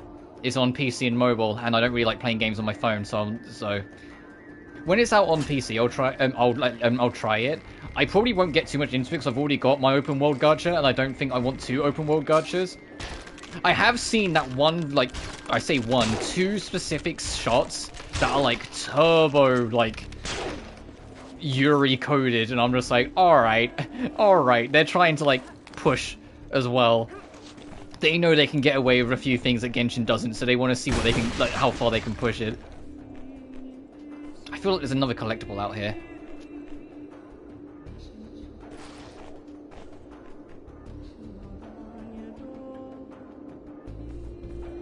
Because I've seen the one where it's like when you pin, you pin a girl down like on the ground with your sword because she tries to kill you. I've seen that bit, and she just gives you the side eye and smiles at you because, like, even because you're pinning her down and she can see like the innuendo of it. I'm just like, all right. And I've also seen like the red-haired chick where like she leans like suspiciously fucking close to your protagonist and just kind of like glances at the main character's lips and then kind of turns away, and I'm like, all right. Thinking you can never continue. Oh, there is a speedrun trick here. Back at that mountaintop, like on that corner there, if you stand and like point the gun, I think it's like at that mountain, and then like jump forward, you will land on like a hyper-specific pixel, like down there, like in there, that for some reason won't kill Lara, so you just skip all of this. Meanwhile, I just can't hit my normal jumps. I mean, Genshin is pushing a little bit. The Clarand quest was very fucking clear. Navia had a whole speech dedicated to explaining how much she's so glad that Clarand's master brought the 2 of them together because she can't imagine her life without her. And made a big thing in her speech that no matter what, like she always wants to stick by her because they're connected by blood essentially at this point. They're lifelong. But they just can't outright say they're fucking. Star Rail's the one that got the boldest, actually, now that I think about it. Star Rail got the boldest because Black Swan openly admitting that she's stalking Acheron for her own self-interest. It's like, alright, girl. Like, Acheron tries to downplay it and be like, oh, she's been following me around. And she goes, oh, it's more like stalking. That's one of Rutland's. I told him to mind his own business, and here he is following me to the ends of the earth. Maybe he heard you wrong. You think he's in there? I doubt it. Not when he could be at home with his feet up. Yeah, but you would land, like, here. Like, if you jumped off it.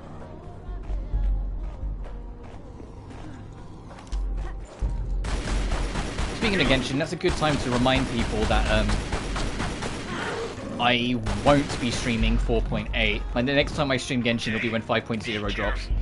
You know this thing knew it then, and I know it now. I'll be fine, Zip. Don't worry. Just because the holiday updates, like, they're fun and they're a thing. I was holding forward the whole time, Lara. I call bullshit on that one. I was holding forward the whole time. What? Lara's just like, I've had enough, fucking die.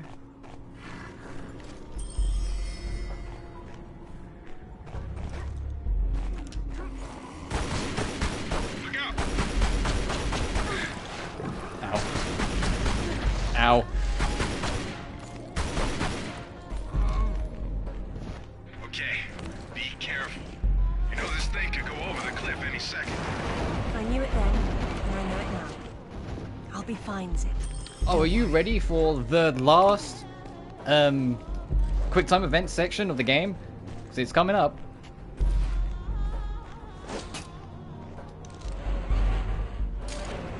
And we're also getting very close to the one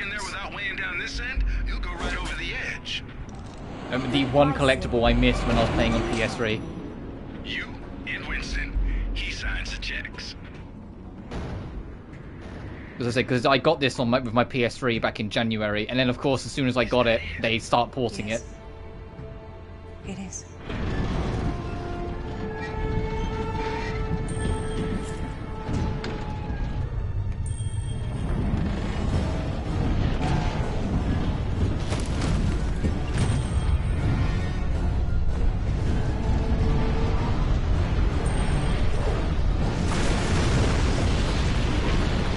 But yeah, and for those who don't know, the PS2 emulator went live today, and the free games on it is like a Star Wars licensed game, Tomb Raider Legend and Sly Cooper, the first one. It's usually someone else's past you dig And the Thievinus Raccoonus, I think it's called. This has always been what it's about. Now there's one more place I'd like to visit. And although the majority of the people I follow on Twitter was more excited about Sly Cooper 1 being available, because that implies that eventually they're going to do 2 and 3 as well. Me being the absolute Tomb Raider psychopath that I am, yeah, I was, and Tomb Raider Legend being one of my all-time favorite games, yeah, I was ecstatic about this, if you can believe it. A little pricey for what's a PS2 port, but it is what it is. It was £16, so I was like, what, $20? I was like, that's a bit okay.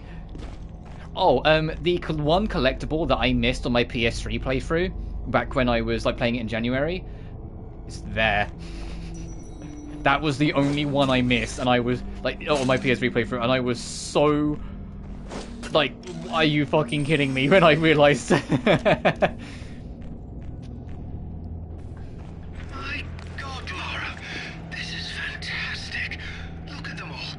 This is a find in itself.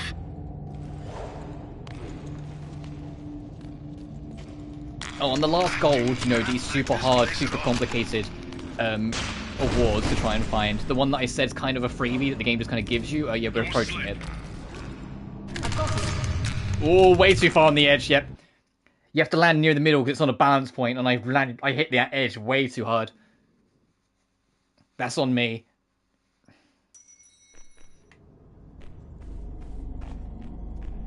My God, Lara, this is But there's only been like 2 deaths that have been a little questionable. The motorcycle where like I apparently hit the tree and it really didn't look like I did, and the game reading a back input like a minute ago.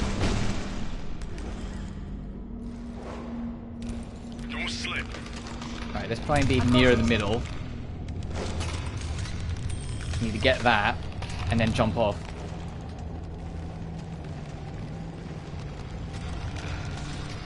Anyway, the super secret hidden gold. Here it is. Literally, that's it. That's that complicated puzzle. You just look over the fucking edge and there's something you can grab. And that's it. That's the last gold.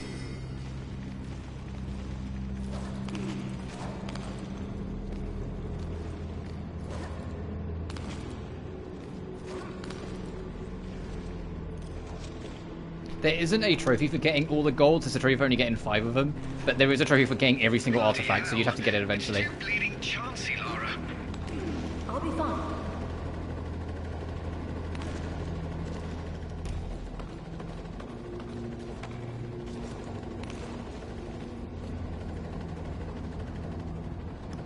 Can I jump backwards? I can't see from here. No, we need to jump along. Good grief. I can't look anymore. You always say that, but you keep on looking. Rutland's men. Ow, fuck! Right onto a grenade. Oh, there's like, just thrown like 7.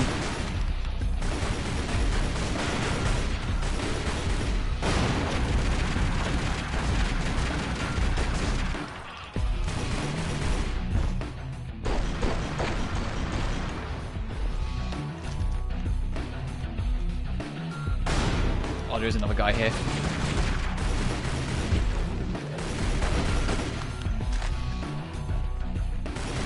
The music kicks ass as always.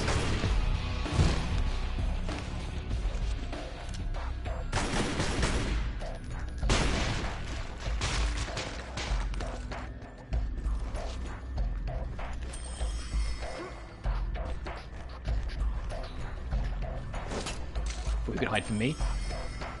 And there's another one right there. Some of these collectibles, man. Sometimes it's just that they forgot they're supposed to be secret. Because this is the mandatory path. You can't fucking miss it.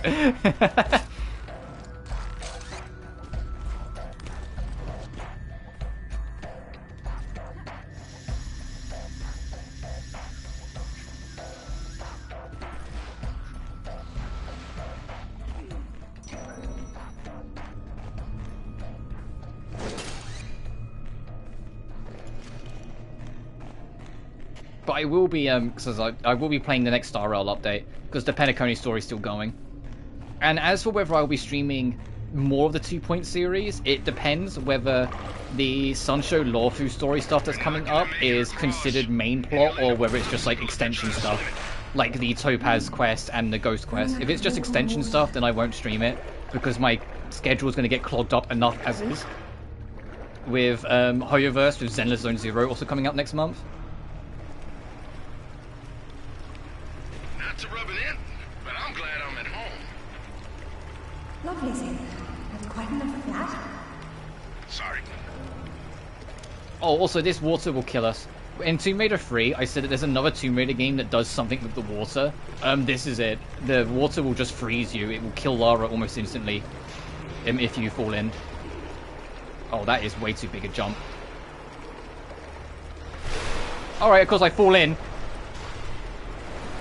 God, Lara, you must be absolutely freezing. Are you going to be alright? My bones have gone numb. Oh my god, it is so... I was trying to jump for that little lip, if you can believe it. I'll be fine. I'll be fine. And I like that you get unique dialogue when you climb out after falling in, of Lara being like, Jesus fucking Christ, I'm freezing! We have to make do, we got no heals. Hey, I hope we pick up just one fucking heal before, like, between now and the final boss. That'd be nice. Because there's no heals for you to pick up during it. Damn it. That was the water. That was too low health. I knew I didn't really stand much of a chance. I had to give it a go, though. The old college try. If I took a shotgun with me, I probably would have had a better chance. Thankfully, when you restart checkpoints, it does give you put you up to 1 health pack and restore your health. Good thing these weren't here last time I came.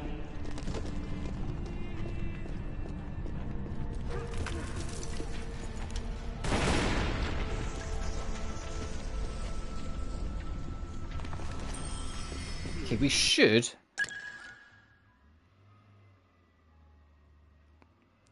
Oh, we're missing a lot of collectibles. We're missing 4. I know where 2 of them are. We're actually missing a bit. Alright,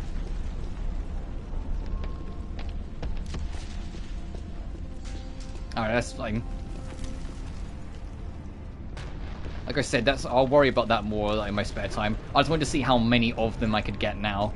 And to be fair, we did all the way to Kazakhstan. I don't think there's anything on this side, but I want to check. 100%ing as we went. We only missed 1 in England, and now it's all falling apart here, because there's 2 that I think I've misplaced.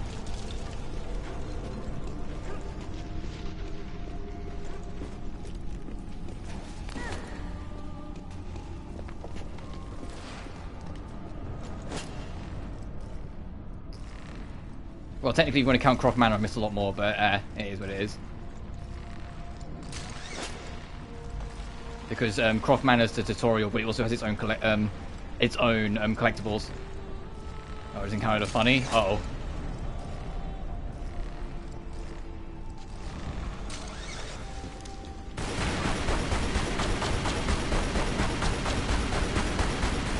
Haha. The enemy couldn't do shit. That's strange. These doors weren't closed before.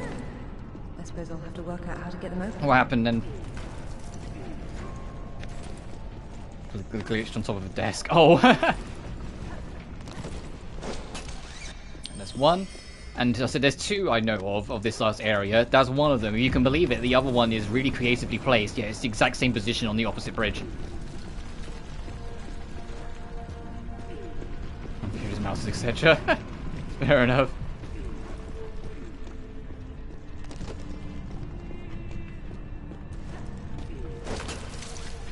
There we go. So we're still missing two, but I honest to God don't know where they are off the top of my head. One of them being a silver as well, which is even more like, oh. But that's fine. I got all the golds, and I got most of the stuff in this game, so I'll take it as a win. As someone who's only playing it off memory, I'll take it as a win that I basically got like 95, shall we say, of the items to pick up. Like 95%. Well, I say that, it's probably closer to say like 97, because we only missed 3 things.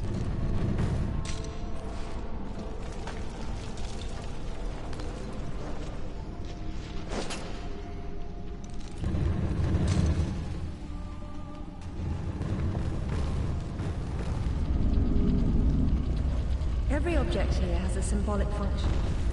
If only the outside world were the same.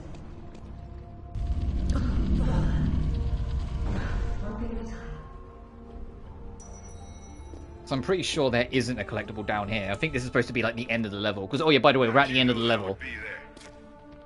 Give me a moment, please.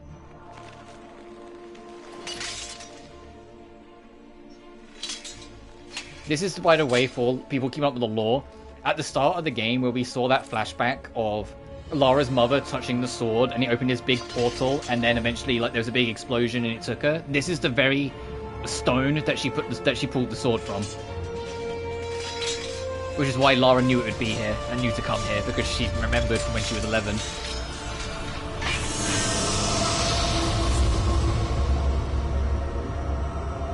Now the Galali key has done its thing and fixed the sword. We now have a fully functioning Excalibur. Excalibur reforged. Well done, Lara. And the most disappointing thing is that you get to use this weapon for like 5 fucking minutes. Perhaps. Because there are no more enemies in this level, and the next level is 1 wave of enemies and then the final boss. Well, if that's all it does, this has been a big waste of time. But you have your Dean's Blade. Look at this thing. How about swinging Excalibur once? Just for fun. Priceless artifact, not a toy. I'm just saying. Okay, yeah, I missed 2 artifacts. Let's get out of here.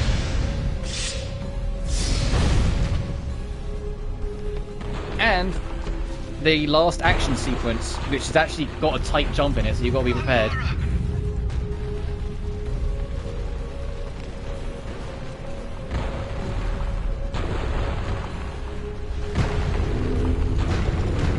Okay, I got it. You have to wait till it starts tipping and then you can jump and reach the ledge. So, any more sightseeing, Lara, or are you finished? We're going back to Bolivia. Then we'll see. And that's the end of the last proper level. I told you, like, I count England as the last actual level because Nepal is short compared to the rest. That was still 18 minutes, I suppose, but it is short, especially when you know what you're doing. Imagine if I was skipping artifacts and just beam rolling through it. You get it done hella quick. Yeah, 1 silver and 1 bronze. So we missed 3 artifacts total across the whole game. 1 in England and 2 here. Alright, but now for the final boss, which might take me a couple tries, because on hard mode, it's the only part of the game that makes you actually reminds you it's hard mode, because they don't give you any extra healing. So you have to actually learn the fight, and the fight can The fight can be a bit challenging.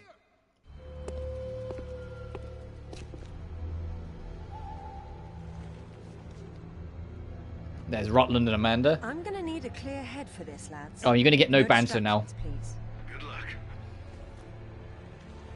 It's just go in and have your final fight.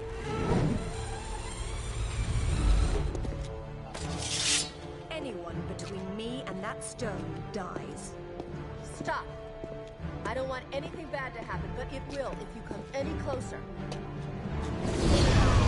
Get the fuck out of here. Kill her.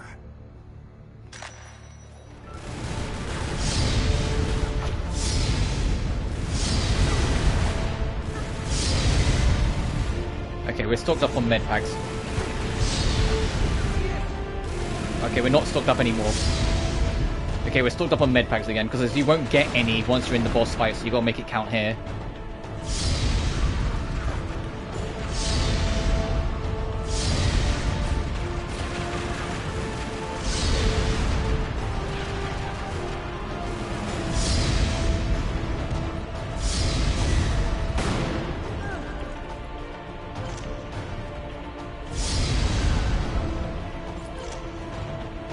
Done? Okay, not yet. Now we're done, because this goes through walls. Okay, never mind, there's another nader. Okay, now we're done. Alright, max health and 3 med packs. Okay, I feel comfortable about our encounter with the boss coming up.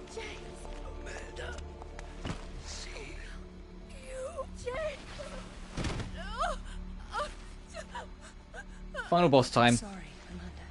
The only thing that can kill this fucking shadow demon of Amanda's? Excalibur, of course. What are you doing? Stay away from there! It's what I came for.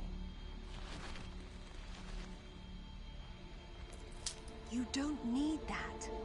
We can both do this. It only works once, and I'm going to be the one.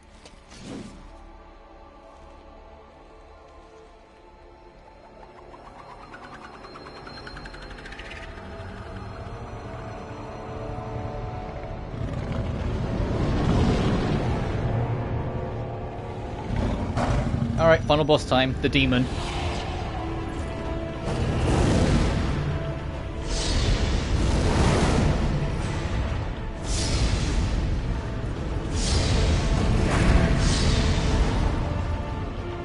The idea is that you're trading with it.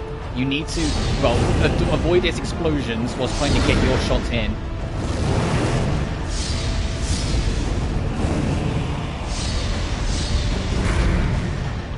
And every now and then, when you hit it enough, it will stagger. One more, maybe. Like there? Yeah. You need to get in, and you need to stab Amanda with it. And it will do a significant chunk of damage, but you'll see now it will regenerate. You need to stab Amanda, I think it's 4 times.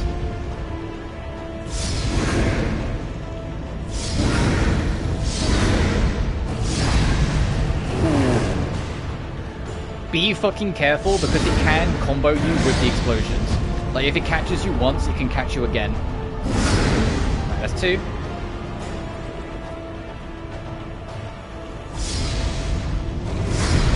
Just don't get too spam heavy like I'm there. There, do you see what happened there? I was still recovering from the first explosion and you just hit me with a second one. That's why I say you have to be a little careful, because he can just combo you to death. He tends to shoot a little slower if you're playing on normal and easy, so it's less likely for you to get comboed, but it's still scary.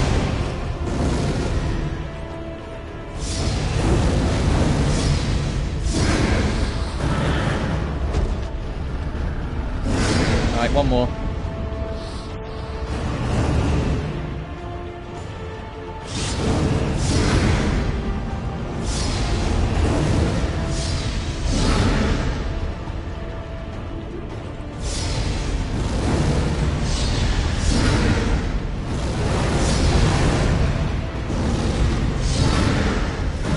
We win.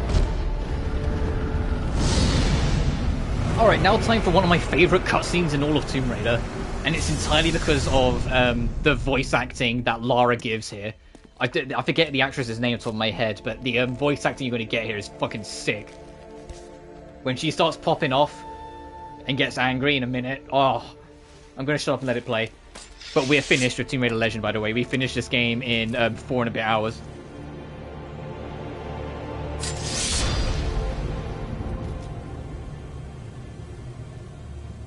And now you also understand why I didn't mind making an exception to just fit it into the schedule, because I knew it really wouldn't take us long. And to be fair, Tomb Raider 1 is also about this length. Tomb Raider 2 is only slightly longer than this. Tomb Raider 3 is only a bit longer than this. The only reason they took me so long is because I didn't know what I was doing. If I knew what I was doing when I went into them, I guarantee you I would have done Tomb Raider 1 in one stream as well. Because my final playtime on my 100% file was under 4 hours.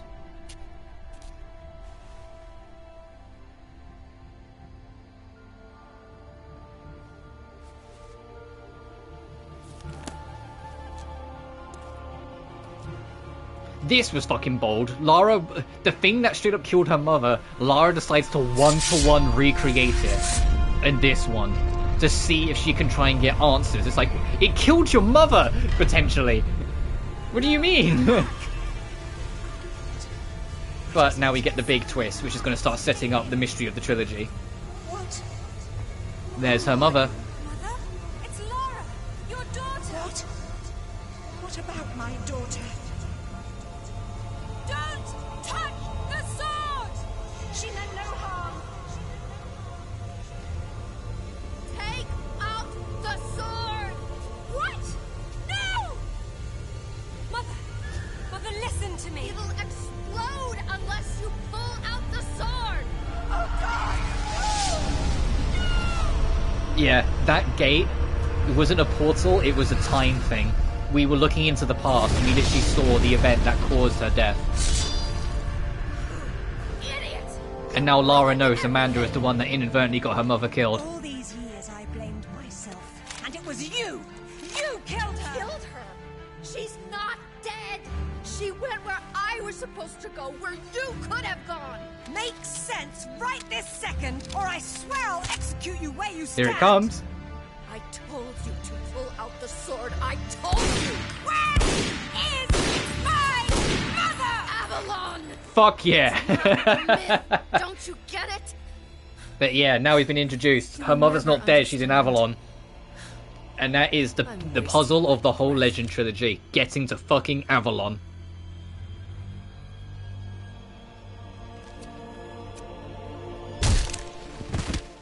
From this moment, your every breath is a gift from me. Lara? For years, my father believed Mother was alive. It was what kept him going. I pitied him for thinking that way. Alistair, go to the British Museum immediately. Ring me when you get there. Dress in layers. You'll be there a while. Right. I'm off. Zip, call Professor Eddington at the Cavendish Laboratory. Arrange a meeting. Will do. What should I tell him? Tell him my father was right about everything. And there may still be time to do something about it.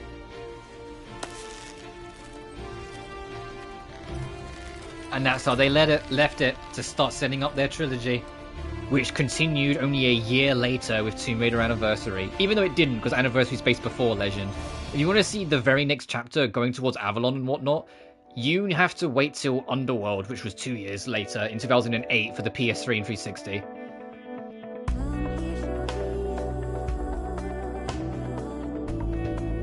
And that's Tomb Raider Legend, the start of one of my all-time favourite trilogies of gaming.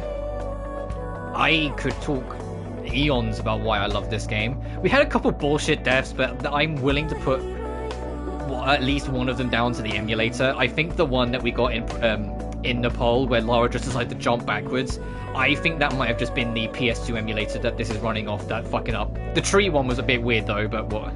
Well, it is what it is. Wait, already? Yeah. I said, like, the classic free Tomb Raider games are the same length, it's just I didn't know what I was doing, which is why they took so long.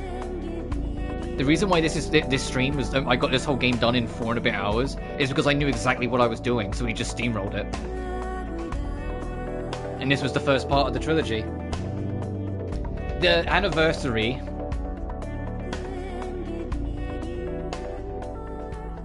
That's quick and easy, what the fuck? Yeah. I feel like it's not, I know I've been playing this game semi-regularly since I was 7 years old. I know this game. I say that, I missed Free Secrets, but I know this game better than I know my fucking town, you know? I missed 3 of like I think it's 79 total collectibles. It goes, he wants to make it look easy, yeah. Don't worry, I love Anniversary more and have played Anniversary more. That game is actually genuinely pretty fucking hard, so I will die way more often in that one, don't you worry.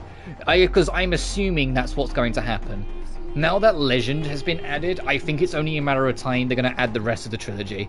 Not to the PS2 emulator, because to be blunt, they made a PS2 version of Underworld, and it is atrocious. It is, because it's straight up a different game by a different team.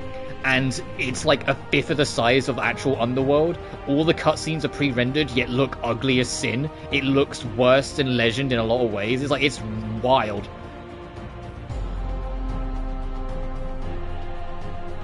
And what, I'm gonna read HD collection DMC 2. Yeah, that's fair. I mean, you get to listen to this fucking god tier main theme one more time. I am gonna skip the rest of these credits though, because there is one more thing I want to show off before we wrap up.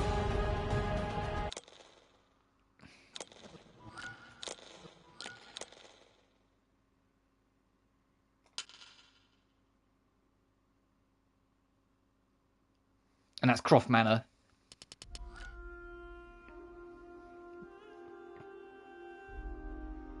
If you go through the PS menu for PS3, you can't do the Code to Infinite DT and DMC2. Oh, fair enough. Yeah, 94%.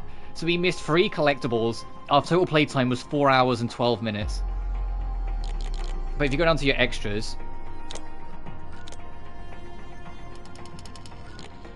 you can see, like, here's everything we unlocked. We almost got everything. The last of the collectibles, yeah, we need 100% for the last upgrade.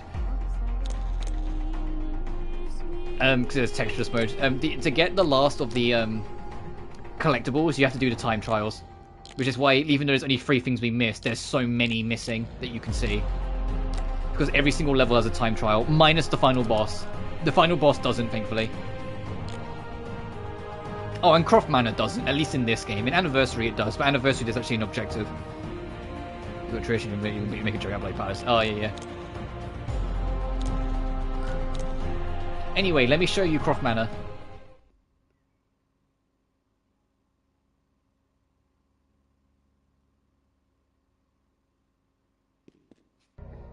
Croft Manor is supposed to be a completely safe play space where you can solve puzzles, find collectibles, because if I bring up my map... Oh, they're not going to... Oh, they hide it. You have to actually do it first. That makes sense. There are collectibles here. There's one here, for example. I didn't realize they hid it when you were on this screen. That's funny. And you're supposed to just kind of vibe with it. It's why the music is so relaxing. And like I said, like, Legends, Croft Manor theme, and Anniversary's Croft Manor theme are 2 of the most, like, relaxing and soul-cleansing pieces of music of my life. Anytime I'm, like, in kind of, like, a bad way, or, like, I'm focusing on something, or I'm just doing a grind for a game that's annoying me, these tracks are on that playlist somewhere, and it always just kind of puts me in, like, a good spirit. But the idea is, like I said, there's a whole bunch of puzzles snuck around everywhere in the manor, and you can freely explore, because this is more of a tutorial section as well. You can freely explore and get a feel for the game. But that's the point. It's literally your tutorial play space. But instead of just making it just a tutorial, they took the opportunity to, you know, give you rooms to explore. Assassin's Creed was there. And there's 4 rooms, 2 up here and 2 downstairs. In Anniversary, they expand it out more, because in Anniversary, they turn it into a giant puzzle box, which I love. In Anniversary, there's 1 door that is like a music room that is locked, and the whole gimmick, of it is to try and find a way to unlock it. But every single thing you do to do that requires you to do something else. So it ends up becoming like this whole, like, almost like fetch quest, where you have to do something to lead into something to lead into something to eventually get that open.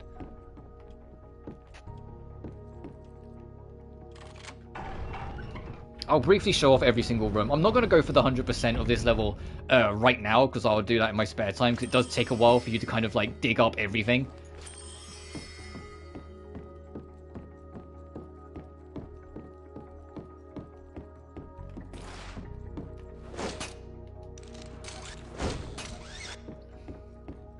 I suppose there's no point in my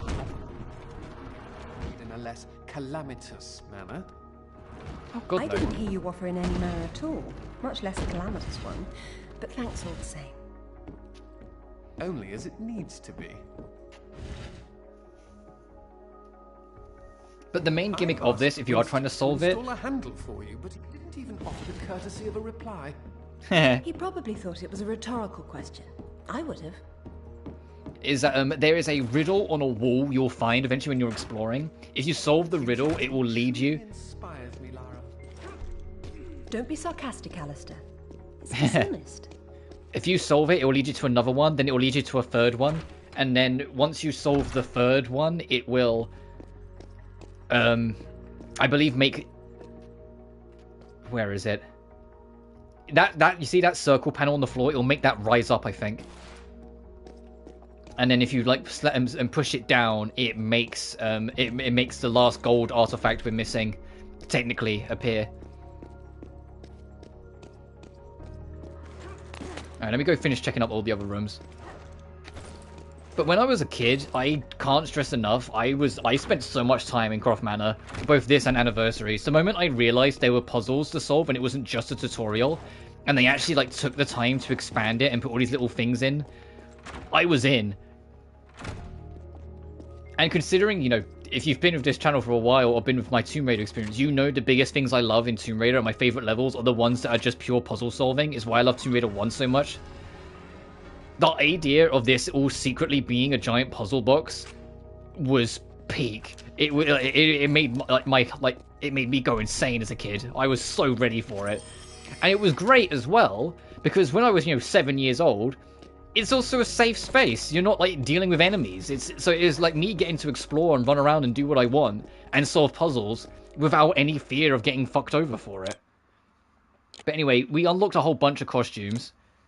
We got fucking Union Jack, blue, pink, the biker jacket, biker but the jacket's red, biker but without the jacket, the evening costume, the evening but in red, Tomb Raider Classic, grey, the winter coat, the winter no coat, there's orange and orange no coat if you can guess. I think there's another colour, the cat suit, the snow suit. I can't remember what those two are. Special Forces Urban, the sportswear, which I probably will wear while running around. There's also, you can get a skin that is just Amanda, which I found hilarious. There's a skin that's just Amanda, so even though it's Lara's voice and Lara's face, it's just Amanda's hair and costume, and I'm just like, all right. But anyway, now we have our guns, we can go back to the library and solve that puzzle, because it required our guns to break a hole in the wall.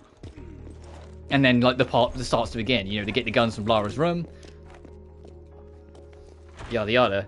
In Anniversary, the time trial trophy also counts Croft Manor's puzzle.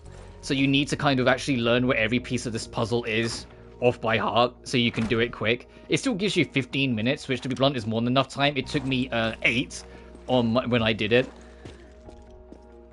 And even then, I kind of like mismatched a point. I had to kind of go back on myself. But anyway, you break this, so you get the other bookshelf out. There's another collectible there you can see, but this bookshelf can now go on the other slot to open that hole in the wall.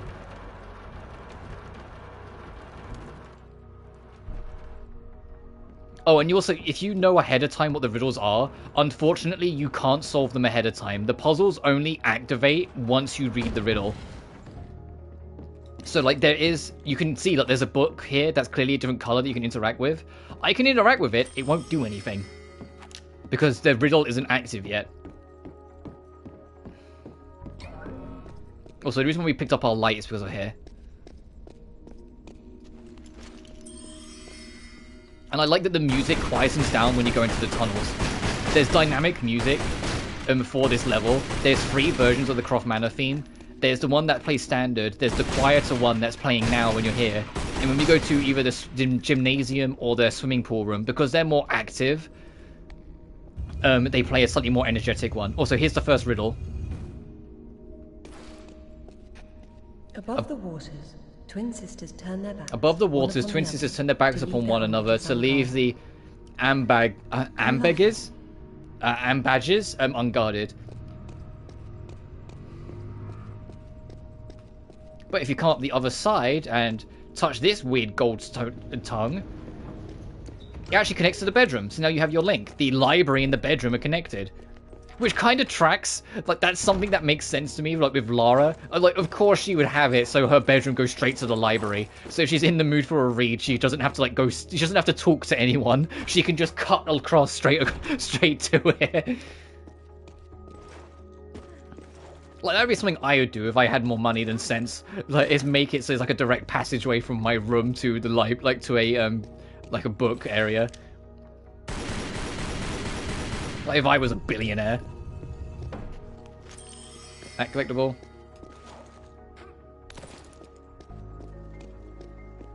Alright, 2 more rooms. Swimming pool and gymnasium. First, I believe it's the gymnasium.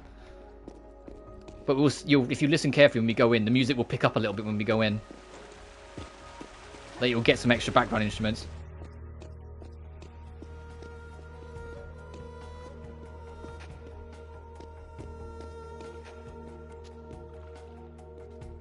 The gymnasium, if you can believe it, is where you can test all of your platforming and stuff.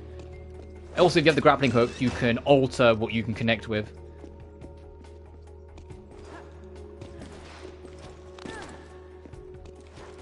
Lara, why do you not want to jump for this? I just want to show it for a second. Because I do need to wrap up soon, because I'm working later. And I want to have some food. But also, can you see why when we was at the end of Kazakhstan, I was like, I might as well just finish the game, or in England, sorry, because I was like, if otherwise, afterwards, we would have just had, yeah, there's not much we can do here. We would have just had Nepal, which was 20 minutes, and then the final boss that was done in like 5 minutes. Like, can you see why I was like, I like after a while, I was like, I might as well try and make it all one, and just make it a longer stream. Oh, I didn't push that all the way. But don't worry, like I said, when Anniversary comes around, Anniversary is significantly longer. This game is 7 levels that average 20 minutes long. Anniversary is 14 levels that averages about 40 to 50 minutes long, so that won't take me... I mean, it still has some shorter levels, why I say average, but that will take me longer. So that won't be one stream, unless like I'm completely free today whenever it drops, and like super down for it. And I'm somehow not working. Which is doubtful, and to be honest, I wouldn't really want to change how I have my work schedule right now anyway. But yeah, working Thursday, Friday, Saturday back-to-back can be a little tiring at times. But I would rather that, because most things come out on Wednesdays, and I'm not working Wednesdays, so I can get away with it.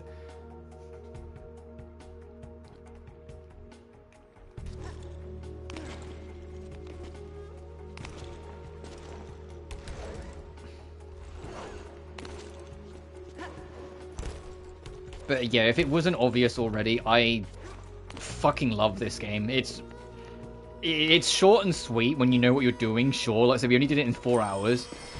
But it's just a fun, kinetic action adventure that, when I was a kid, was just everything I needed. Like, to get me into wanting to play more Tomb Raider, to get me to try it. To get me to go back and play, at the time it was just Angel of Darkness I went back and played, and it was only later on I went back and played more. And fall in love. And become the Tomb Raider, like, fan that I am today.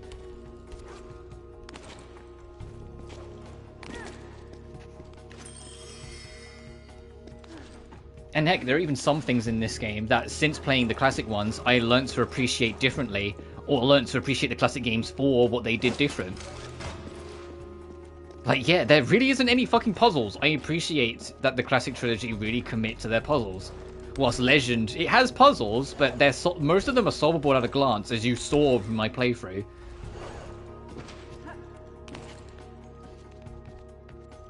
Don't worry, they bring them back in Anniversary, and some of them actually like got me stuck for a while as a kid.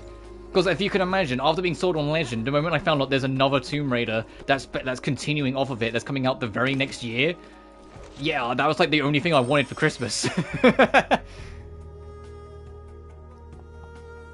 And what happened in the end is that my because now my old man successfully got me into Tomb Raider. It didn't change the fact that he still enjoyed it. He got Tomb Raider that Christmas, and then when he finished it, he lent it to me.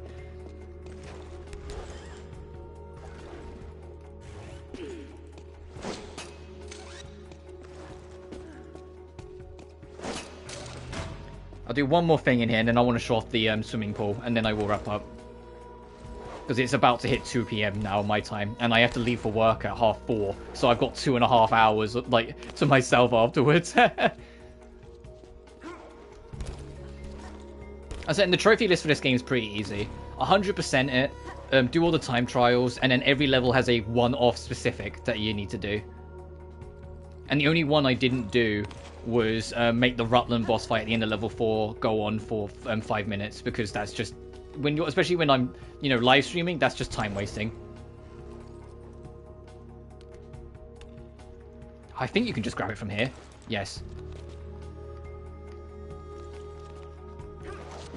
But like I said, I'll do the time limit stuff and like Rutland and the last 3 collectibles I'm missing in my spare time. Because I honestly, I think I know where the one in England is.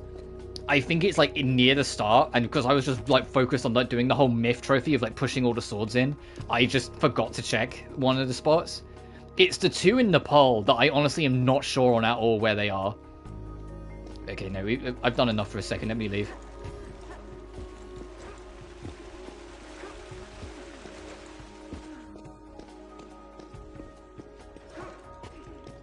But I genuinely don't have a fucking clue off the top of my head where they are.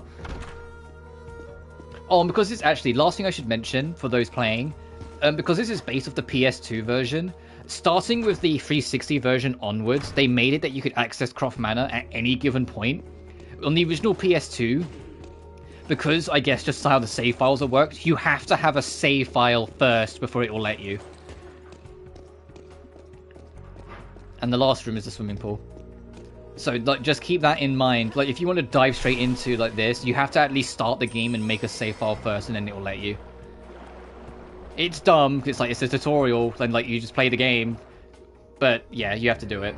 So, starting with the 360 version, because, like, the 360 and PS3 version and the PC version, their saves are outside of the game itself. They allowed you to just save, like, to just enter straight away.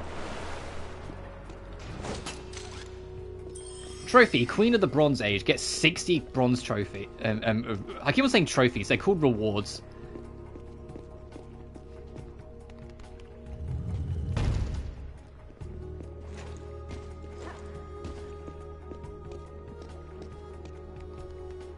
It's an annoying thing, they changed the name of it in every game of the trilogy, and it's like, make your fucking mind up.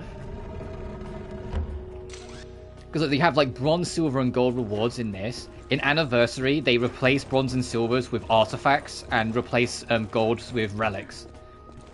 But relics are interesting because when you pick up a relic, the relic is actually based in some form of culture or real-world history, like real-world culture and history. And when you like pick them up, you can read them, and they give you a history lesson about where they come from and what it means. And then they have fun with it because then, the last level is Atlantis. And so they make up their own lore that fits in and what would make sense if you like play make-believe. So like it blends in reality.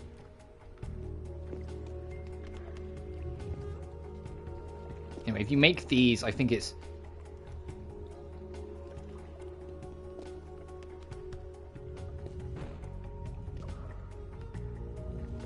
Oh, it's like if you have to make, you can see on the floor, you have to make them cross.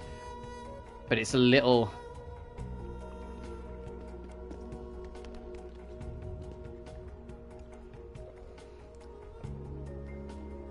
with Jade or Firefly? Well, I'm getting Firefly. Jade looks interesting. She does, but I'm getting my wife. You know what the real hassle actually is, if I'm being honest?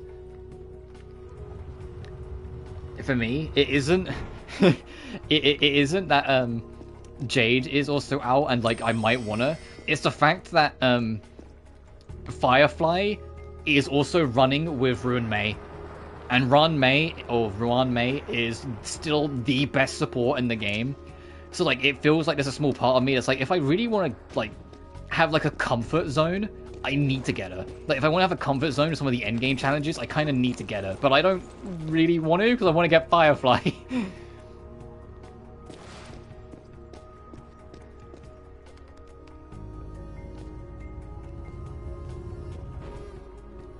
But yeah, the riddle is, and by the way, the first riddle is to do with these. It'll be the last thing I do there. And then you get your, because you solved it, you get your second riddle. It's a simple update, basically. Well, Firefly is for me. But Rohan may, yeah, in that sense. In the Hall of Knowledge, tomes of Cerulean, Topaz, Viridian, and Crimson in turn reveal their arcanum. The way the riddle is saying is, in the library, there is a book that is Cerulean, a book that is Topaz, a book that is Viridian, and a book that is Crimson. And it's telling you the order. So you'd go blue, yellow, I think Viridian is a form of green, and then red. And then when you do that, it opens the next one. But now the books are active. They're not active until you do that.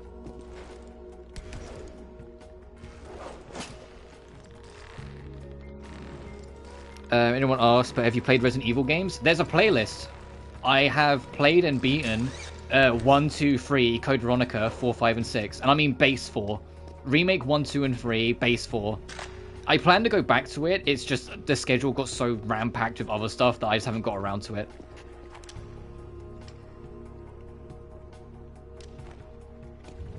But I will. My plan actually is to do 7 and maybe Village around Halloween this year. It's just 6 kind of burnt me, if you can believe it. I did not enjoy 6 at all. 6 kind of burnt me a little bit and just kind of left me tired.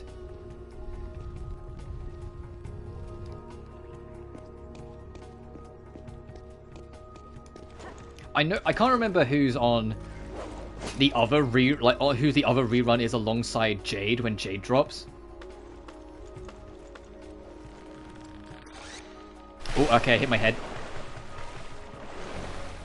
What making his head light? Yeah, I do want to do 4 remake. It's just I already planned to do base 4 before 4 remake was officially announced, so I just committed to it. But I will do 4 remake after Village.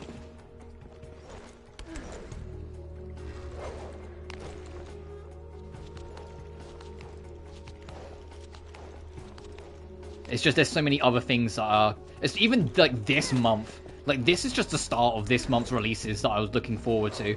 Literally on Friday is Shin Megami Tensei 5. And then literally the week after it is Elden Ring. No thanks, bro. Ah, okay. You can probably jump from the other side, but I am about done here for the record. Oh, actually, no, we can just jump from here, because we can just push it to the edge. Because I need to wrap up, because it's getting late and I've got work. But yeah, this is... Yeah, you just push this here and then pull it towards you.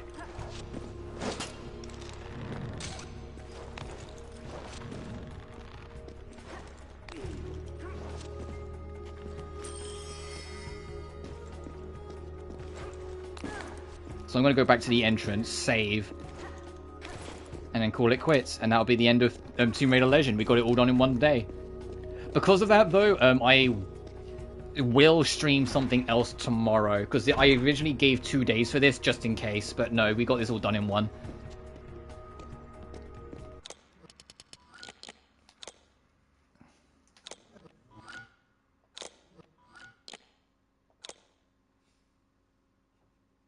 Did Wesker die early? No, because Resident Evil 5 was designed to be the end of the Wesker saga, which was 1, 2, 3, Code Veronica. Well, it's supposed to be 1, 2, Code Veronica 4, and 5, because 3 originally wasn't going to be free. Code Veronica was going to be free. But all of them tie back to Wesker. And then at 5 was the grand finale. It was one connected storyline, and they did everything they needed to do with it. So 6 was supposed to be a new start, which is why 5 was the way it was. Just unfortunately 6 was a terrible new start.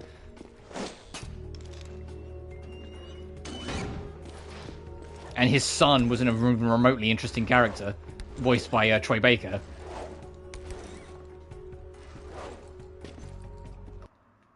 Oh, whoops, that's the wrong pause button. That's the emulator pause.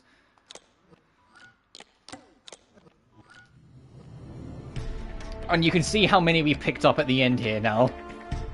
obviously the gold you get by solving the riddles, and like we didn't really explore that much, so the rest is all around. But that'll do from me. I've always loved Legend, and it was such a blessing to come back to it. There's still a bunch of trophies I've missed, but it's fine. I will clean them up in my spare time. The trophy list in this game is piss easy. But I digress. I will leave you guys at that. As always, thank you all so much for watching. Remember to like and subscribe if you haven't already. It genuinely really helps this channel grow. Additionally, you can find my Patreon and PayPal in the description of every single video, and Twitter if you feel like following me for whatever I have to say. Additionally, finally, you also have my memberships and super chats if you feel like supporting one way or another. I always like it when you have maximum fun. It's endearing. Well, thank you. I love this game. But until then, see you guys around. Take care.